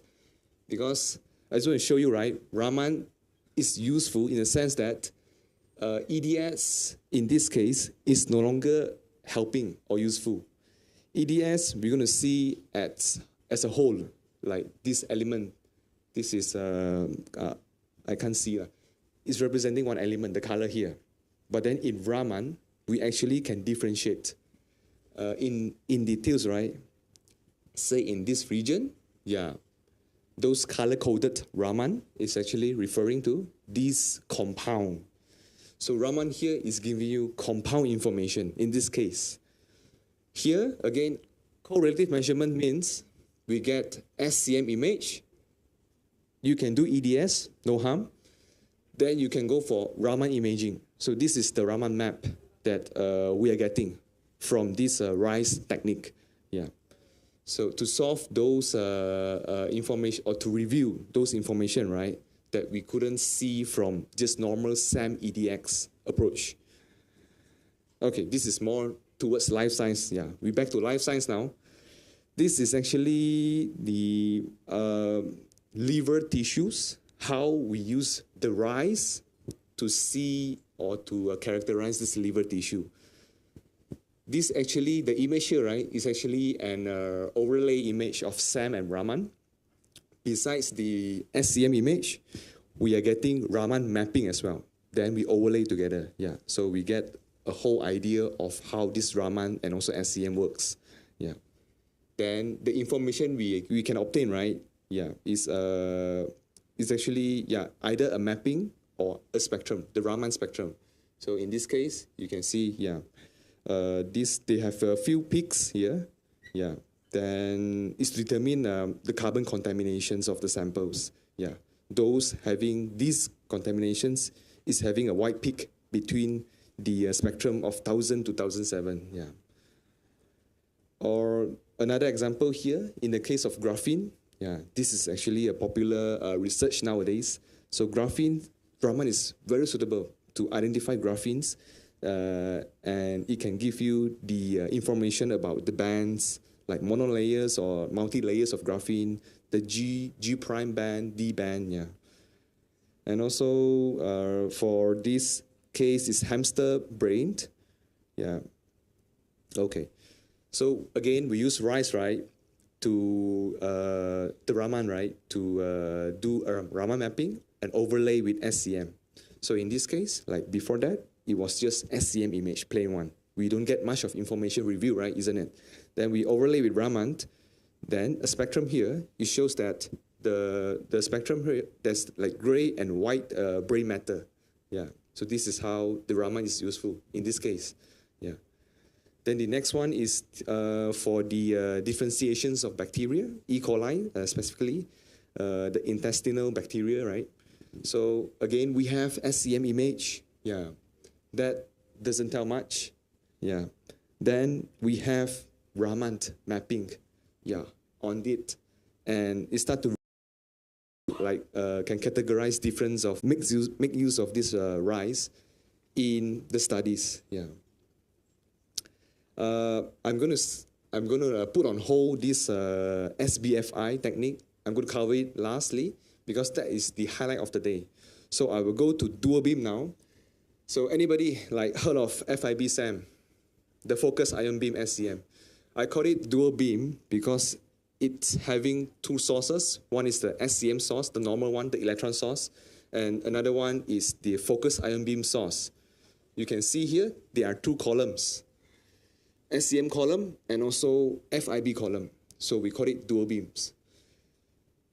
And in case, is there a single beam? Yes, actually the normal SCM, right? We call it single beam because it's having a single source only. Yeah, so this is the dual beam technique, FIB SAM. Just imagine, okay, first thing first, what does the FIB, what is the function of FIB?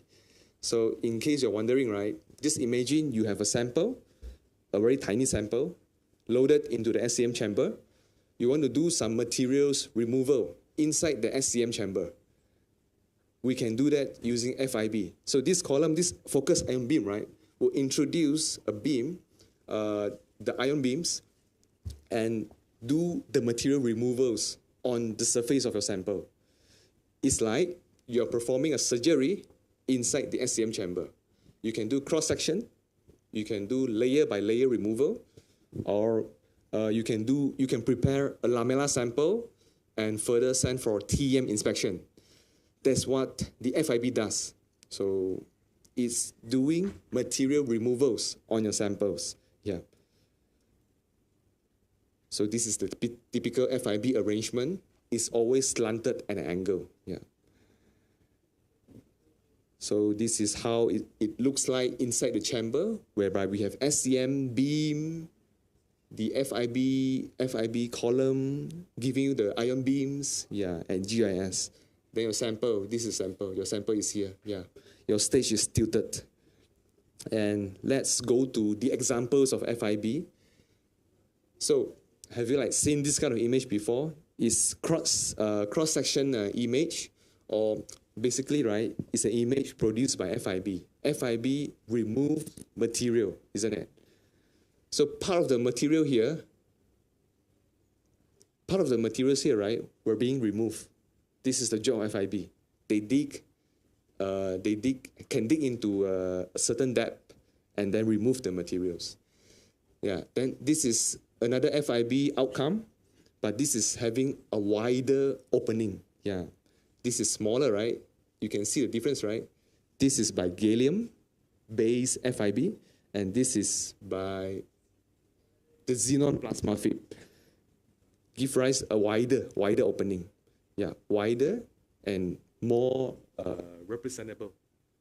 More represent. Yeah. Yeah, I better use this one, huh? Yeah. Okay. So this is how the FIB SAM works on the sample. It's doing material removals. Yeah. In this case, it's lithium-ion battery. Nothing to do with life science yet. So slowly, we are going to applications relating to life science.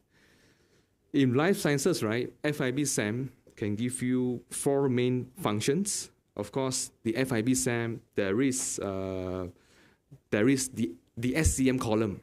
SCM column is FESAM based. So what does FESAM do? To see or visualize sample in high resolution mode. Yeah. So this is the first function. Then we FIB SAM, right, can actually give you the tomography, the FIB-SAM tomography, whereby you can do slice and view. So multiple slices of it, you can actually reconstruct them into 3D. So that becomes the 3D FIB-SAM tomography. Yeah. Then of course, FIB SAM, I mentioned earlier, is meant for lamella thin sample preparation. You want to prepare a thin sample before you send for TM inspection, right? You need this tool to prepare lamella. Yeah. So this is the tool, I think the only tool, right, to prepare a very thin lamella. We are talking about below 100 nanometer thickness for that lamella before you send for TM inspection or STEM inspection. Yeah. Yeah, and also FIB SAM, you can couple with STEM.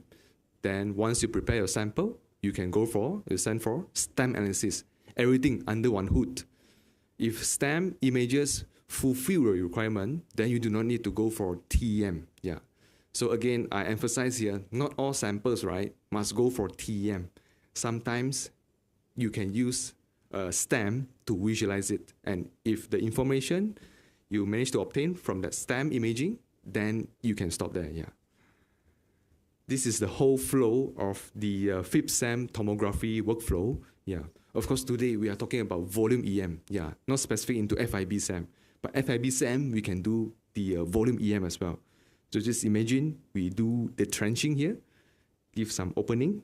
Yeah. Then we do a serial of slicing.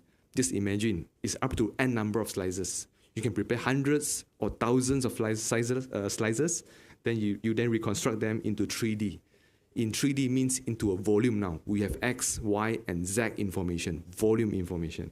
Yeah. Then you can do segmentation and rendering subsequently. Yeah. So this is some examples of mouse brain tissue, right, performed under the FIB-SAM, and we want to go for the tomography. So eventually, this consists of 1,000 slices. Yeah, you can see that, right? Number of slices, 1,000. And the slice thickness is 5 nanometer. Means 5 nanometer, I slice it. Then the second slice, 5 nanometer. The third slice, 5 nanometer. I try to minimize, the lower the better, so that we do not lose so much information. If you give a big gap, right, in between, right, you're going to lose a lot of information. Yeah. So this is how we do the slicing and further reconstruct them into 3D. Yeah. So in this case, the opening eventually is 10 by 10 by 10 micron. Yeah, the volume here. This one. So in FIB, we always talk about a volume. Yeah, how much or what is the size or what is the volume that we want to open. Yeah. So this is something to do with the light, the optical and electron images. How do we correlate them? Yeah.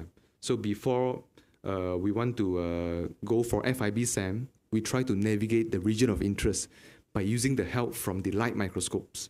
So because light microscope again give you the light, the information in color, but then not the case for FIB SAM or SCM.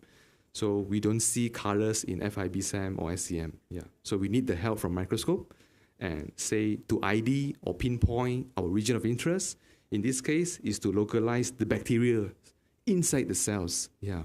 So without the help of light microscope, you're going to find it or search it, right, without purpose. We can't see it under black and white image. So in this case, we overlay the light microscope, the OM image onto the FIB-SAM. Then once we localize this, the bacterial cells that we're interested in, then we start to do the opening here. Yeah. I think this is the bacterial cell, that we are interested in. Then subsequently, you see, this is the job of FIB SAM. Give you one opening, then again overlay, to visualize it, to make sure we hit the right target, and then we further image using SCM, this one. And one of the feature of FIB SAM is to use it for lamella preparations, So lamella, again, we need this because we want to send for TEM inspection. So TEM is the greatest, the most advanced technique, right? We can see or to visualize sample down to like way beyond nanometers, even down to atomic. So for that reason, we need a very thin lamella samples. And how do we do that? We use FIB SAM to prepare it. So in this case, we have two approaches to prepare FIB-SAM. One is a planar lamella. One is a normal top-down lamella. So you can see the difference here. Then this is some flow that I have listed here. Of course, the sample, right? We are talking about life science, biological samples. We have to prepare it cryogenically. So here, once we prepare, I'm going to skip all the preparation process. It's a lengthy one, another big topic. Then we look into the FIB SAM. FIB SAM here, yes. Then we do some opening and eventually creating a very thin layer of lamella. So this thin layer here, right, we call it lamella. So this lamella, eventually, we're going to send for TEM inspection or STEM inspection. And then this is the TEM or STEM image. So this is the same sample but different view under FIB. So this is the top-down view. This is the side view. So this is the lamella. So look at the thickness of lamella. So it's in this case it's 167 nanometer. So we're going to thin down or polish further, final thinning until the thickness is below 100 nanometer. And then we get this lamella, send for TEM inspection, and this is the outcome of TEM. So these are the images from TEM, not from the FIB-SAM anymore. So you need to do the transfer after FIB-SAM technique. Those sample, right, they are prepared on the copper grid. You're going to share this sample holder with the TEM. So this is some journal that I have, right, that involves this FIB-SAM technique. This is the bone, I think bone studies, dental tissues studies, And in this case, it's plasma FIB-SAM. It's not the gallium conventional one. For the reason, plasma FIB-SAM give you wider and larger opening. We want wider and bigger. There's a reason for it. Just imagine you have small opening. Does it representative enough? Is it representable? It's not, right? That's why we need plasma FIB-SAM, and that's the trend nowadays. In this case, we apply on the dental tissue, then we give one opening You see the volume, the size here is very deep, 500 microns deep depth. Yeah. So that we can review different levels of structures here. Yeah. Just imagine you perform this using gallium, the conventional FIPSAM. So a bit tough. You can reach this step. Yeah. So further, this journal, right, is actually talking about 3D. So eventually, right, yeah, those, the researchers from these publications, right, they use FIPSAM, slice and view, and reconstruct them into tomography. Yeah. So just take a look or watch this short clip from FIPSAM, the slices into tomography, and from there we can see the details, the level of details inside the sample, the specimens, until this level. Yeah.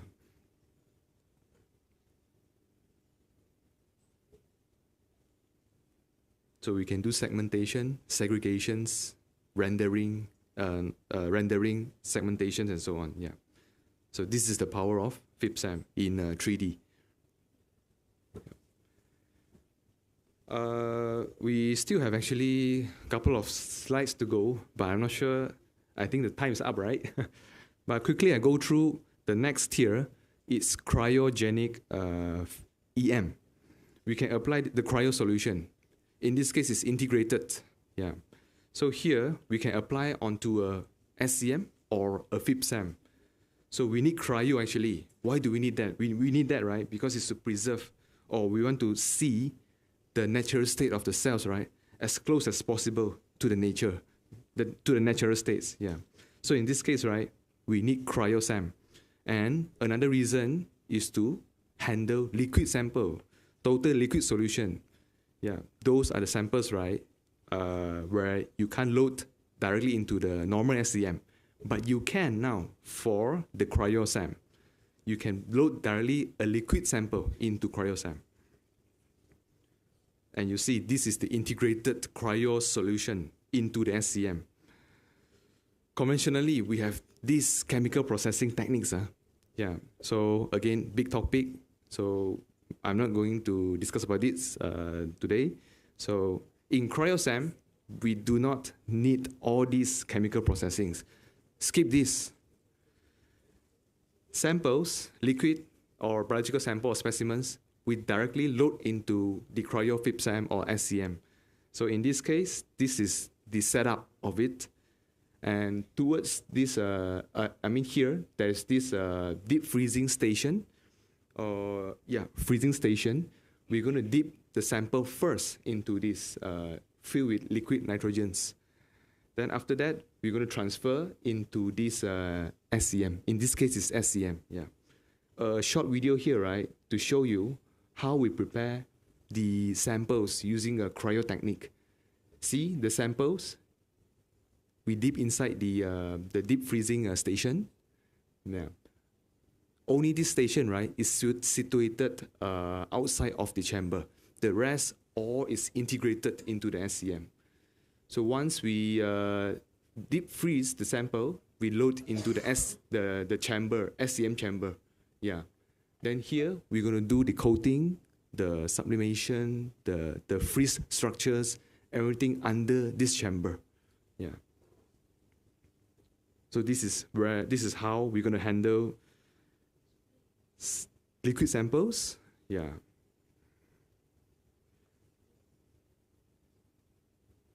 Okay. So quickly go through. This is the surface of mouse tongue. So anybody know which one is the cryo prepare or which one is the chemical fixed one? We have two examples here. You can guess, but I guess you know, right? This is actually going through the chemical fixation process. It's destroying the surface structures of it. But the sample next to it, this is the natural state of mouse tongue, cryogenically prepared. Yeah, so you can see the difference, right? Yeah. Then this is the sample for red pepper. Inside, it contains all the oil granules. Yeah, the oil droplets here. Yeah. So this is the cross section of it. We prepare using cryo-SAM and then view it Even oil droplets now, we can see it already. Yeah, the distribution of it. And this is nothing to do with life science. This is fabric softener, but it's just to show you we can handle liquid sample. Softener, you know, right? Those soft LAN, yeah. So soft LAN, cross-sectional view of it, actually it has many layers to preserve the aroma of it. The thicker the layers, the more or the longer lasting the aroma is. Yeah. Now you know why soft LAN can like preserve the aroma for so long. So yeah, that's for cryo. This is the highlight, but I don't think time is, I think time's up. But quickly I go through. We have methods to prepare 3D conventionally, but that is tedious or lengthy process. So you can see here, right? When we want to do volume EM in those days, back then, old days, we have to do it manually. We have to slice it and then look on the TEM grid, the copper grid, one by one. Then we see them one by one. Yeah, isn't that like tedious or not so effective, right? So now, test scan, we're going to introduce these two, this serial block phase imaging, whereby I have the microtome integrated into the system. It can be EM, normal EM or FIB-SEM. Or you can go directly for FIB-SEM. Nothing needed. The FIB-SEM itself, it can do the 3D, the volume tomography already. Yeah. So the idea of having microtome integrated into the SCM, right, is to do slicing of it, of your specimens, into multiples of them. Yeah, so you can see. Then we image them. This is showing I'm doing the imaging. One slice, one image. And then all these slices here, we're going to reconstruct them into a volume. Yeah, having X, Y, and Z information. So this is the way this serial block phase imaging works in the SCM. So this is actually the microtome inside the SCM, fitted nicely inside. So you can see it's not so big, it's compact, you can detach it, you can install and deinstall it easily. Yeah. So this is the microtome, and this is where you're going to put your sample here, and there is this knife to slice it, do the slicing one by one. And in case you're wondering, how does it look like in the chamber? This is the SCM chamber with the microtome fitted inside. Yeah. Then, yeah, of course, the applications is wide. Yeah. Life sciences, everything related, or so long you want to do 3D, this is the approach that you should look for. Yeah. Or volume EM. Yeah. So it can be happen for materials and semiconductor samples as well. So we go to some life science example here, flatworm. Yeah, this is actually one of the example where you use microtome, not FIB-SEM, but microtome here, integrated one, the serial block phase imaging. This microtome do the slicing, and yeah, those information they are there, right? So slide by slice, we view it and reconstruct them into 3D. Yeah. So as this one. Sorry, Mr. Chong. Okay. Because we have to start another session, maybe just sure. a quick summarize. Yeah, thank you.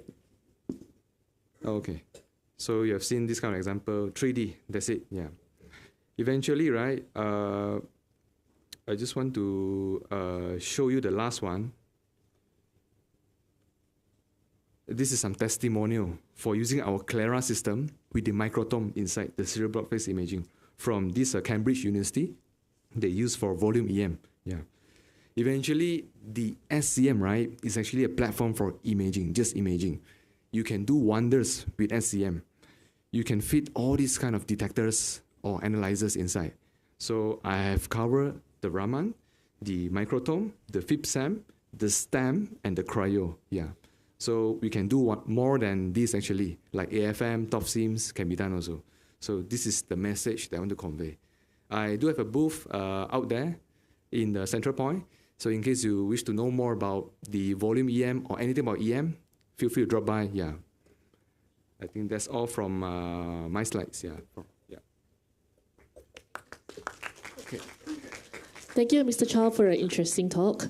Yeah, due to the time constraint, if you have any questions, feel free to approach them at the booth center point. Yeah. Now let us welcome our chairperson, Dr. Krishna, to present the token of appreciation to the speaker, Mr. Charles.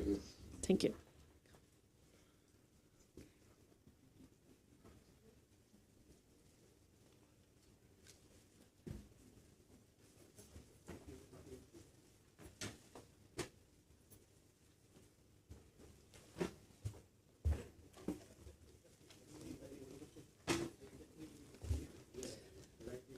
Thank you, everyone, for joining us for the lunch talk. Now we continue with another sessions that organized by the SPN department.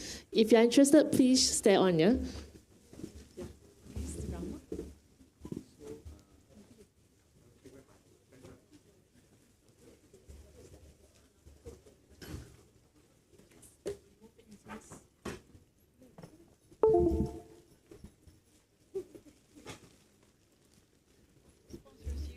UNDP, the World Bank, in addition to the World Health Organization.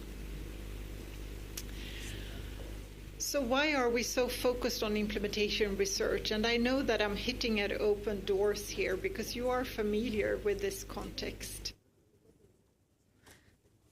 Okay, ladies and gentlemen, welcome back. I hope you enjoyed your lunch. So now let's continue this enlightening journey together. So our third session takes us on a journey into the world of global health research strategies and introduce us to the innovative WHO TDR strategy. So we have something quite special in store for this session, as our speaker, Dr. Anna Thorsen, will be delivering her speech live from a studio room, which is a learning center called Regional Training Center in Western Pacific region, which was just launched at the Department of Social and Preventive Medicine. So please welcome Dr. Anna to our virtual stage.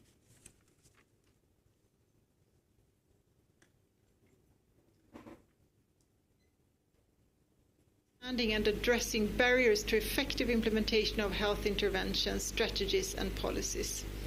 It's conducted within the real-life health systems, outside from controlled settings, and it provides evidence to support scale-up of interventions and policy changes. It's essential to understanding and overcoming bottlenecks, challenges to accessing healthcare and achieving universal health coverage. And as such, it will help to answer the questions such as why did only 36% of people in the world with drug-resistant TB have access to treatment in 2021? Why did 10 million eligible children in sub-Saharan Africa not have access to medicines that would protect them against seasonal malaria? Or how can a new drug to treat river blindness, moxidectin, be rolled out in the most effective way? These are all questions and many, many more indeed that can be answered with the help of implementation research. TDR also has a tradition of democratizing research and is envisioning to continue to do so. It means that we bring together professionals from health systems, from within the healthcare system, as well as from within communities, and address implementation research at different levels and capacity building at different levels, so that also those that are outside traditional academia can access research as a tool in order to combat infectious diseases or poverty. These are some of the key achievements that TDR has worked with during the years until now, and in which the consortia here has very much been a part.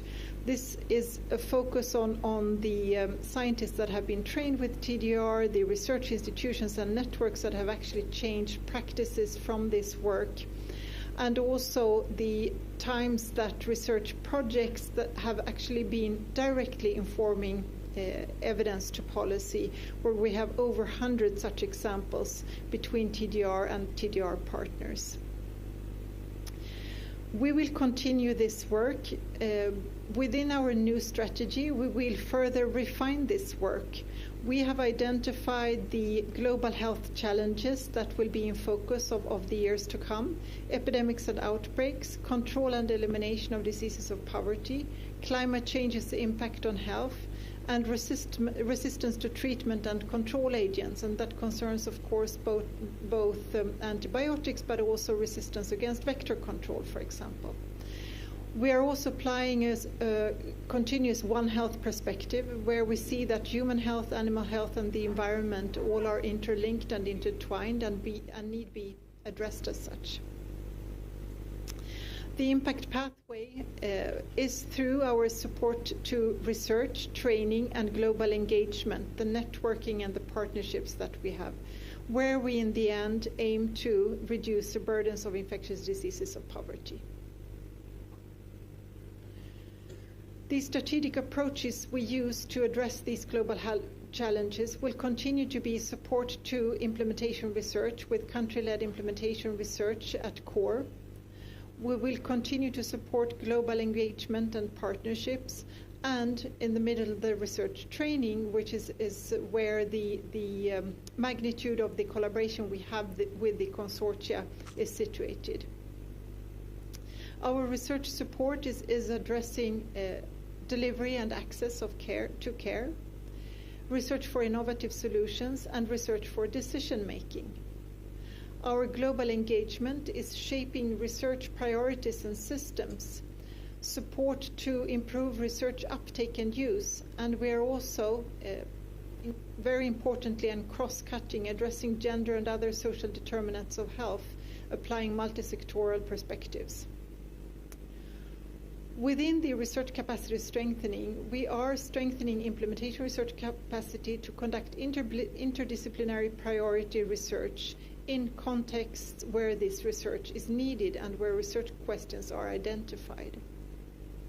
We also promote institutional and individual leadership in implementation research, as well as in clinical fellowships trainings.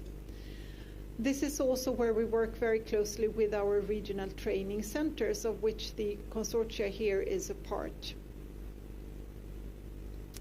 We support these networks of regional training centers as well as the postgraduate training institutions in order to have a multifaceted approach to build leadership in implementation research. So we support the formal postgraduate research towards masters in public health, and we also do support the shorter courses and training related to implementation research. We are having an array of different projects and activities, and I know that the colleagues who work here with the center are familiar with these and work together with us within these ones. What we do hope is to have a big platform where we can work with our partners, and where partners can also individually and independently develop further in order to fit contextual needs.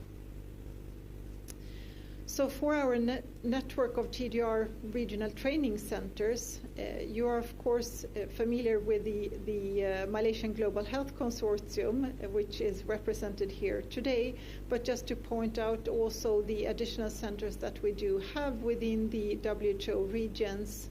I will not read from the slide, but they are depicted here and are closely tied in a network, where also the network aspects, where centers can support each other and learn from each other, is also a critical factor. The different tools disseminated by the regional training centers include, of course, the massive open online courses that has just run here. I think the dates there are probably a little bit off. We do also have more specialized trainings in, for example, gender and intersectionality perspectives on research. We have ethics in implementation research, and we have an IR toolkit for those students that are a little bit more advanced than those accessing the MOOC. So in this way, working with our regional training centers to address different needs in terms of students' experiences and professional background, so that we can tailor-make teams who get the necessary education needed in implementation research in order to take concrete projects forward to reach results within the health system, and in the end to address health impact. Similarly, we work with the postgraduate training scheme to increase capacity of universities to provide Masters in Public Health training that is niched towards implementation research. These universities have quite an impressive list of master students trained. So far, 426 master students trained globally during the last program period, and this was recently opened in a new open call where additional universities in Mali and Senegal have been added to the group offering postgraduate training. While we mostly focus on the implementation research training, we also do have clinical research leadership fellowship program where we place fellows that apply in an open call to be hosted by entities within the pharmaceutical industry, within reference expert institutions, and who stay there for 1 year and then return with their knowledge to their home institutions to take this knowledge further and also build capacity with their home institutions, bringing together these north-south collaborations. We do have an access and delivery partnership together, which is funded by the UNDP and the government of Japan, to help countries strengthen policies and capacity to specifically improve access to certain medications against neglected tropical diseases. We also strengthen operational research capacity in very targeted team-based research where we address specific problems within the health systems that are identified by health system professionals and where the implementation research is directly feeding into program action. Thank you so much for giving me this chance to speak on the event of the launch of the Regional Training Center. It was a pleasure to be able to do so, and I am very happy to learn of all the activities here and very honored to be here. Thank you so much.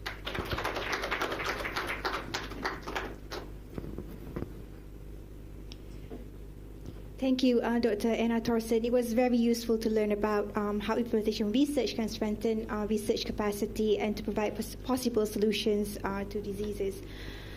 With this marks the end of the launching of the Learning Center. Thank you, ladies and gentlemen, in this room and also joining us live from the TJ Danaraj Auditorium for joining us today. I hope you'll continue to have a pleasant day.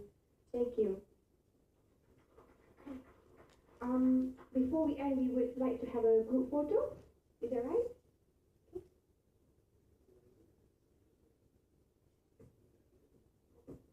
Okay. Sorry about that. Can I please invite Professor Victor and Dr. Anna Thorsen for a small token of appreciation for your time?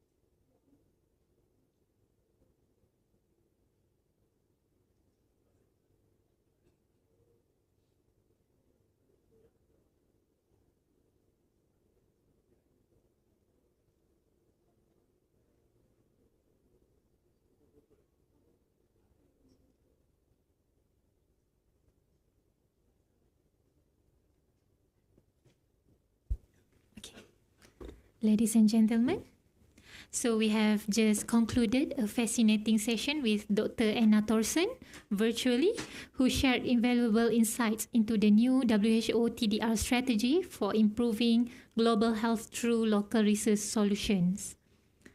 Now, as we continue our journey through the theme elevating the application of research in public health practice, we are about to dive into our next session. Our next speaker will shed light on a crucial aspect of public health, particularly in the context of community engagement in dengue prevention through partnerships with the private sector. This is a topic of significant importance, and we are honored to have Dr. Eliana Ismail, Head of Medical Affairs at Takeda Pharmaceutical Malaysia Singapore, here to share her expertise. So just a short introduction on our speaker. Dr. Eliana has joined Takeda since December 2020 and has experiences working within healthcare industries, both government and private sectors. Dr. Eliana Ismail is a registered medical practitioner whose passion is to pursue meaningful impact in both her professional and personal life. Before devoting her work to Takeda, she has gained more than 15 years of working experience within healthcare industries, both in government and also private sectors. Her experiences included being a clinician in government and private hospitals, to working with medical evacuation team at Travel Guard. She was with Sanofi Pasteur for more than 4 years, managing vaccines portfolio, and her last 2 roles were in the capacity of senior management of 2 private hospital settings. So without further ado, let's warmly welcome Dr. Eliana Ismail as she takes the stage to discuss the role of the private sector in dengue prevention. Dr. Eliana, the floor is yours.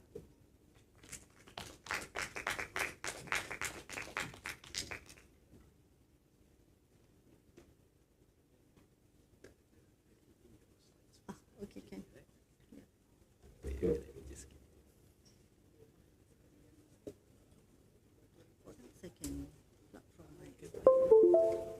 Oh, get up there. Doing the conventional way.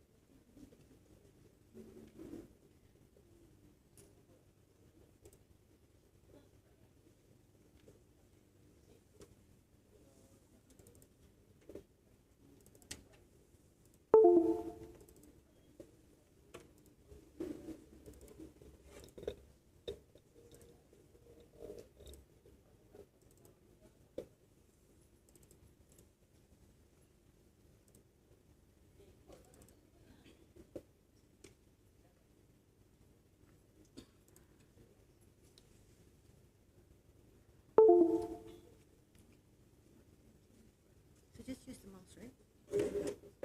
Okay, thanks. Hello, good afternoon. Thank you, Madam Chairperson, for the kind introduction.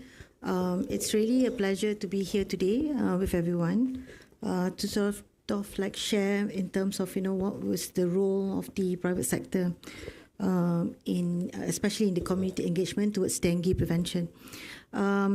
I guess that we are all also in the learning process here. So let's sort of like share what some of the things that I found. So basically, I'll go along the line of the epidemiology and burden of dengue. Just touch on it a little bit, and then the integrated dengue prevention and control part, and then what is Takeda's effort in terms of tackling dengue, especially when it comes to the private role, right? So we all know that dengue, it's a pandemic prone.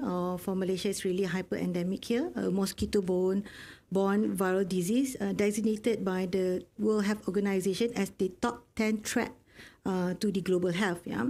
So for the dengue virus infection, people are at risk, about 50% of the world population, where total estimated of infection per year is about 390 million, out of which 96 million are symptomatic diseases, and 40,000 deaths per year was reported by World Health Organization. And when it comes to dengue, in terms of the distribution, so it puts residents' population both in travelers market and also endemic at risk, which is estimated about 129 countries, where we have seen the incidence has increased about 30-fold over the last 50 years and 8-fold in the past 2 decades. If you look here, the dengue endemic part of the Asian, which is Malaysia, is one of them, and also all travelers are at risk of infection even if they come in for a short visit. We have even had cases in the south of France, and dengue, I think most likely it's from the globalization itself. When we look into the dengue epidemiology in Malaysia, so this is the dengue cases and death reported. So in 2022, about 39,000 dengue cases were reported, out of which 24 death cases was notified. And as in September 2023, there's about 82,000 cases with 59 deaths reported so far. So the dengue cases and death has increased tremendously in 2023, especially after the post-pandemic. And it is about 110% increase in the dengue cases overall. And you can see here in the slide is the dengue cases and death in Malaysia from 1995 and 2002. We can see that the highest number was within in the 2015 reported and also 2019. So we are still at the I think at the verge where dengue is also coming up currently. It's being reported. And in this slide, I wanted to share the number of dengue-related deaths that has been fluctuating.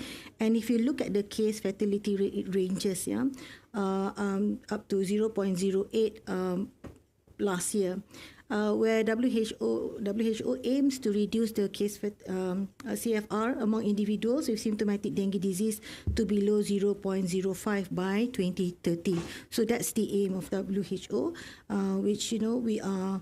From last year, we did not meet this. And next, I'll go into the integrated dengue prevention and control. So this is where we are really looking in terms of dengue. So we know that the burden of dengue increases with the severity of infection and may have some long-lasting symptoms as well.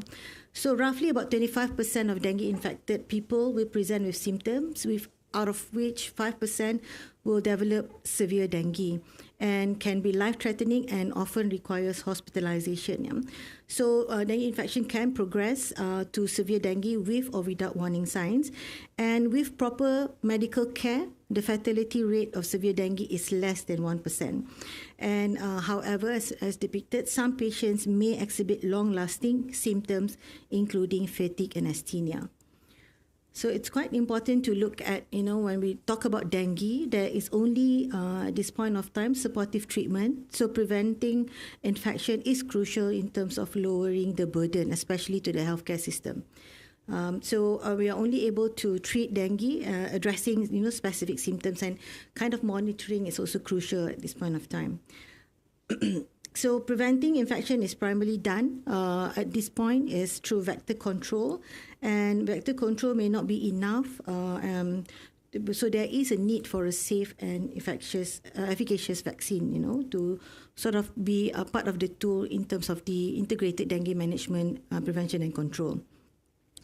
So I'd like to just walk a little bit or discuss a little bit in terms of the integrated dengue management that builds upon the integrated vector control approach. Right? So when we look at the integrated vector control, it's really about evidence-based decision-making processes to determine optimal use of resources. That's what we are doing right now. So there's treatment, and then there's also preventive part. And it has to be improved efficacy, cost effectiveness, which is important, and ecologically sound and sustainable as well.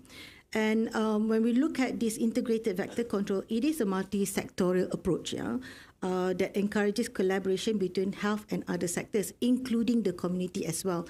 Because without the role of the community, the vector control may not be as successful as we want. So community engagement and empowerment is crucial, as mentioned, in this integrated dengue control. And when we look into the integrated dengue management part, it's really about developing a plan and in organizing, implementing both the integrated control and there's already an available vaccine. How do we play the dual role together? And looking at epidemiological surveillance and monitoring as well, because we know, for example, dengue virus has 4 circulating serotype, and in Malaysia, all 4 can be present at one time, with one being dominant. And we also need to look at the patient care and preparedness, especially when the cyclical burden of the dengue, it's in the horizon. And also evaluating outcomes following any implementation is also crucial to look at the benefit analysis there.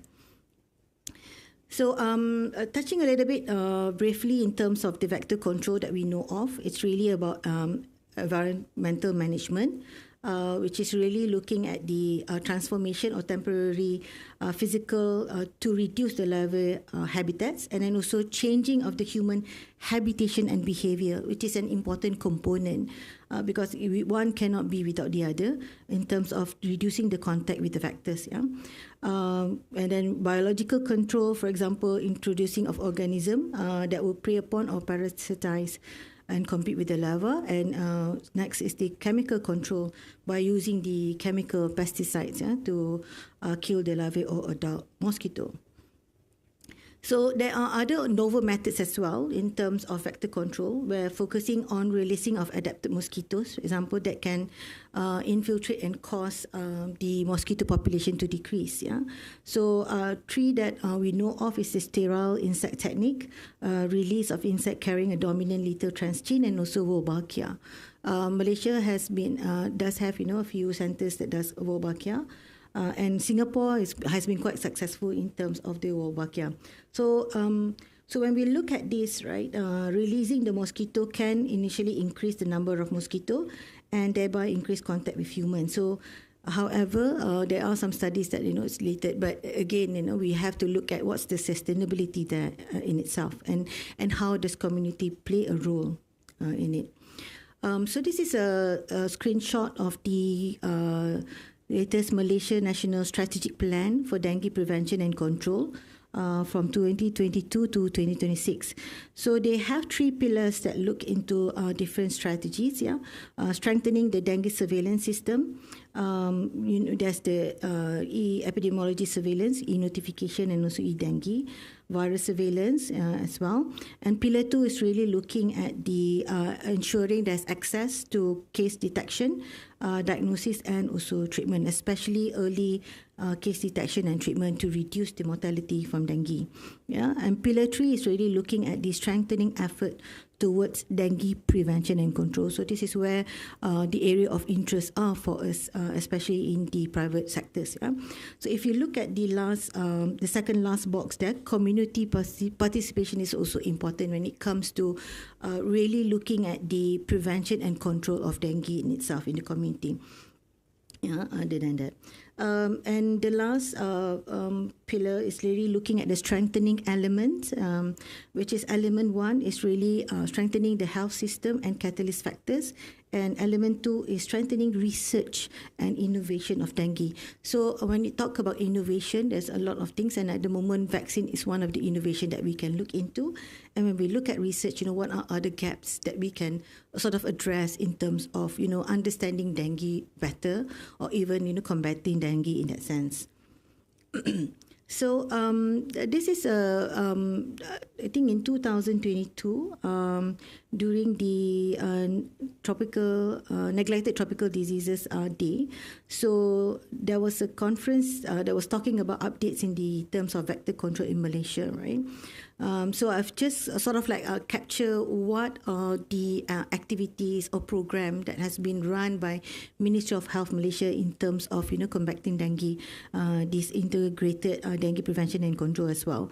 So there's a Wolbachia program there, and then if you look at the left hand lower side, you can see. Is it left? Oh, so right. Sorry. You can see that there's a lot of community awareness as well in terms of how do we call out to the community to increase their awareness, because at some point, because Malaysia is so endemic, sometimes it's at the back of our mind.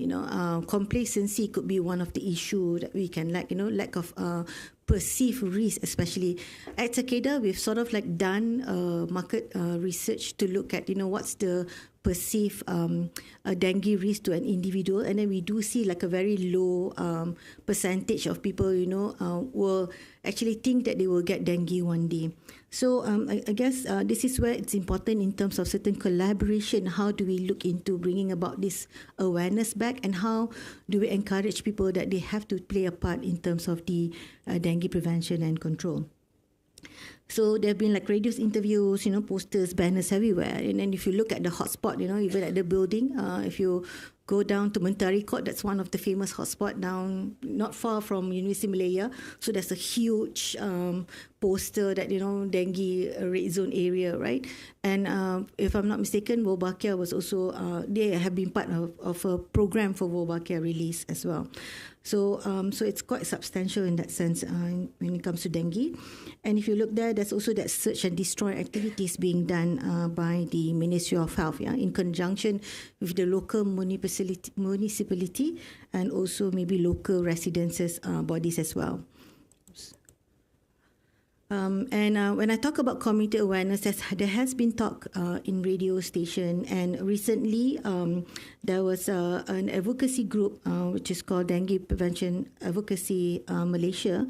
They unite several medical societies as well in terms of what can they do into the combating of dengue. And of course, our website has certain information for the public to access, community to access in terms of to know more or even about the disease and how prevention can play a role. So engaging communities to sustain dengue control is really important. So there have been a lot of, especially, when I think you can see, about twice in a year, and there's a period of time where suddenly there's a lot of communication or even flyers coming out in terms of dengue, in the preparedness, so that everyone is aware of, and how to play a role in terms of the prevention and control.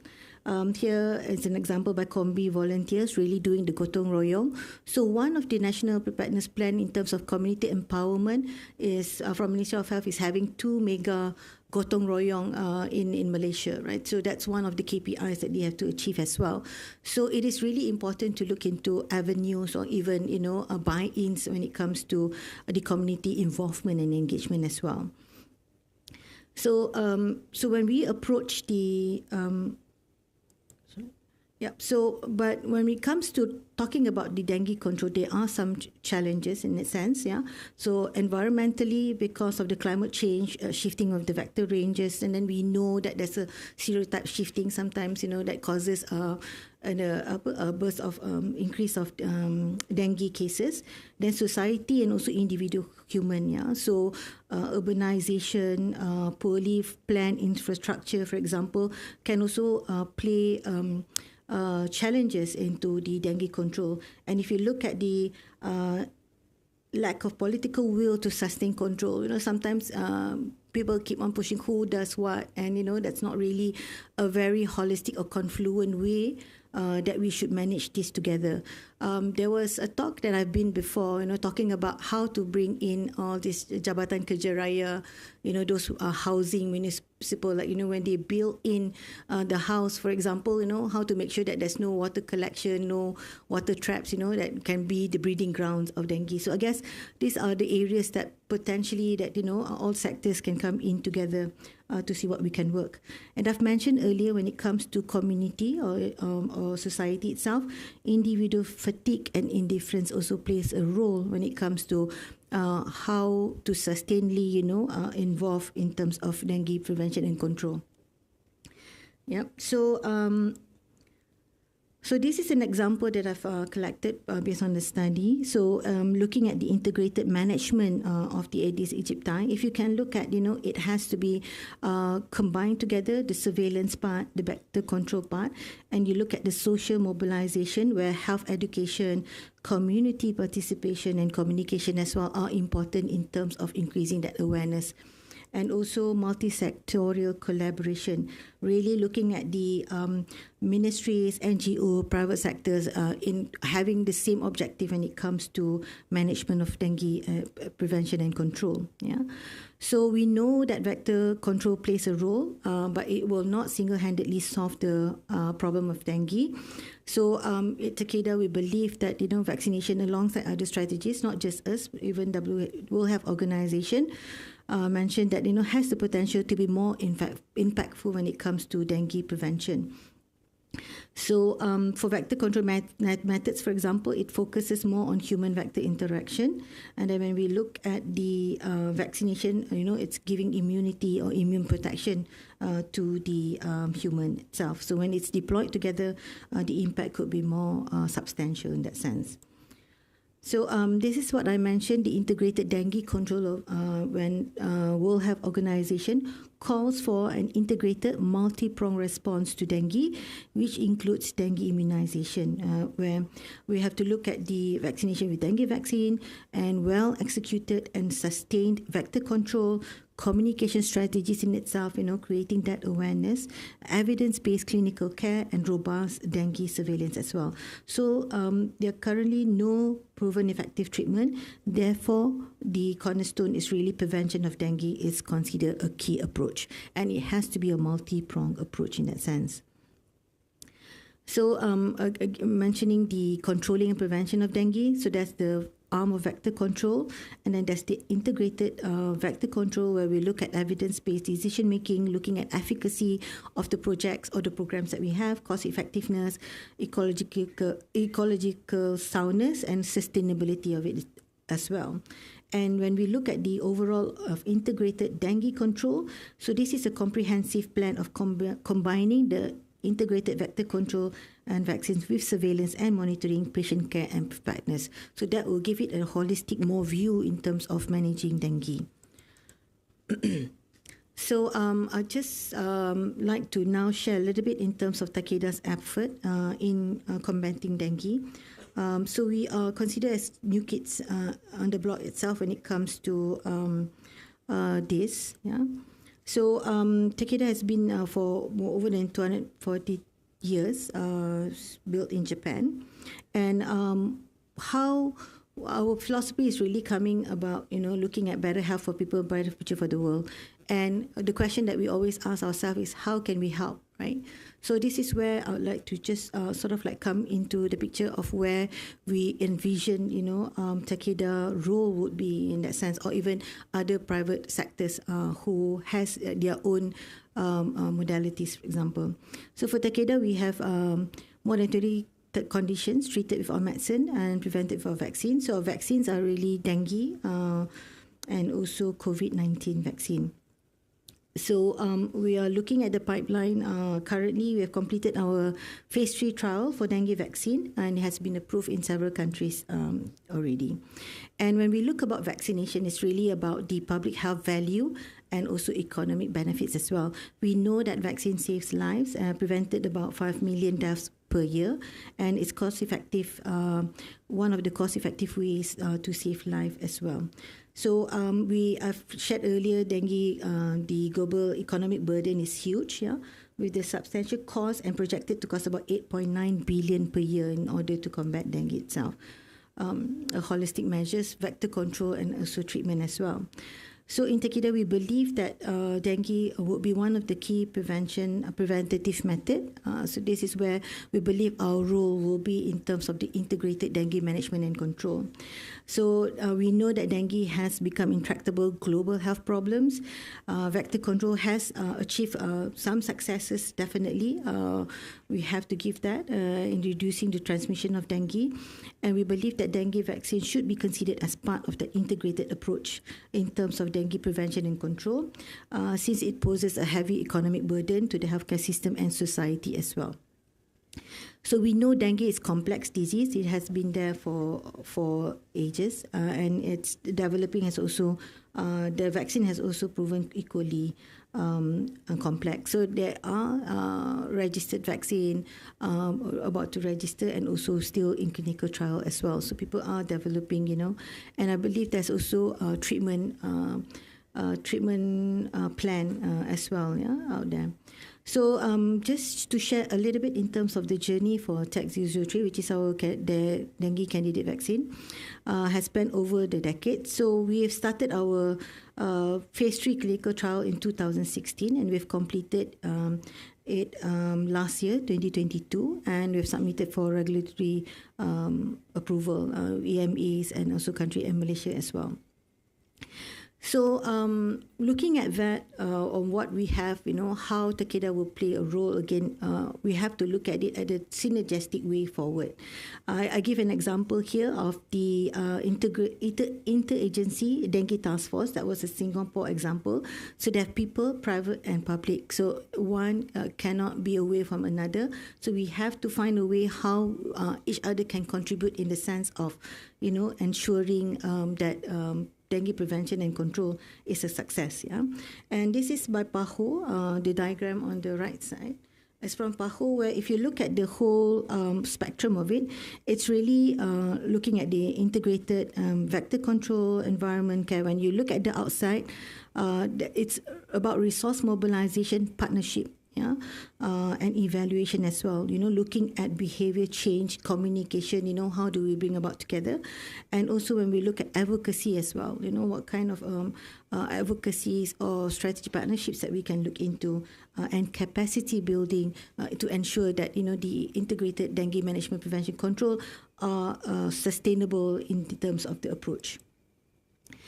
So from our side, we look at it as a multi-pronged approach to stakeholders engagement. We've got multiple stakeholders, NGOs. We've got the public side, Ministry of Health, and we've got academicians, researchers, for example. So we have to sort of identify a systemic and comprehensive community engagement. So when we look at community, not just individual, community leaders, how do we get them involved? And then who are the, thought leaders in terms of the community when we want to be able to look at, combating this.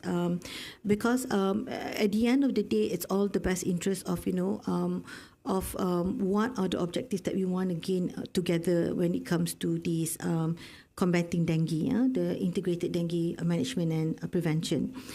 So by looking at the systematic and comprehensive community engagement strategy, we have to combine science and customized communication in order to be able to address the public sentiments, political views as well, because we are not far away from that. One sensational stories comes out and then the whole momentum or shift towards, our dengue could have been move away. So I guess, and then ethical complexity as well when we look at all these stakeholders, partnership or engagement.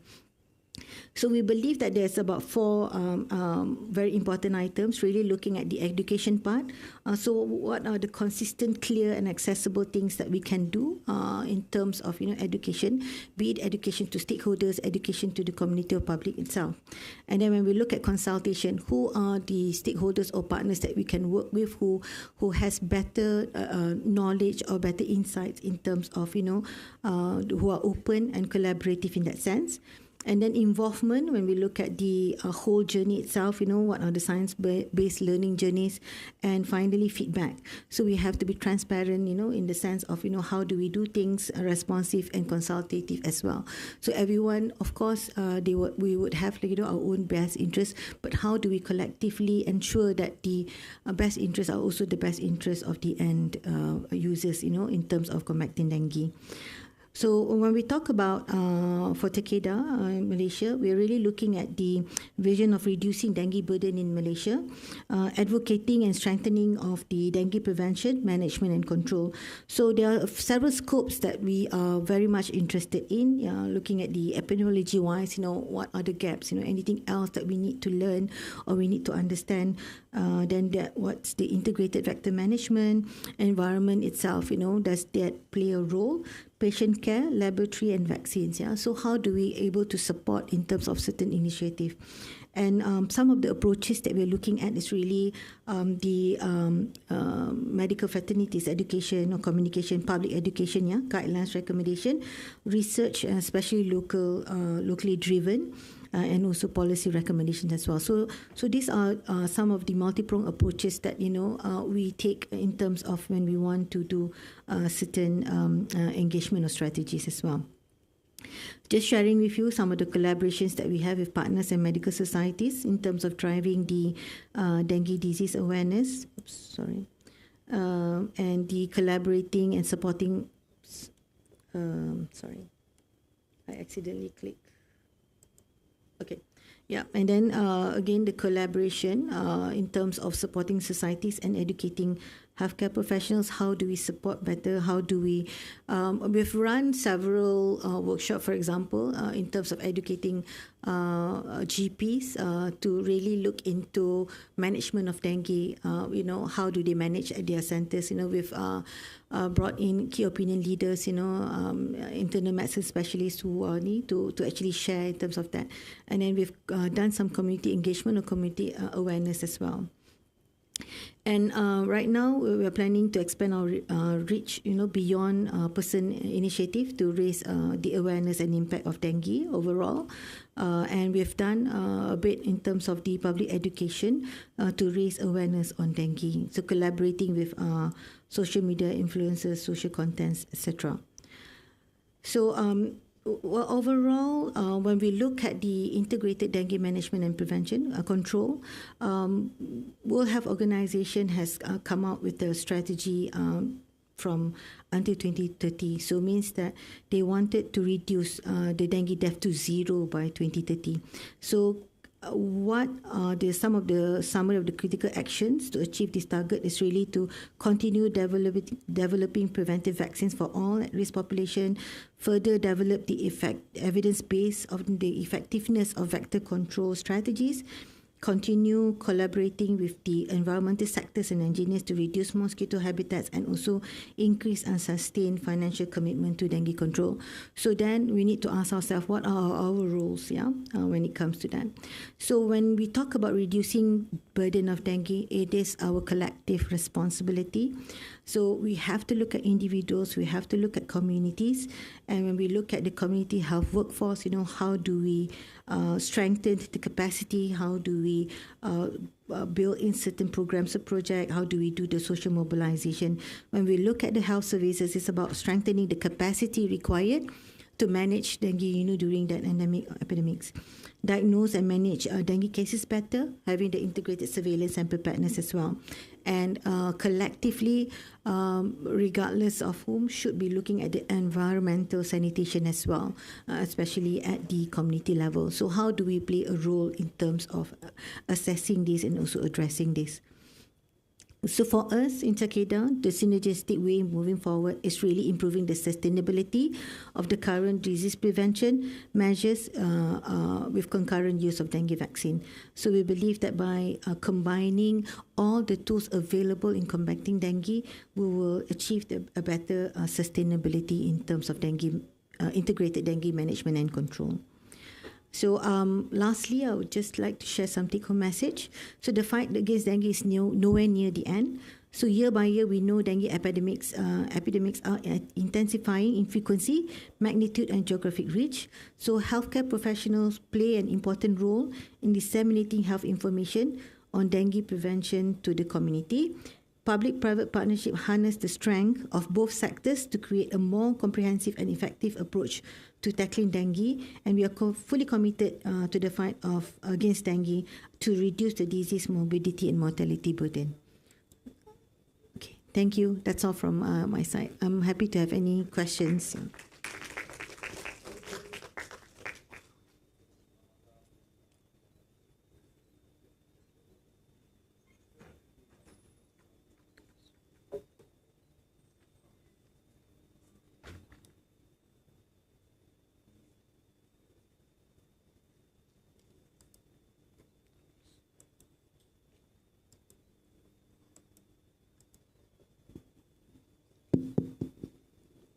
Hi, my name is Rama from the Department of Social and Preventive Medicine.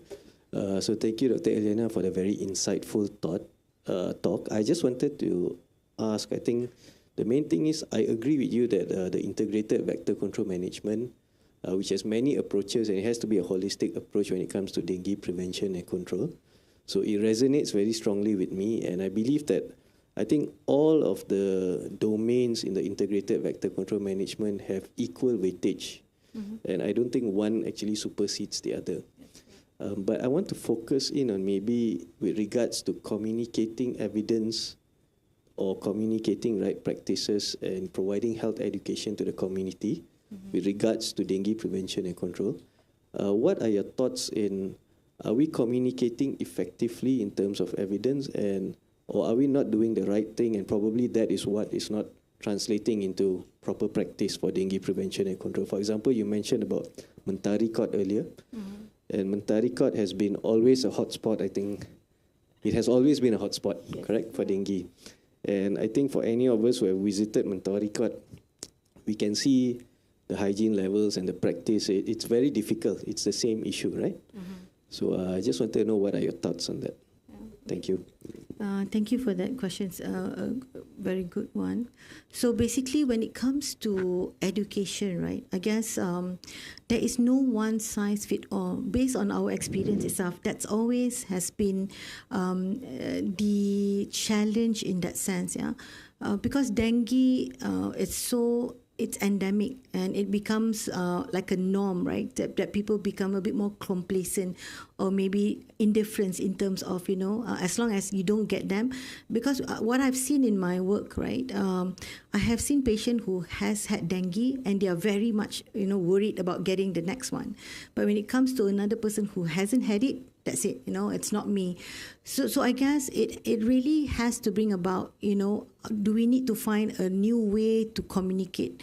We've always used the scare factor, like, putting in deaf, but we know deaf cases are quite manageable here in Malaysia.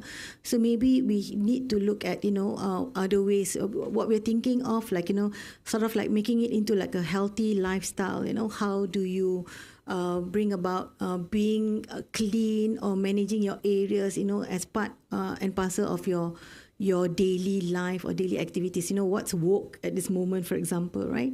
So I don't have that precise answers, but I guess this is where we sort of like need to look at all those involved when it looks at the integrated dengue management. How do we do better? In terms of the communication of the evidence base, you're right. We only, what I have seen is that, we only sort of like communicate it into journals. We don't really use that as an evidence base. How do we translate it out into the community?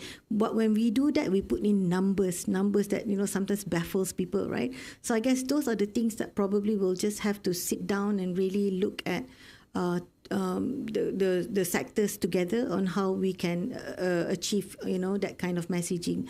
Not an easy feat, but that's a challenge for all of us. Yeah. Sorry, any more questions from the floor? No? All right, thank you, Dr. Eliana, for your great talk just now on preventing dengue. So now I would like to invite our chairman to pass a token of appreciation to Dr. Eliana on the stage.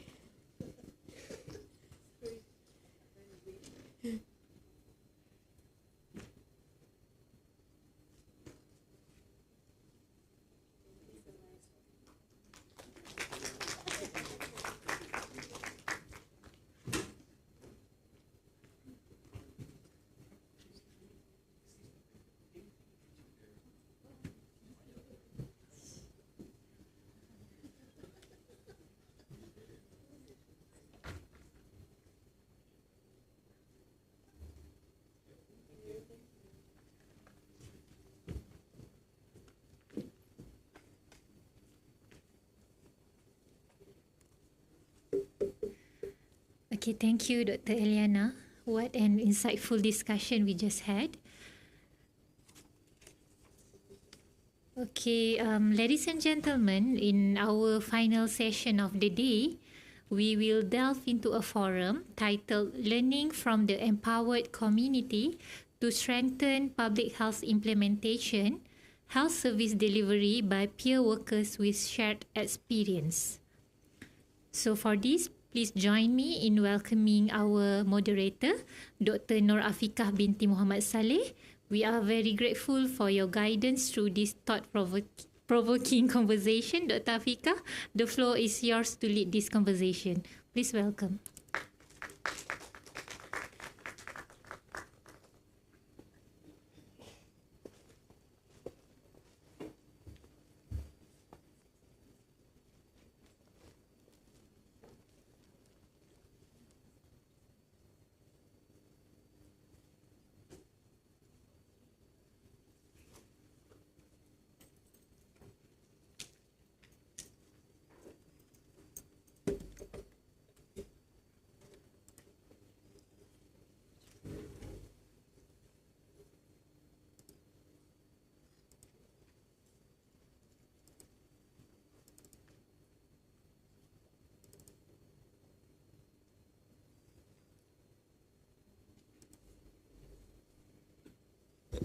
Assalamualaikum and good afternoon, ladies and gentlemen. Welcome to the forum entitled Learning from the Empowered Community to Strengthen Public Health Implementation, Health Service Delivery by Peer Workers with Shared Experience.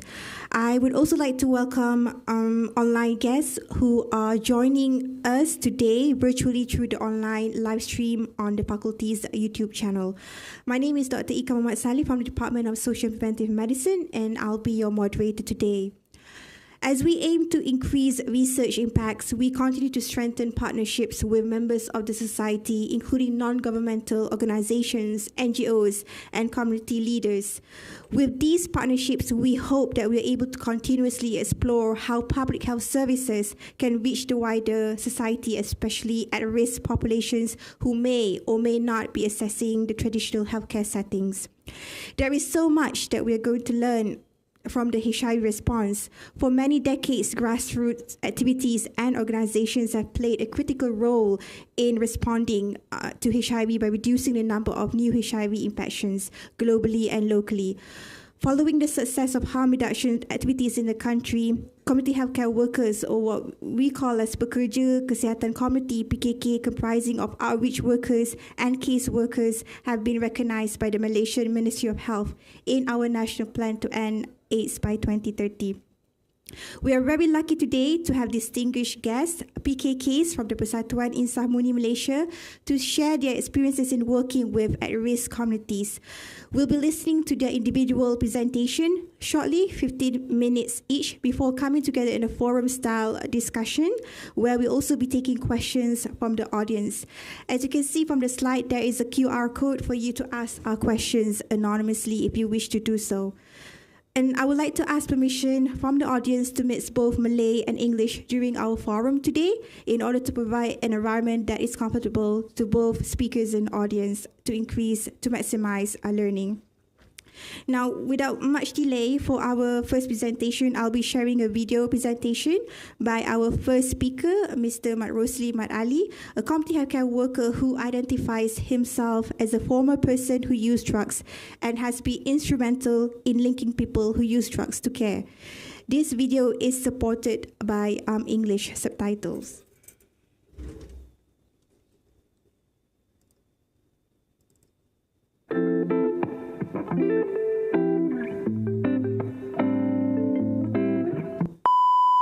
Hai, Assalamualaikum. Nama saya Mat Rosli Mat Ali daripada Persatuan Insaf Muni Malaysia. Bekerja sebagai petugas kesihatan komuniti untuk komuniti lah. Skop saya kerja lebih kepada outreach, jumpa klien dan untuk bawa dia orang ke dapatkan rawatan sama ada rawatan perubatan dari segi addiction maupun sakit-sakit lain lah. Dan kita ambil klien daripada port dan kita kumpulkan kat sini, lepas tu kita akan bawa dia jumpa doktor lah untuk mempermudahkan. Kebetulan dekat sini ada klinik Oscar. Ini satu kelebihan yang kita ada lah. Klinik Oscar dia one stop addiction center, di mana selain daripada rawatan dadah dengan metadon, kita juga ada rawatan-rawatan lain macam psikiatrik apa semua yang masalah yang berpunca daripada dadah lah. Kebanyakan sekarang ni remaja-remaja kita banyak terlibat dengan AIS dan AIS memberi kesan pada kita punya masalah mental lah. Okay.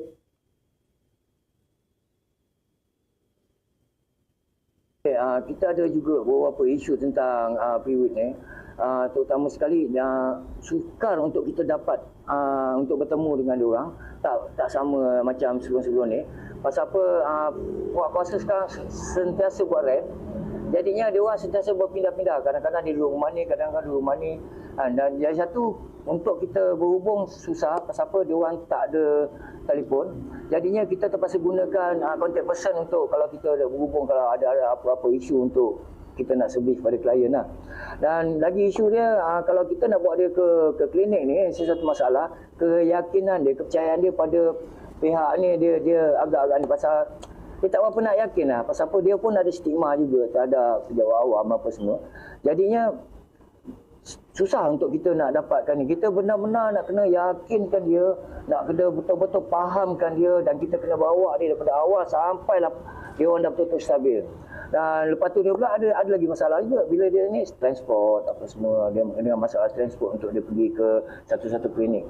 Tapi alhamdulillah sekarang ni klinik Batu 14 dah beroperasi. Kalau ada klien daripada Batu 18 untuk datang sini memang susah lah. Tapi dah ada beroperasi di klinik Batu 14, mudah sikit lah. Cuma untuk dapatkan rawatan lain macam HIV, hepatitis C ni, penyakit-penyakit lain ni, dia kena datang ke klinik Batu 9 lah, pasal kita ada Oscar. Kita ada satu lagi isu tentang pihak berkuasa lah. Pihak berkuasa ni ada dua lah. Satu agensi terdadah dan satu pihak polis lah. Apabila klien yang baru dapatkan rawatan ni, dia orang semestinya belum stabil lagi lah. Pasal di peringkat awal kan, baru lagi belum dapat dos yang sesuai. Jadinya dia orang ni jadi takut bila kerap kena tahan dengan polis bila dia orang daripada tempat dia orang nak datang ke sini. Dan pernah satu ketika dulu polis datang masuk dalam kawasan klinik. Ini satu benda yang kadang-kadang buatkan klien yang lain semua habis, dengan mana dah stabil pun tak berani datang. Pasal apa? Dia ada isu bila polis ni kadang-kadang dia tak ada, bila tak ada, kena mak cakap lah, bila tak ada kes, sekarang dia mari ambil dia istilah belanja untuk klien. Klien tak ada barang tapi dia belanja, dia istilah belanja. Terpaksa jawab barang bukan barang dia. Jadi kalau tak nak buat macam tu, dia tak nak terima, dia akan disabitkan salah dengan 39C pula. Jadinya itu menjadikan isu yang sangat kritikal lah buat masa ni, untuk klien-klien macam ni lah. Kita ada program untuk kesihatan untuk komuniti. Okey, kita di sini kita ada klinik Oscar. Klinik Oscar ni kita akan bawa klien tu dan kita pastikan klien tu sampai dan dapatkan rawatan supaya klien tu rasa selesa bila ada orang yang mendampingi dia. Kat sini kita ada, selain daripada rawatan metadon untuk addiction dia, kita juga ada rawatan hepatitis C ataupun rawatan TB ataupun penyakit-penyakit lain yang sedia ada pada klien lah. Termasuk ada tinggi kencing manis apa semua. Jadinya kat situ kita klien bila datang ke satu tempat dan semua diuruskan di situ, dia agak rasa selesa sikit lah. Dia agak mudah lah. Kena, yalah, klien kan susah nak pergi ke satu-satu tempat. Jadi kita bawa, kita mudahkan di satu tempat saja. Dan di sini juga kita ada kaunselor yang berdaftar untuk buat kaunseling. Dan kita juga ada kumpulan sokong bantu di kalangan komuniti kita daripada NGO untuk bantu komuniti sama ada addiction yang masalah ataupun sudut kesihatan.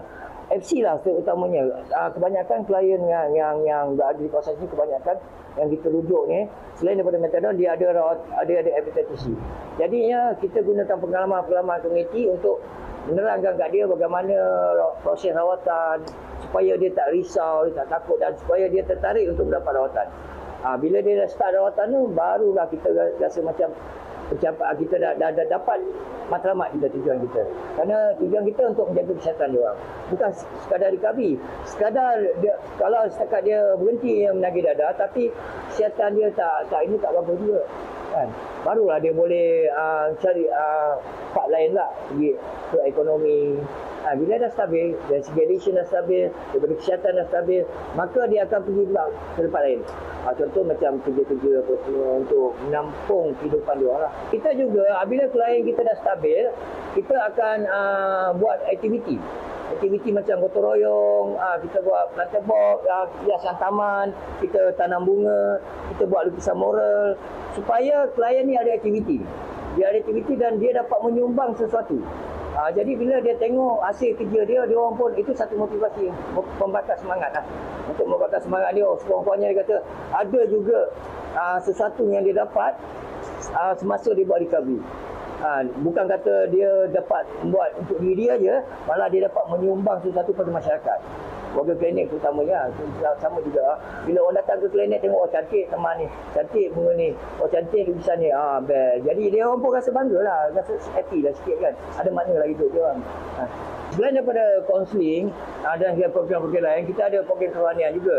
Kita ada kelab agama, kita ada kalau di bulan puasa tu setiap hari Jumaat kita ada tadarus. Kita adakan tadarus setiap hari Jumaat sepanjang bulan puasa. Dan kita juga ada macam majlis berpuasa, sambutan hari raya apa semua selain daripada gotong-gotong royong lah. Okey, sepanjang saya di Outreach Worker ni, satu benda yang saya belajar lah, satu benda. Saya dapat kekuatan dari menahan sabar. Okey, saya dapat menguatkan kesabaran saya yang selama ni saya memang susah nak bersabar dengan orang. Saya ni orang yang tak bersabar. Jadinya bila kita berdepan dengan klien ni, sekarang dia kata kejap bang dia punya kejap pun 1-2 jam. Kita jadinya, tapi kita pun dah faham keadaan klien apa semua, jadinya tak apalah. Kita pun dulu macam tu juga, jadi kita adalah lebih baik kita bersabar. Itu untuk jadi seorang pekerja kesihatan komuniti ni, kesabaran tu perlu ada dalam diri lah. Tak boleh nak cepat putus asa, kita tak boleh nak cepat nak menghukum seseorang tu. Kita adalah lebih baik kita bersabar dan kita usaha lagi, kita datang lagi. Mungkin hari tak, mungkin hari lain kali pula. Pasal apa, kiwit ni dia kalau dia stabil, dia okey, tak ada masalah. Tapi kadang-kadang mungkin masa kita datang tu baru lepas operasi, ada polis, jadi dia lari. Kita salahkan dia. Mungkin masa tu keadaan tak sesuai lah. Jadinya kekuatan seorang auris tu mestilah ada kesabaran yang sangat tinggi lah. Ketulusan untuk bekerja, keikhlasan untuk bekerja tu, itu kena pegang lah. Kalau tak ada kekuatan tu memang kita akan cepat putus asa lah. Okey, dalam auris juga kita ada halangan juga, terutama sekali dengan pihak kuasa lah. Ni mak cakap lah, apabila kita nak pergi ke satu-satu tempat, biasanya kalau tempat orang guna dadah kat port, dah tentu lah tempat yang berisiko lah. Dan yang paling kita takut adalah apabila semasa kita masuk tu ataupun selepas kita masuk, polis datang. Jadinya takut nanti andaian klien beranggapan seolah-olah macam kita bekerjasama dengan pihak berkuasa lah. Jadi kita kena fahamkan dia, kena terangkan dia betul lah supaya dia tak salahkan kita lah. Tapi kita ada stakeholder juga perbincangan dengan polis supaya apabila kita masuk kawasan tu, dia tak payah masuk lah. Tapi kadang-kadang diorang ni ada peluang dia sapu je, dia tak kira pun. Cumanya kita ni lah terpaksa juga dia. Lagi satu halangan dia bila janji dengan klien lah. Klien ni kita kena faham dia sentiasa tak stabil. Tak semestinya dia janji ni hari besok pagi pukul 8 dia ada. Dia kita kena tawakal dia lah. Senang cakap, kita nak berhadapan dengan orang yang macam ni, kita kena tawakal. Pasal saya cakap tadi, keikhlasan tu kena ada lah dalam diri kita. Kesabaran perlu kuat untuk kita nak berhadapan dengan benda ni. Kenapa? Cabaran sangat banyak. Selain daripada pihak penguatkuasa, lagi satu orang kampung. Di peringkat awal dulu orang kampung marah. Kadang-kadang, kenapa kau datang sini, kenapa kau bagi jarum kau budak ni, kau nak galakkan orang sak dadah ke? Tapi kita kena terangkan. Kita jumpa dengan ketua kampung, kita jumpa dengan jawatan kuasa masjid, dekat kedai-kedai kopi, kita sembang-sembang terangkan tentang program kami lah. Akhirnya lama-kelamaan dia orang faham lah. Itu sebahagian daripada kekangan yang biasanya kita hadap lah.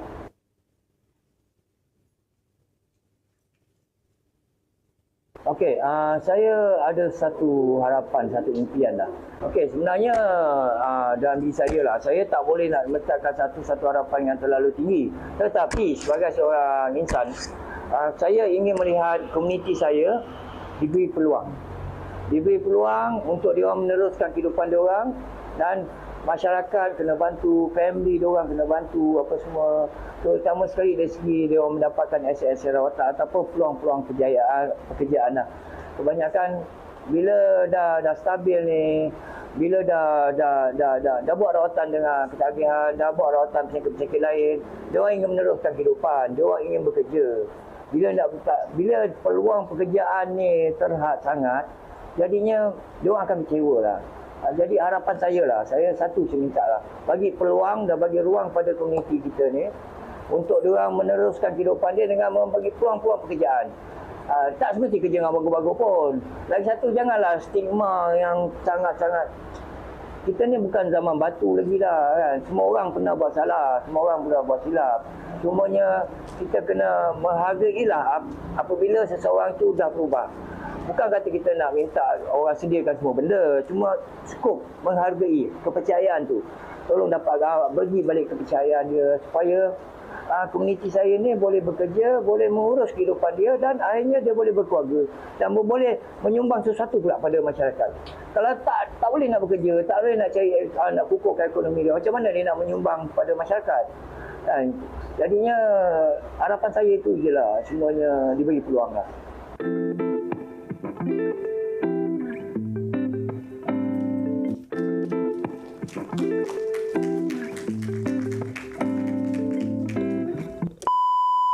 Assalamualaikum, nama saya. Terima kasih Encik Rosi untuk presentation tu. Nanti kejap lagi kita ada banyak soalan yang tanya Encik Rosi. For people who are interested to watch again the video will be uploaded onto Persatuan Insaf Muni Facebook page. So you can easily find Persatuan Insaf Muni Malaysia on Facebook for you to access this video later. Okay, now to our second speaker, I would like to welcome Mr. Muhammad Sharif bin Salfi to the stage to share his experience working with the MSM community, Men community. So he identifies himself as someone from the community with a shared experience, and I'm sure there is something that we can learn from him. Welcome to the stage, Mr. Sharif.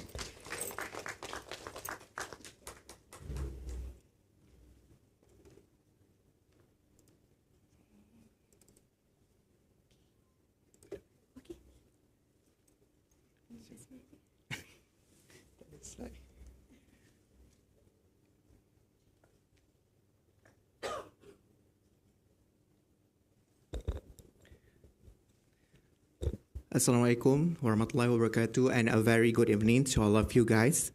Okay, thanks a lot for inviting me for this conference today. So let me introduce myself first. My name is Muhammad Sharif bin Salfi, or community names as Rifusan. And a little bit about my educational backgrounds. I have mastered in human resource management, and I'm doing PhDs in human resource as well. So for your information, I'm a MSM community. For those who don't know what does it mean for the MSM, it stands for Men Who Have Slept with Men.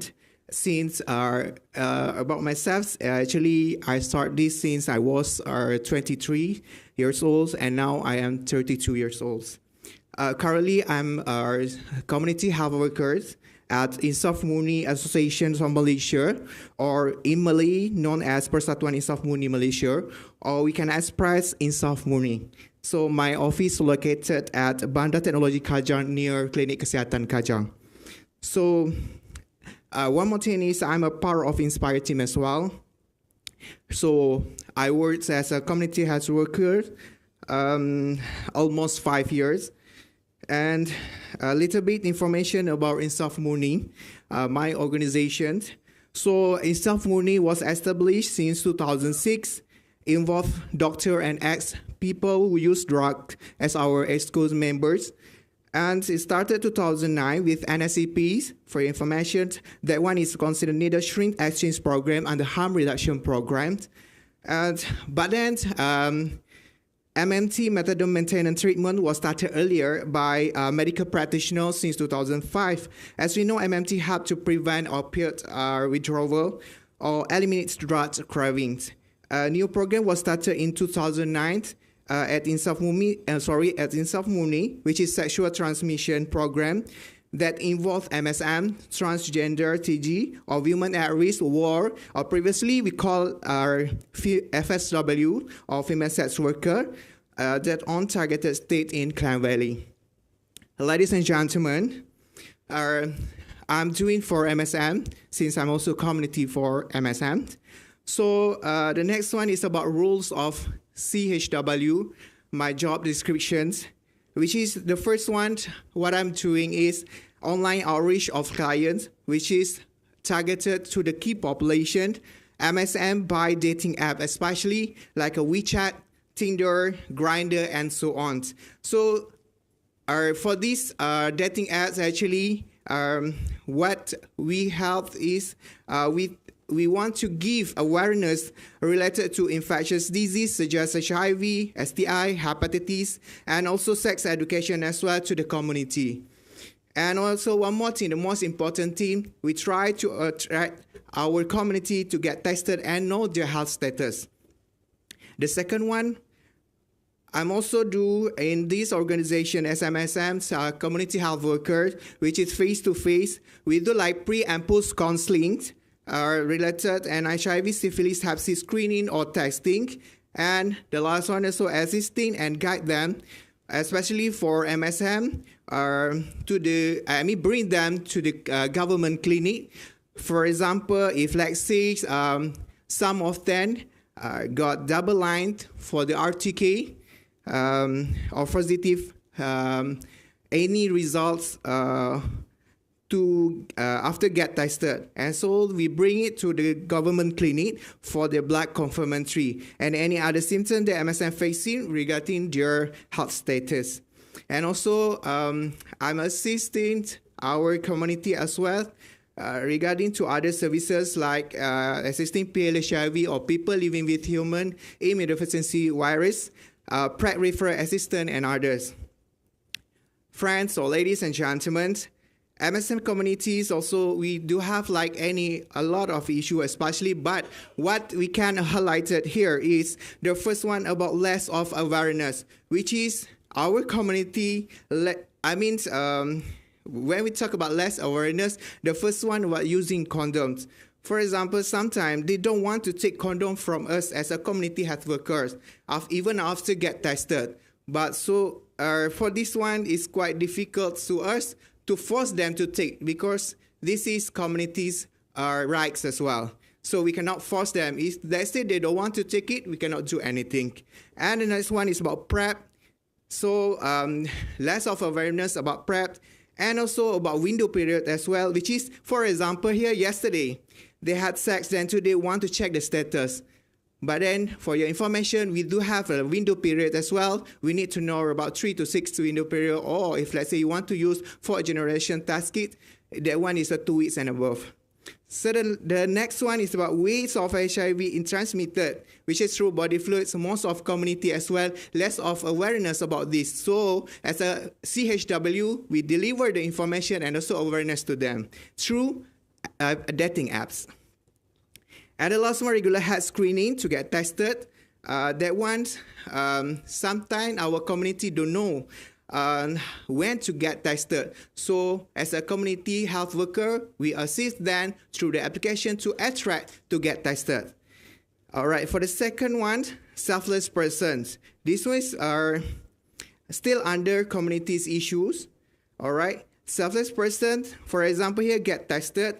For example, our community or MSM community positive HIV, they are denials, blames others or partners, and also insist to get treatments. So it's considered some of them, not all, for your information, some of them spreading the virus. So it's quite scary on this issue. So what we have to do as a CHW or community health worker, we will negotiate, and also we have our skill like a persuasion or persuade them to get treatment. And also some PLHIV on treatment, they also skipped hard or highly activated antiretroviral therapy. And also sometimes they change the date for TCA to come again to see the doctor with no reason. So this is also something like challenges as well. And another thing is, let's say, in dating apps, during, like this one is about still issues. So while we are doing like outreach through dating apps, after they book the slot for, for testing, so what we are facing is like a ghosting, which is hilang dari radar. So MIA, block, and no answers, calls, and so on.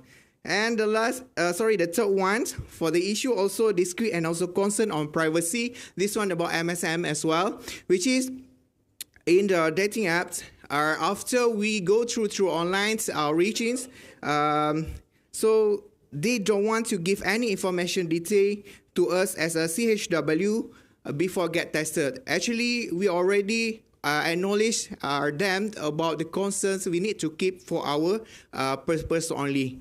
All right. And also, only chat at datings app and block after get tested. Never give any contact number to us for follow-up. This also is the issue that we are facing actually. And maybe they have some reason. We don't know about that, especially for bisexuals who has girlfriend or wife, maybe because of discreet and about, concern on privacy. And the next one is a mental health issue. This one is the biggest issue ever in the world. But then for MSM, what I'm going to focus is most of our clients willing to share about their mental health issue is PLH/HIV or people living with human immunodeficiency virus community, which is they are suitable to share with us as a CHW. So as CHW, you know that our task is quite hard because even 3 a.m. sometimes we are working indirectly to give support and advice to them. Yeah. All right, ladies and gentlemen, the next one is about program and support system. So normally what we do have in this organization or NGOs, we do have like health camps program for community, which is we going to help them. And also we do like psycho support program, online face-to-face, personal coaching and also group coaching as well. We do CBT, which is community-based testing like a mobile test. And also VCT, we bring our clients to the clinic for their voluntary counseling and testing. And also other activities outdoor like a futsal, charity, and so on. So we help community who have affected on their wards after diagnosis also in clinic, support financial constraint, give awareness to family as well. So we do this kind of support system and program to help our community. Ladies and gentlemen, the next one is about strength and limitations, which is obstacle in outreach that as a community health worker, which is for the strength MSM is always for MSM, which is we targeted our key population because they feel more comfortable to us, secure and easy to share anything related sex orientation, especially. And dating app easy to find our community targeted key population in dating apps. And limitation or obstacle dating apps sometimes been banned by apps its own due to reported by community or other things and also blocked by community as well. So they want to, get assistance from us.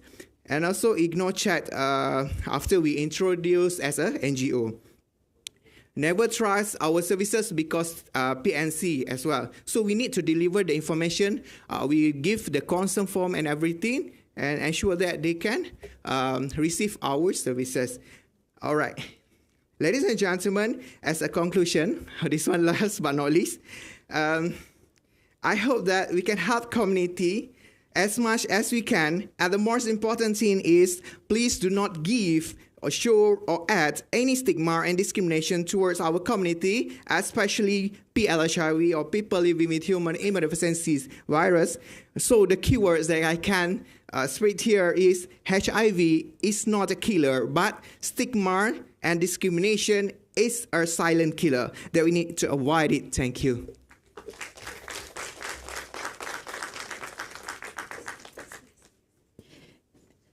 Thank you, Sharif, for sharing his insights as a peer working on the field. Sekarang ni nak invite Cik Rosie kat. Maybe kita boleh start dengan soal jawab. Jom Rosie. Situ.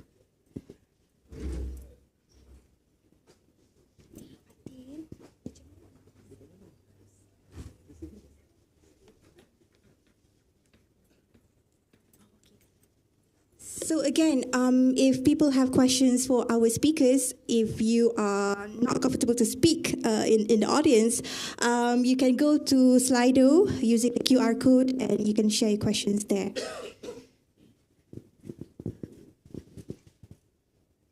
Okay, thank you Cik Rosie dengan Cik Sharif for sharing just now. Kita ada satu soalan untuk Cik Sharif lah. Tadi ada share pasal pengalaman Cik Rosli dengan people who use drugs, PWOD dengan PWID kita kan. Dan kita hargai pengalaman Encik Rosie sendiri sebagai former drug user, and I think using your own experience, menggunakan pengalaman Encik Rosie sendiri kan, jadi it makes it easier for you untuk assess orang yang menggunakan dadah ni, lebih senang untuk mengenal pasti dan juga lebih senang untuk berkomunikasi dengan mereka sebab you have that shared experience kan. So soalan saya tadi, Encik Rosie dia cakap pasal polis dengan pihak EDK kan. Jadi soalannya adalah apa perbezaan program yang disediakan oleh NGO Persatuan Insan Murni dan juga program yang disediakan oleh pihak ADK in terms of menangani isu penggunaan dadah di Malaysia? Okay, bismillahirrahmanirrahim. Sebelum tu saya nak minta maaf lah kalau saya cakap salah lah. Okey, tapi apa yang pengalaman saya bercakap berdasarkan pengalaman saya. Saya pernah duduk dengan ADK. Saya 2 kali masuk pusat serenti. Dan ADK ni dia lebih kepada penguatkuasaan. Okey, penguatkuasaan dia lebih kepada nak mencegah seseorang tu daripada undang-undang dia melakukan kesalahan jenayah. Dan dia orang pun ada pusat serenti juga. Ada pusat serenti apa semua. Cumanya okey, bukan tak bagus, tapi dia orang ada batas-batas kerja yang dia boleh buat. Berbeza dengan kami di NGO, kami bebas.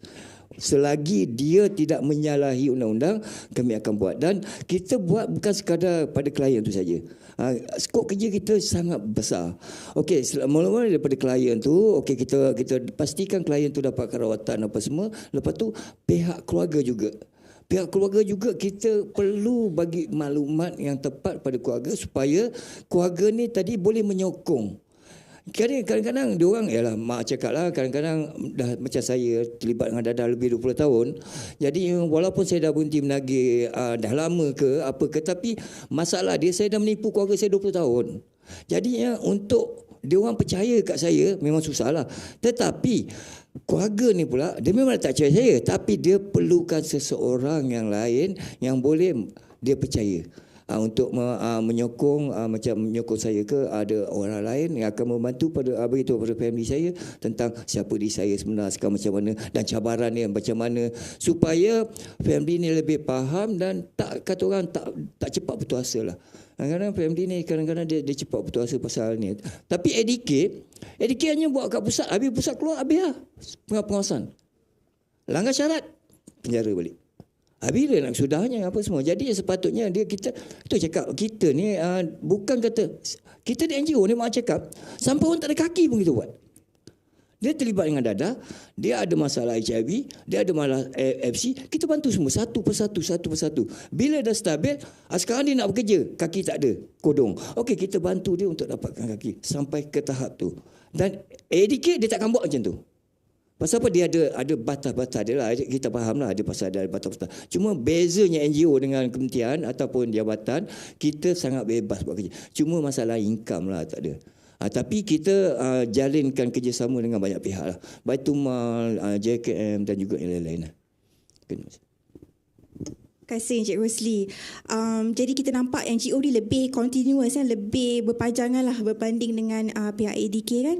Okey, untuk Encik Syarif pula kira satu soalan. Sebab you are working with the community kan, man with sex of man, dan cakap juga you ada shared experience, maksudnya you juga. Jadi bila kita approach diorang ni, adakah penting untuk kita identify diri kita? Perlu tak kalau kita cakap we are from the community, so we understand you? Is it important to identify yourself sebagai sebahagian daripada community tu? Okay, thank you, Dr. Ika. Such a wonderful questions. Actually, as I mentioned earlier, it's community to community, or especially for men who have sex with men or MSM.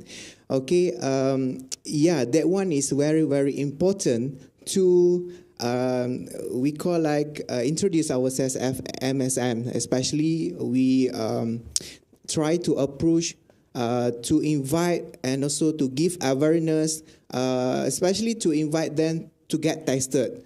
So this one is a very important to to introduce ourselves as MSM, because they feel comfortable and also secure And also, one more thing is very important is looks like what we call it, like more. How to tell? Actually, for MSM, or for example, who discreet in their status. So we want to approach that. So we need to introduce as MSM, and also we know about their confidentiality and also privacy as well. Yeah, something like that. Thank you, Sharif. I think bukan Sharif je yang perlu identify yourself. For myself, sebagai seorang yang external, kita tak ada shared experience. I think it's important for us researchers to clarify, bagi tahu yang we don't have shared experience and that we might be subjected to our own personal biases. So kita sebagai researchers pun kita akan bagi tahu benda tu juga kepada our research participants coming from the community. So we've got a couple of questions on Slido, tapi nak bagi peluang, I would like to give a chance for people in the audience here in the hall if you have any questions to ask to our speakers.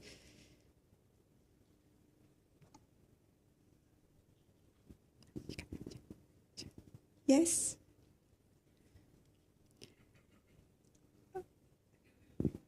Oh.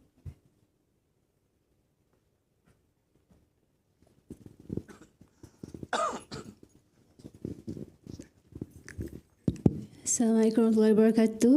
Selamat petang. Terima kasih kerana telah share your experience dengan kami semua pada petang ni.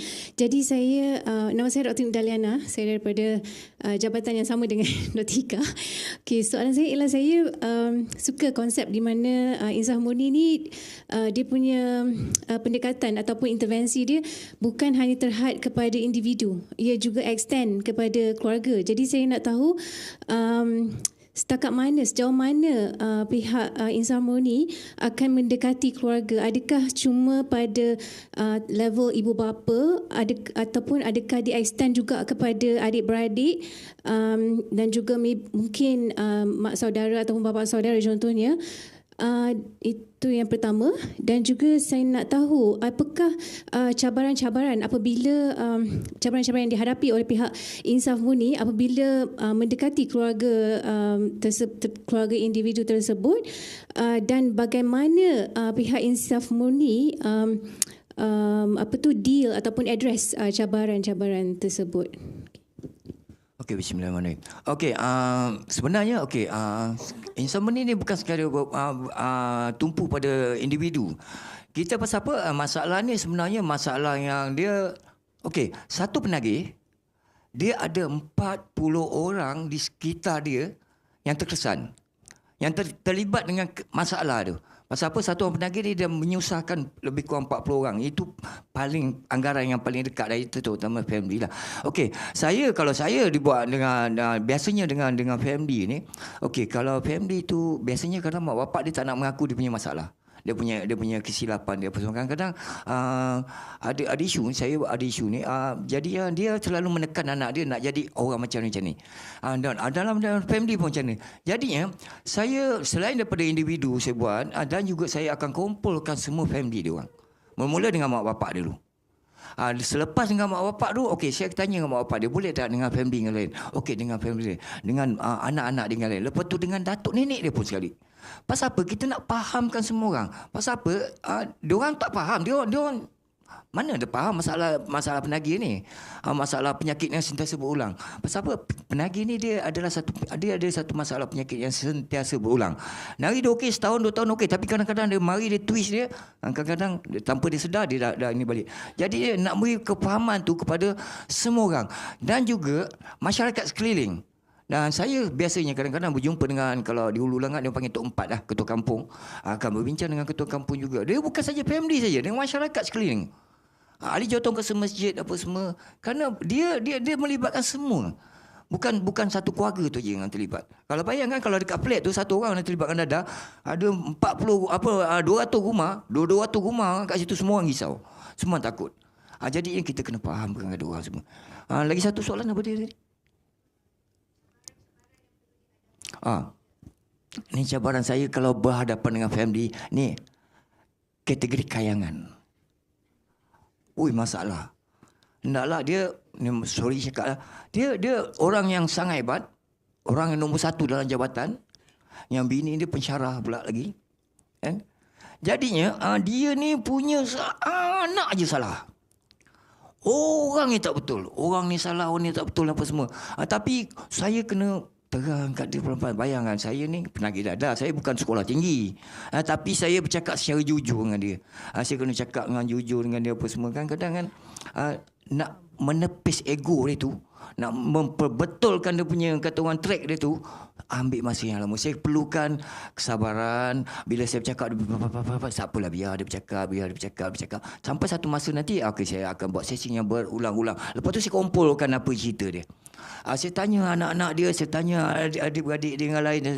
Bila saya nampak, ini masalah dia. Saya terpaksa terang. Puan lebih sayang kat saya pasal cakap. Saya cakap dia, Puan, saya minta maaf, saya kena cakap jujur. Pasal saya tak reti nak berlapik-lapik. Saya ni penagih dadah. Tapi saya nak bantu anak Puan. Puan lebih utamakan status daripada anak Puan. Salah ke saya cakap? Masa tu baru lelaki dia datang peluk, menangis apa semua. Tapi saya kena minta maaf lah. Tapi saya terpaksa, kadang-kadang kita terpaksa cakap benda dengan dia walaupun terpaksa melukakan hati orang lain. Tapi demi nak menyelamatkan anak dia. Anak pelajar universiti. Nak sambung belajar. Baru 2 tahun sambung belajar, dah tertinggal apa semua. 2 tahun dah tinggal pelajaran. Jadi kita nak bantu dia supaya anak dah setuju nak sambung belajar. Walaupun itu bukan bidang yang dia minat. Tapi kenapa kita dah fahamkan dia tanggungjawab ni mak bapak nakkan yang terbaik untuk kita, bukan salah pun. Cumanya kadang-kadang kita terpaksa berkorban untuk anak dah boleh terima, tapi mak bapak tak boleh terima. Bila anak dah mula nak belajar, dia akan mula dia ada kerisauan dia lain pula. Ini kadang-kadang ini isu selalunya orang kayangan lah. Tapi ada juga yang kata orang berkedudukan tinggi, tetapi dia bila bab-bab macam ni dia serah pula kat kita. Cik Rosli, minta maaf, jangan ganggu. Saya ni tak faham tentang benda macam ni. Saya akan bulat-bulat ke Cik Rosli. Apa saja saya support. Kalau macam tu senang kita nak ni. Cumanya bila family ni yang memikirkan kedudukan ni cukup geram saya. Macam mana kita nak bantu dia? Kalau dia nak mikir dengan dia punya ego dia, nak jaga level dia. Tak nak orang lain semua tahu apa semua. Ni bisa dadah yang ni hari 1 tahun 2 tahun boleh sorok lah. Dah lama-lama besok sekali tengok anak duduk tepi jalan. Pasal apa? Dia tak nak. Lagi satu, kadang-kadang ada family setengah okey. Ada family dia cover anak dia tutup. Anak ni dah jadi mental lah ni. Tapi dia kata anak dia okey. Kita nak bantu, dia tak mau. Pasal apa? Dia tak nak orang lain tahu. Dia tak nak family dia dengan lain, adik-beradik saudara mara tahu yang anak dia terlibat dengan dadah. Macam mana, bayangkan, ini satu isu yang sangat-sangat mencabar. Kita nak kena faham kat dia, terangkan betul-betul apa semua ni. Lepas tu bawa pergi klinik, bawa pergi apa semua, siapa, sampai doktor berkata anak ni dah ada masalah mental. Mana dah terlambat lah. Cuba daripada awal dia mengaku dengan dia ada anak dia ada masalah, kita cepat-cepat bantu. Tapi bila naklah terutama dah ada ais. Dah ada ais sekarang ni, dah ada chemical ni. Dia 2 tahun je lebih ya. Mental lah. Naklah kalau remaja. Ini kes ni kebanyakan kes remaja lah. Saya cakap kes remaja ni anak setengah study, jadi mak bapak nak tutup anak ikut menidakkan aja. Jadinya sadar-sadar anak dah ini. Jadinya kalau ini salah satu cabaran yang kita nak ini. Tapi alhamdulillah lah kita banyak. Sekarang pun kita ada TikTok kan, kita ada Facebook apa semua bagi pencerahan pada ni supaya dia orang lebih faham. Kalau malu nak berdepan dengan kita, dia akan call apa semua. Okey, itu ya. Maybe Sharif ada nak tambah? Yeah, a little bit around in Malay kan. Okay, actually I got 3 cases. I deal before with family. Okay, contohnya macam ni lah dalam bahasa Melayu lah. Okay, kes pertama adalah a few years ago, ini related to PLHIV ataupun MSM yang leak diagnosed normally akan warded lah because of opportunity infections. So jadi bila ada kat hospital, family dia tak tahu nak handle macam mana. Jadi kakak dia berusaha untuk contact NGO kita dan kita terpaksa pergi untuk bagi pendedahan secara jangkitan, cara pengurusan semua dari A hingga Z kepada family dia. Jadi apa yang kami buat selaku NGO, kami bagikan maklumat yang tepat. Bermaksud dekat sini supaya stigma dan diskriminasi totally zero daripada tersebut. Jadi contohnya pengurusan pakaian. Adakah HIV berjangkit dengan melalui basuh sekali pakaian? Tidak semestinya. Ada yang ibu bapa yang beranggapan macam tu, jadi kita clearkan. Ajar, bagi tahu cara macam mana handle even kongsi makanan sekalipun, dan kita bagi tahulah iaitu ways of HIV transmitted macam mana. So yang kedua iaitu bisexual, which is macam mana dia nak handle kepada bagi tahu isteri dia. Dia tak ada idea. Jadi why macam turn back kepada soalan awal tadi, kenapa perlu untuk saya identify as MSM? Because orang komuniti ni dia rasa selesa untuk share compare kepada doktor yang merawat dekat klinik. Jadi dia akan bagi tahu sekian, dia takut situasi sekian. Jadi apa yang kami buat, kita akan bagi plan A, plan B, plan C, bukan menipu isteri, tetapi kita bagi cara supaya ia lebih teratur dan diboleh ataupun permulaan atau orang panggil acceptance lah. Kadang-kadang untuk penerimaan ni agak susah. Jadi kepada yang di luar sana especially perlukan pertolongan apa-apa idea ke, tak ada masalah, kami boleh tolong. Yang ketiga, baru saja a few weeks ago, beberapa minggu lepas saya pergi ke Batang Kali, lebih kurang ada kes juga yang mana family sudah tahu status anak dia. Anak dia MSM lah, which is late diagnosed as well, dah warded dan related OI boleh menyebab dia punya usus bermasalah, dan sekarang ni mak dia masih lagi dan adik-beradik yang lain masih lagi orang kata stigma. Jadi apabila saya turun dan saya bagi penerangan detail, dia kata macam ni, bermaksud penerimaan yang baru tu berbeza apa penerimaan awal yang ada pada ibarat kata pemikiran pada zaman dahulu. Jadi sekarang ni kita sebagai NGO bergerak ke depan untuk hilangkan ataupun kurangkan daripada stigma dan diskriminasi kepada PLHIV atau ODHA lah. Itu. Jadi saya rasa sebagai NGO juga kami berhadapan untuk menerangkan dengan secara menyeluruh, sebab benda ni agak privacy, jadi terpaksa turun untuk bagi tahu kepada keluarga demi keluarga yang memerlukan pertolongan sahaja. Itu. Okay, thank you Sharif. Kita ada a few more minutes, 5 to 10 minutes. Okay. Soalan dekat Slido, do community healthcare workers CHW receive formal training to engage with key populations? Ada mendapatkan formal training ataupun latihan ataupun pergi kursus ke untuk berhadapan dengan our key populations? Okey, kursus ada juga kursus, tapi kita sebenarnya lebih daripada pengalaman lah. Lebih daripada pengalaman, saya terlibat dengan Dadah lama juga, lebih daripada 20 tahun. Jadi pengalaman ni yang mengajar saya lah. Dan satu lagi, kursus tu memang setiap hari sokong memang akan dihantar kursus lah. Saya tak tahu lah berapa belas kursus dah sepanjang ni apa semua. Tapi dia kursus saja tak jadi juga kalau tanpa ada pengalaman. Dia lebih kepada pengalaman. Apa yang kita hadap hari-hari ni tak sama dengan apa yang kita belajar. Jadinya kita kena tahu macam mana kita nak menyesuaikan diri dengan keadaan. Kadang-kadang orang macam ni lain kaedah dia, cara dia yang kita nak kena dapatkan sama. Macam tadi kayangannya lain. Orang yang macam ni lain pula. Macam jadinya skill tu penuh lah. Kena mana ada kemahiran kat situ lah. Dah sepanjang kita bekerja dengan komuniti dan juga pelibatan saya dengan Dadah, dan pengalaman tu lah saya gunakan sebenarnya. Dia agak lebih selesa pasal penagih Dadah dia tak suka protokol sangat. Dia main kata asal kau boleh je lah. Jadi mudah je apa semua. Okey. Okay, about training and also, workshop. Actually, recently we have done ethic training, which is very important for our staff, our NGO or CHW, to receive or to get correct what we call like.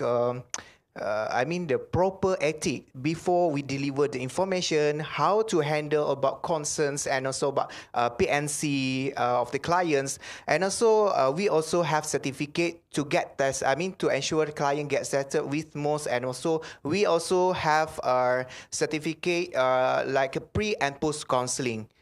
Sometimes doctor at government clinic also ask for us to give, deliver or advise the patient as well. Okay, thank you, Sharif. Ni soalan kejap nak fikirkan dia punya translation.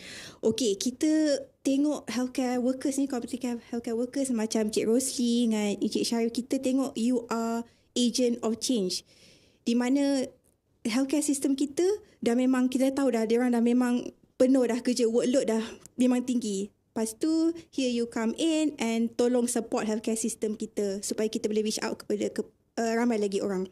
Apa cara untuk kita memperkasakan community healthcare workers ataupun PKK lain supaya diorang juga sama-sama turut boleh menjadi agent of change dan juga menjadi sumber inspirasi kepada key population lain? Okey, sekarang kita ada klinik Oscar. Okey, saya sebenarnya banyak belajar dengan klinik Oscar. Okey, saya belajar banyak benda dengan doktor-doktor pakar, dengan konselor kat sana. Jadinya benda ni semua kita kena sentiasa gabungkan. Kita mana NGO dia dengan warga klinik, contoh warga klinik dia kena sama-sama main peranan. Saling bantu-membantu, saling perlu memerlukan. Kita tak boleh kata, oh kita je bagus, oh ni je bagus. Tak boleh. Kita tak boleh. Kita masing-masing saling tampung dengan mana kekurangan tu. Yang mana ada kekurangan tu kita tampung. Dan jadi mana kita ada pengalaman kita kat situ, oh kat sini kita boleh masuk, kita pergi sini. Contoh macam kami di NGO, kita lebih kepada pergi temu klien untuk mempermudahkan segala urusan dia. Sampai di klinik pula, pihak klinik pula. Okey. Cumanya memang perlu ada skill lah. Mana ada macam saya cakap, kita perlu ada, kata orang pergi bengkel apa semua untuk. Tapi bengkel bukan kata NGO saja yang kena pergi. Warga klinik juga. Pasal apa nak mengendalikan tu? Peranan kami di luar. Tapi warga klinik, kadang-kadang macam kita buat bengkel stigma dan diskriminasi apa semua. Kita je yang perjuangkan benda tu. Tapi kalau warga klinik tak boleh juga. Tapi alhamdulillah sekarang saya rasa doktor-doktor sana dah macam kawan lah. Macam, saya terlibat dengan di klinik Oscar waktu 9. Doktor sana macam kawan. Jadinya, kalau yang bang, betul ke tu doktor bang? Macam dia tak percaya tu doktor. Bermakna, saya pula memang dah, bang, abang dengan doktor tu macam mana? Kita orang memang nak menjalin satu hubungan yang baik supaya engkau orang selesa. Jadinya bermakna ini salah satu lah pendekatan yang kita ambil untuk mempermudahkan supaya kita senang nak bantu orang lain lah. Mungkin saya boleh sambal lagi.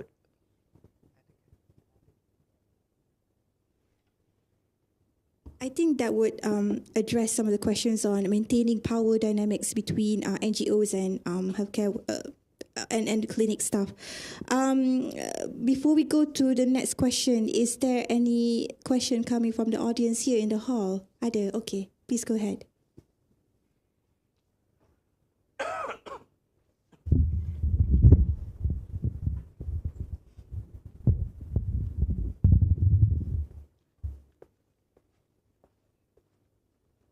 Hello. Okay. Thank you for the interesting topic. So, saya ada 2 soalan here. Okay, first question, berdasarkan one of the situation yang Encik gambarkan tadi, which the parents try to hide their kids' situation. Okay, and so nowadays, like what I observe was, apa yang saya nampak, sometimes the individu tu seorang remaja, consider budak-budak, and diorang tak nak any kind of anak diorang ditangkap ke, and they expect kind of family tu try untuk jadi memahami and terima the situation and like in a soft kind of way pujuk the kids and harap the kids will berubah. But is that the right approach for this? Because like for teenagers, untuk budak-budak and remaja, they have like macam strong curiosity tau, perasaan ingin tahu, dia nak do everything, but sometimes they will ended up into this kind of addiction. So how do you kind of address that? What the parents or the nearby or the near family should do, and what should we do on that kids itself, the teenager itself? And then second question was, we know that the stigma is one of the strongest challenging part here, and no matter what awareness, what kind of campaign that you wanted to implement to the society pun, at the end of the day it comes to that individual itself. What happened? I mean, like, you for sure have faced this, like the individual itself tak nak change, they keep going back to the same routine, to the bad stuff, and nothing we can do as the society and trying to help them, family and trying to help them, but at the end of the day, they don't want to help themselves. Okay, so like, did you encounter this kind of situation and what did you do for those individuals? Thank you. Nak fahamkan balik semula. Soalan pertama tu lebih kepada keluarga, betul? Macam mana kita nak tolong keluarga untuk acknowledge dia punya anak atau adik yang menggunakan dadah, betul? Okey, itu soalan pertama. Encik Rosi, remaja. Soalan kedua pasal kalau individu tu sendiri tak nak berubah. Okey, yang soalan kedua dulu. Okey, kalau seseorang tu tak nak berubah, Tuhan pun takkan ubah hidup kita. Apatah lagi kami. Betul? Tapi kami tak pernah putus asa. Kenapa? Saya suatu ketika dulu saya terjebak dengan dadah ni lebih daripada 20 tahun. Saya pernah hidup sengsara, saya pernah jadi gelandangan, saya pernah penyakit, macam-macam penyakit saya dapat. Pernah minta mati. Jadi jauh di sudut hati, saya tak sanggup melihat rakan-rakan saya hanyut. Sedangkan saya dah tahu, saya nampak. Kenapa? Satu ketika dulu saya pernah hanyut. Jadinya betapa susahnya saya nak bangkit. Tapi apabila kita tahu macam ni, apa semua, mana itu cakap, itu pasal kalau dalam saya punya prinsip, keikhlasan, kejujuran, kesabaran tu, saya pegang 3 perkara tu. Jadinya bila ada seseorang yang terlibat dengan dadah, apa cara pun, paling tidak pun dengan doa. Tapi kalau dia tak nak berubah, saya pernah 4 tahun. 4 tahun tarbiyah orang, doktor. 4 tahun. Sudahlah, dia kata aku akan hisap sebagai matilah. Aku dah tak ada apa dah. Umur aku dah 50, tak ada apa dah. Hello geng, kau umur 50, aku 56. Nak masuk 2 anak aku. Kecil lagi. Kalau anak fikir takut apa semua. Jadi kalau penyakit dadah ni sebenarnya, dia susah nak percaya. Tapi kita ni, ni cakap kemahiran yang ada pada diri kita. Macam mana kita nak meyakinkan dia supaya dia boleh ubah. Supaya dia tak dapat penyakit. Supaya dia boleh meneruskan kehidupan tanpa bergantung dengan dadah. Kita kena tunjukkan bukti-bukti dia. Jadinya bila kita dah tunjukkan bukti dan dia benda, oh ya, benda nampak jalan, belum tentu lagi dia ikut. Tetapi kita ni jangan cepat putus asa. Jangan cepat mengalah. Setiap hari buat sikit. Bantu dia, dekat dia. Apabila kita ni beria-ia nak tolong dia, dia akan terfikir, satu hari nanti akan terfikir, aku ni tak nak berhenti tapi dia ni beria-ia nak bantu aku. Dia ni apa semua. Lama kelamaan dia akan tersentuh hati dia. Adik-beradik aku pun tak beria-ia nak tolong aku. Tapi ni bukan adik-beradik aku pun, bukan siapa pun. Dan itu salah satu cara untuk kita membuka hati dia. Selain daripada kita doa lah. Selain doa, support apa semua. Dan yang kedua pasal family. Pasal family dengan remaja. Okey, takut orang tahu. Okey, dia cik ni. Kita ada akta kerahsiaan. Bukan ADK tangkap, ada rekod. Kalau ADK tangkap, sampai ADK tangkap je, polis tangkap je. Naik mahkamah, walaupun jatuh hukum 1 hari, rekod dah ada dah. Rekod tu sampai bila tercatat kat sini. Penyenayah tak boleh nak kerja dah besok. Nak pergi sekolah pun dah tak boleh apa semua. Jadinya, kita akan bagi tahu, kita terangkan dekat anak ni dulu, lepas tu terangkan mak ayah ni dulu kenapa kena buat recovery, kenapa. Dan kita ada pusat-pusat yang swasta. Ada yang bayar mahal, ada yang bayar murah. Dan Tengok kadang-kadang budak student, budak tengah belajar apa semua, setakat dia ambil mushroom, tapi ambil mushroom walaupun 2 kali 3 kali dia ambil tapi boleh gila. Saya ada satu kes, isap mushroom 2 pap ya. Pakai web, isap 2 pap ya. Dia peluk tiang 2 jam. 2 jam peluk tiang. Dia menangis, dia meraung. Orang viral kan dia. Saya rasa tuan-tuan semua pernah tengok. Di viral budak tu kat Pahang, budak Pahang. Jadinya family dia tak tahu nak buat apa. Kita datang ni apa semua, kita ambil dia untuk bawa dia pergi. Apabila duduk dalam pusat swasta, kita gunakan pendekatan. Dia ada orang yang perlu rawatan, ada orang perlu pendekatan rohani ataupun kerohanian ataupun kaunseling ataupun aktiviti lain lah.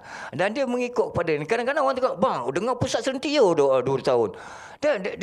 Dia kena fahamkan kat family. Tak semestinya kita nak ambil anak ni bagi apa semua. Hendaklah dia bawa umur dia bawa ada kebajikan masyarakat.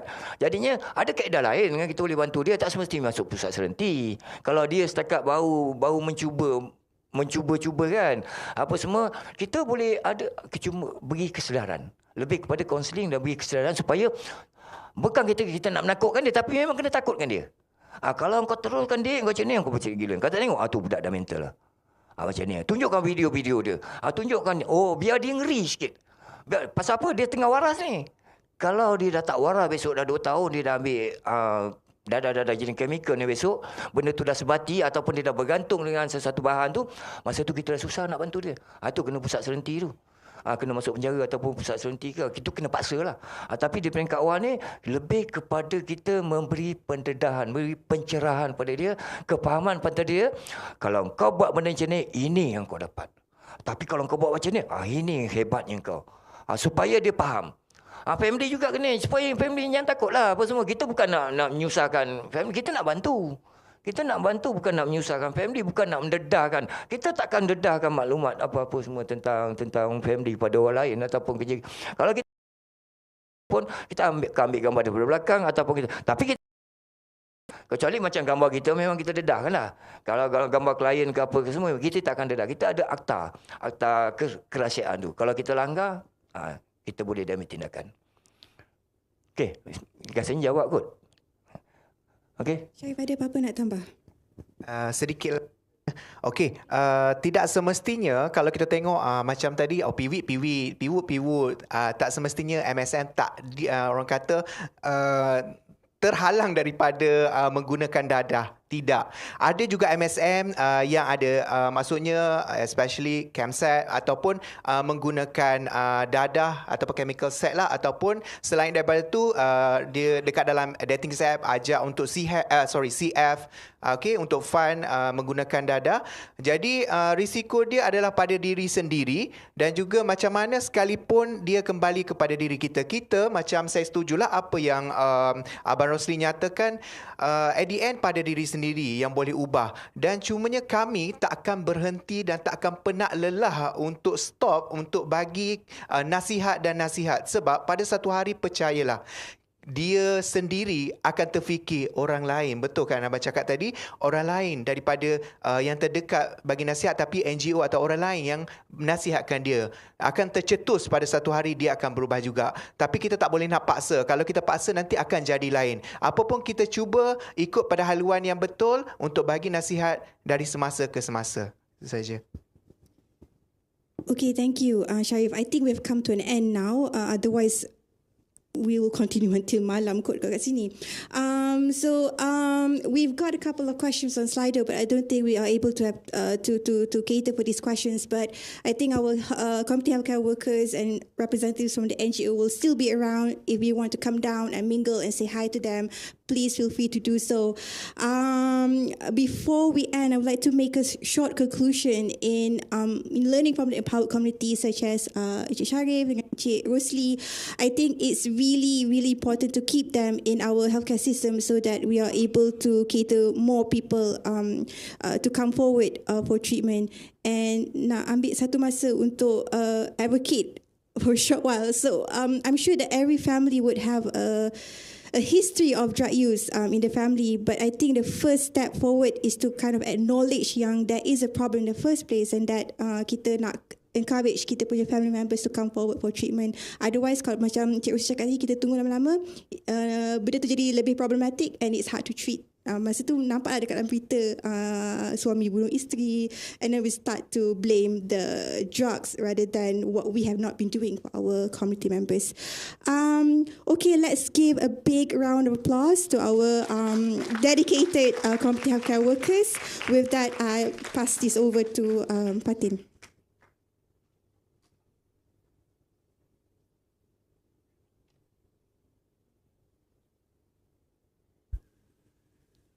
Thank you so much, Dr. Ika, for moderating the sessions, and thanks to our speakers too for sharing their experience on a very interesting topic. Yeah. Okay, so to express our gratitude and appreciation, we would like to present a token of appreciation to our moderator and also speakers. So I would like to invite Dr. Krishna Murthy Ganesan to present the token of appreciation on behalf of the institution.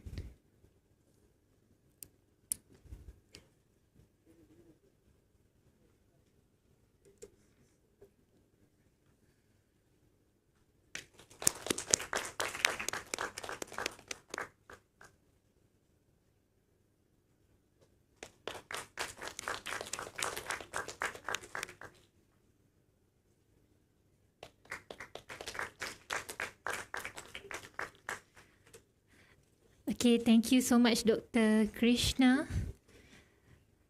So, ladies and gentlemen, we have come to the conclusion of our second day of Health Academia Month and Research Carnival 2023. A day filled with enlightening discussions and valuable insights. So we hope you found today's event to be as informative and thought-provoking as we aim for it to be. We would like to express our gratitude to all of our esteemed speakers, moderators, and also participants for contributing their time, expertise, and enthusiasm to make this event a resounding success. So as we wrap up, we encourage you to continue the conversation sparked today and apply the knowledge gained in your respective fields. On behalf of the organizing committee, we want to extend our heartfelt thanks to each and every one of you for your participation. We hope to see you again in future events as we continue to explore and advance the frontiers of research in public health. So safe travels, and until we meet again, keep working towards a healthier and sustainable future for all. Thank you.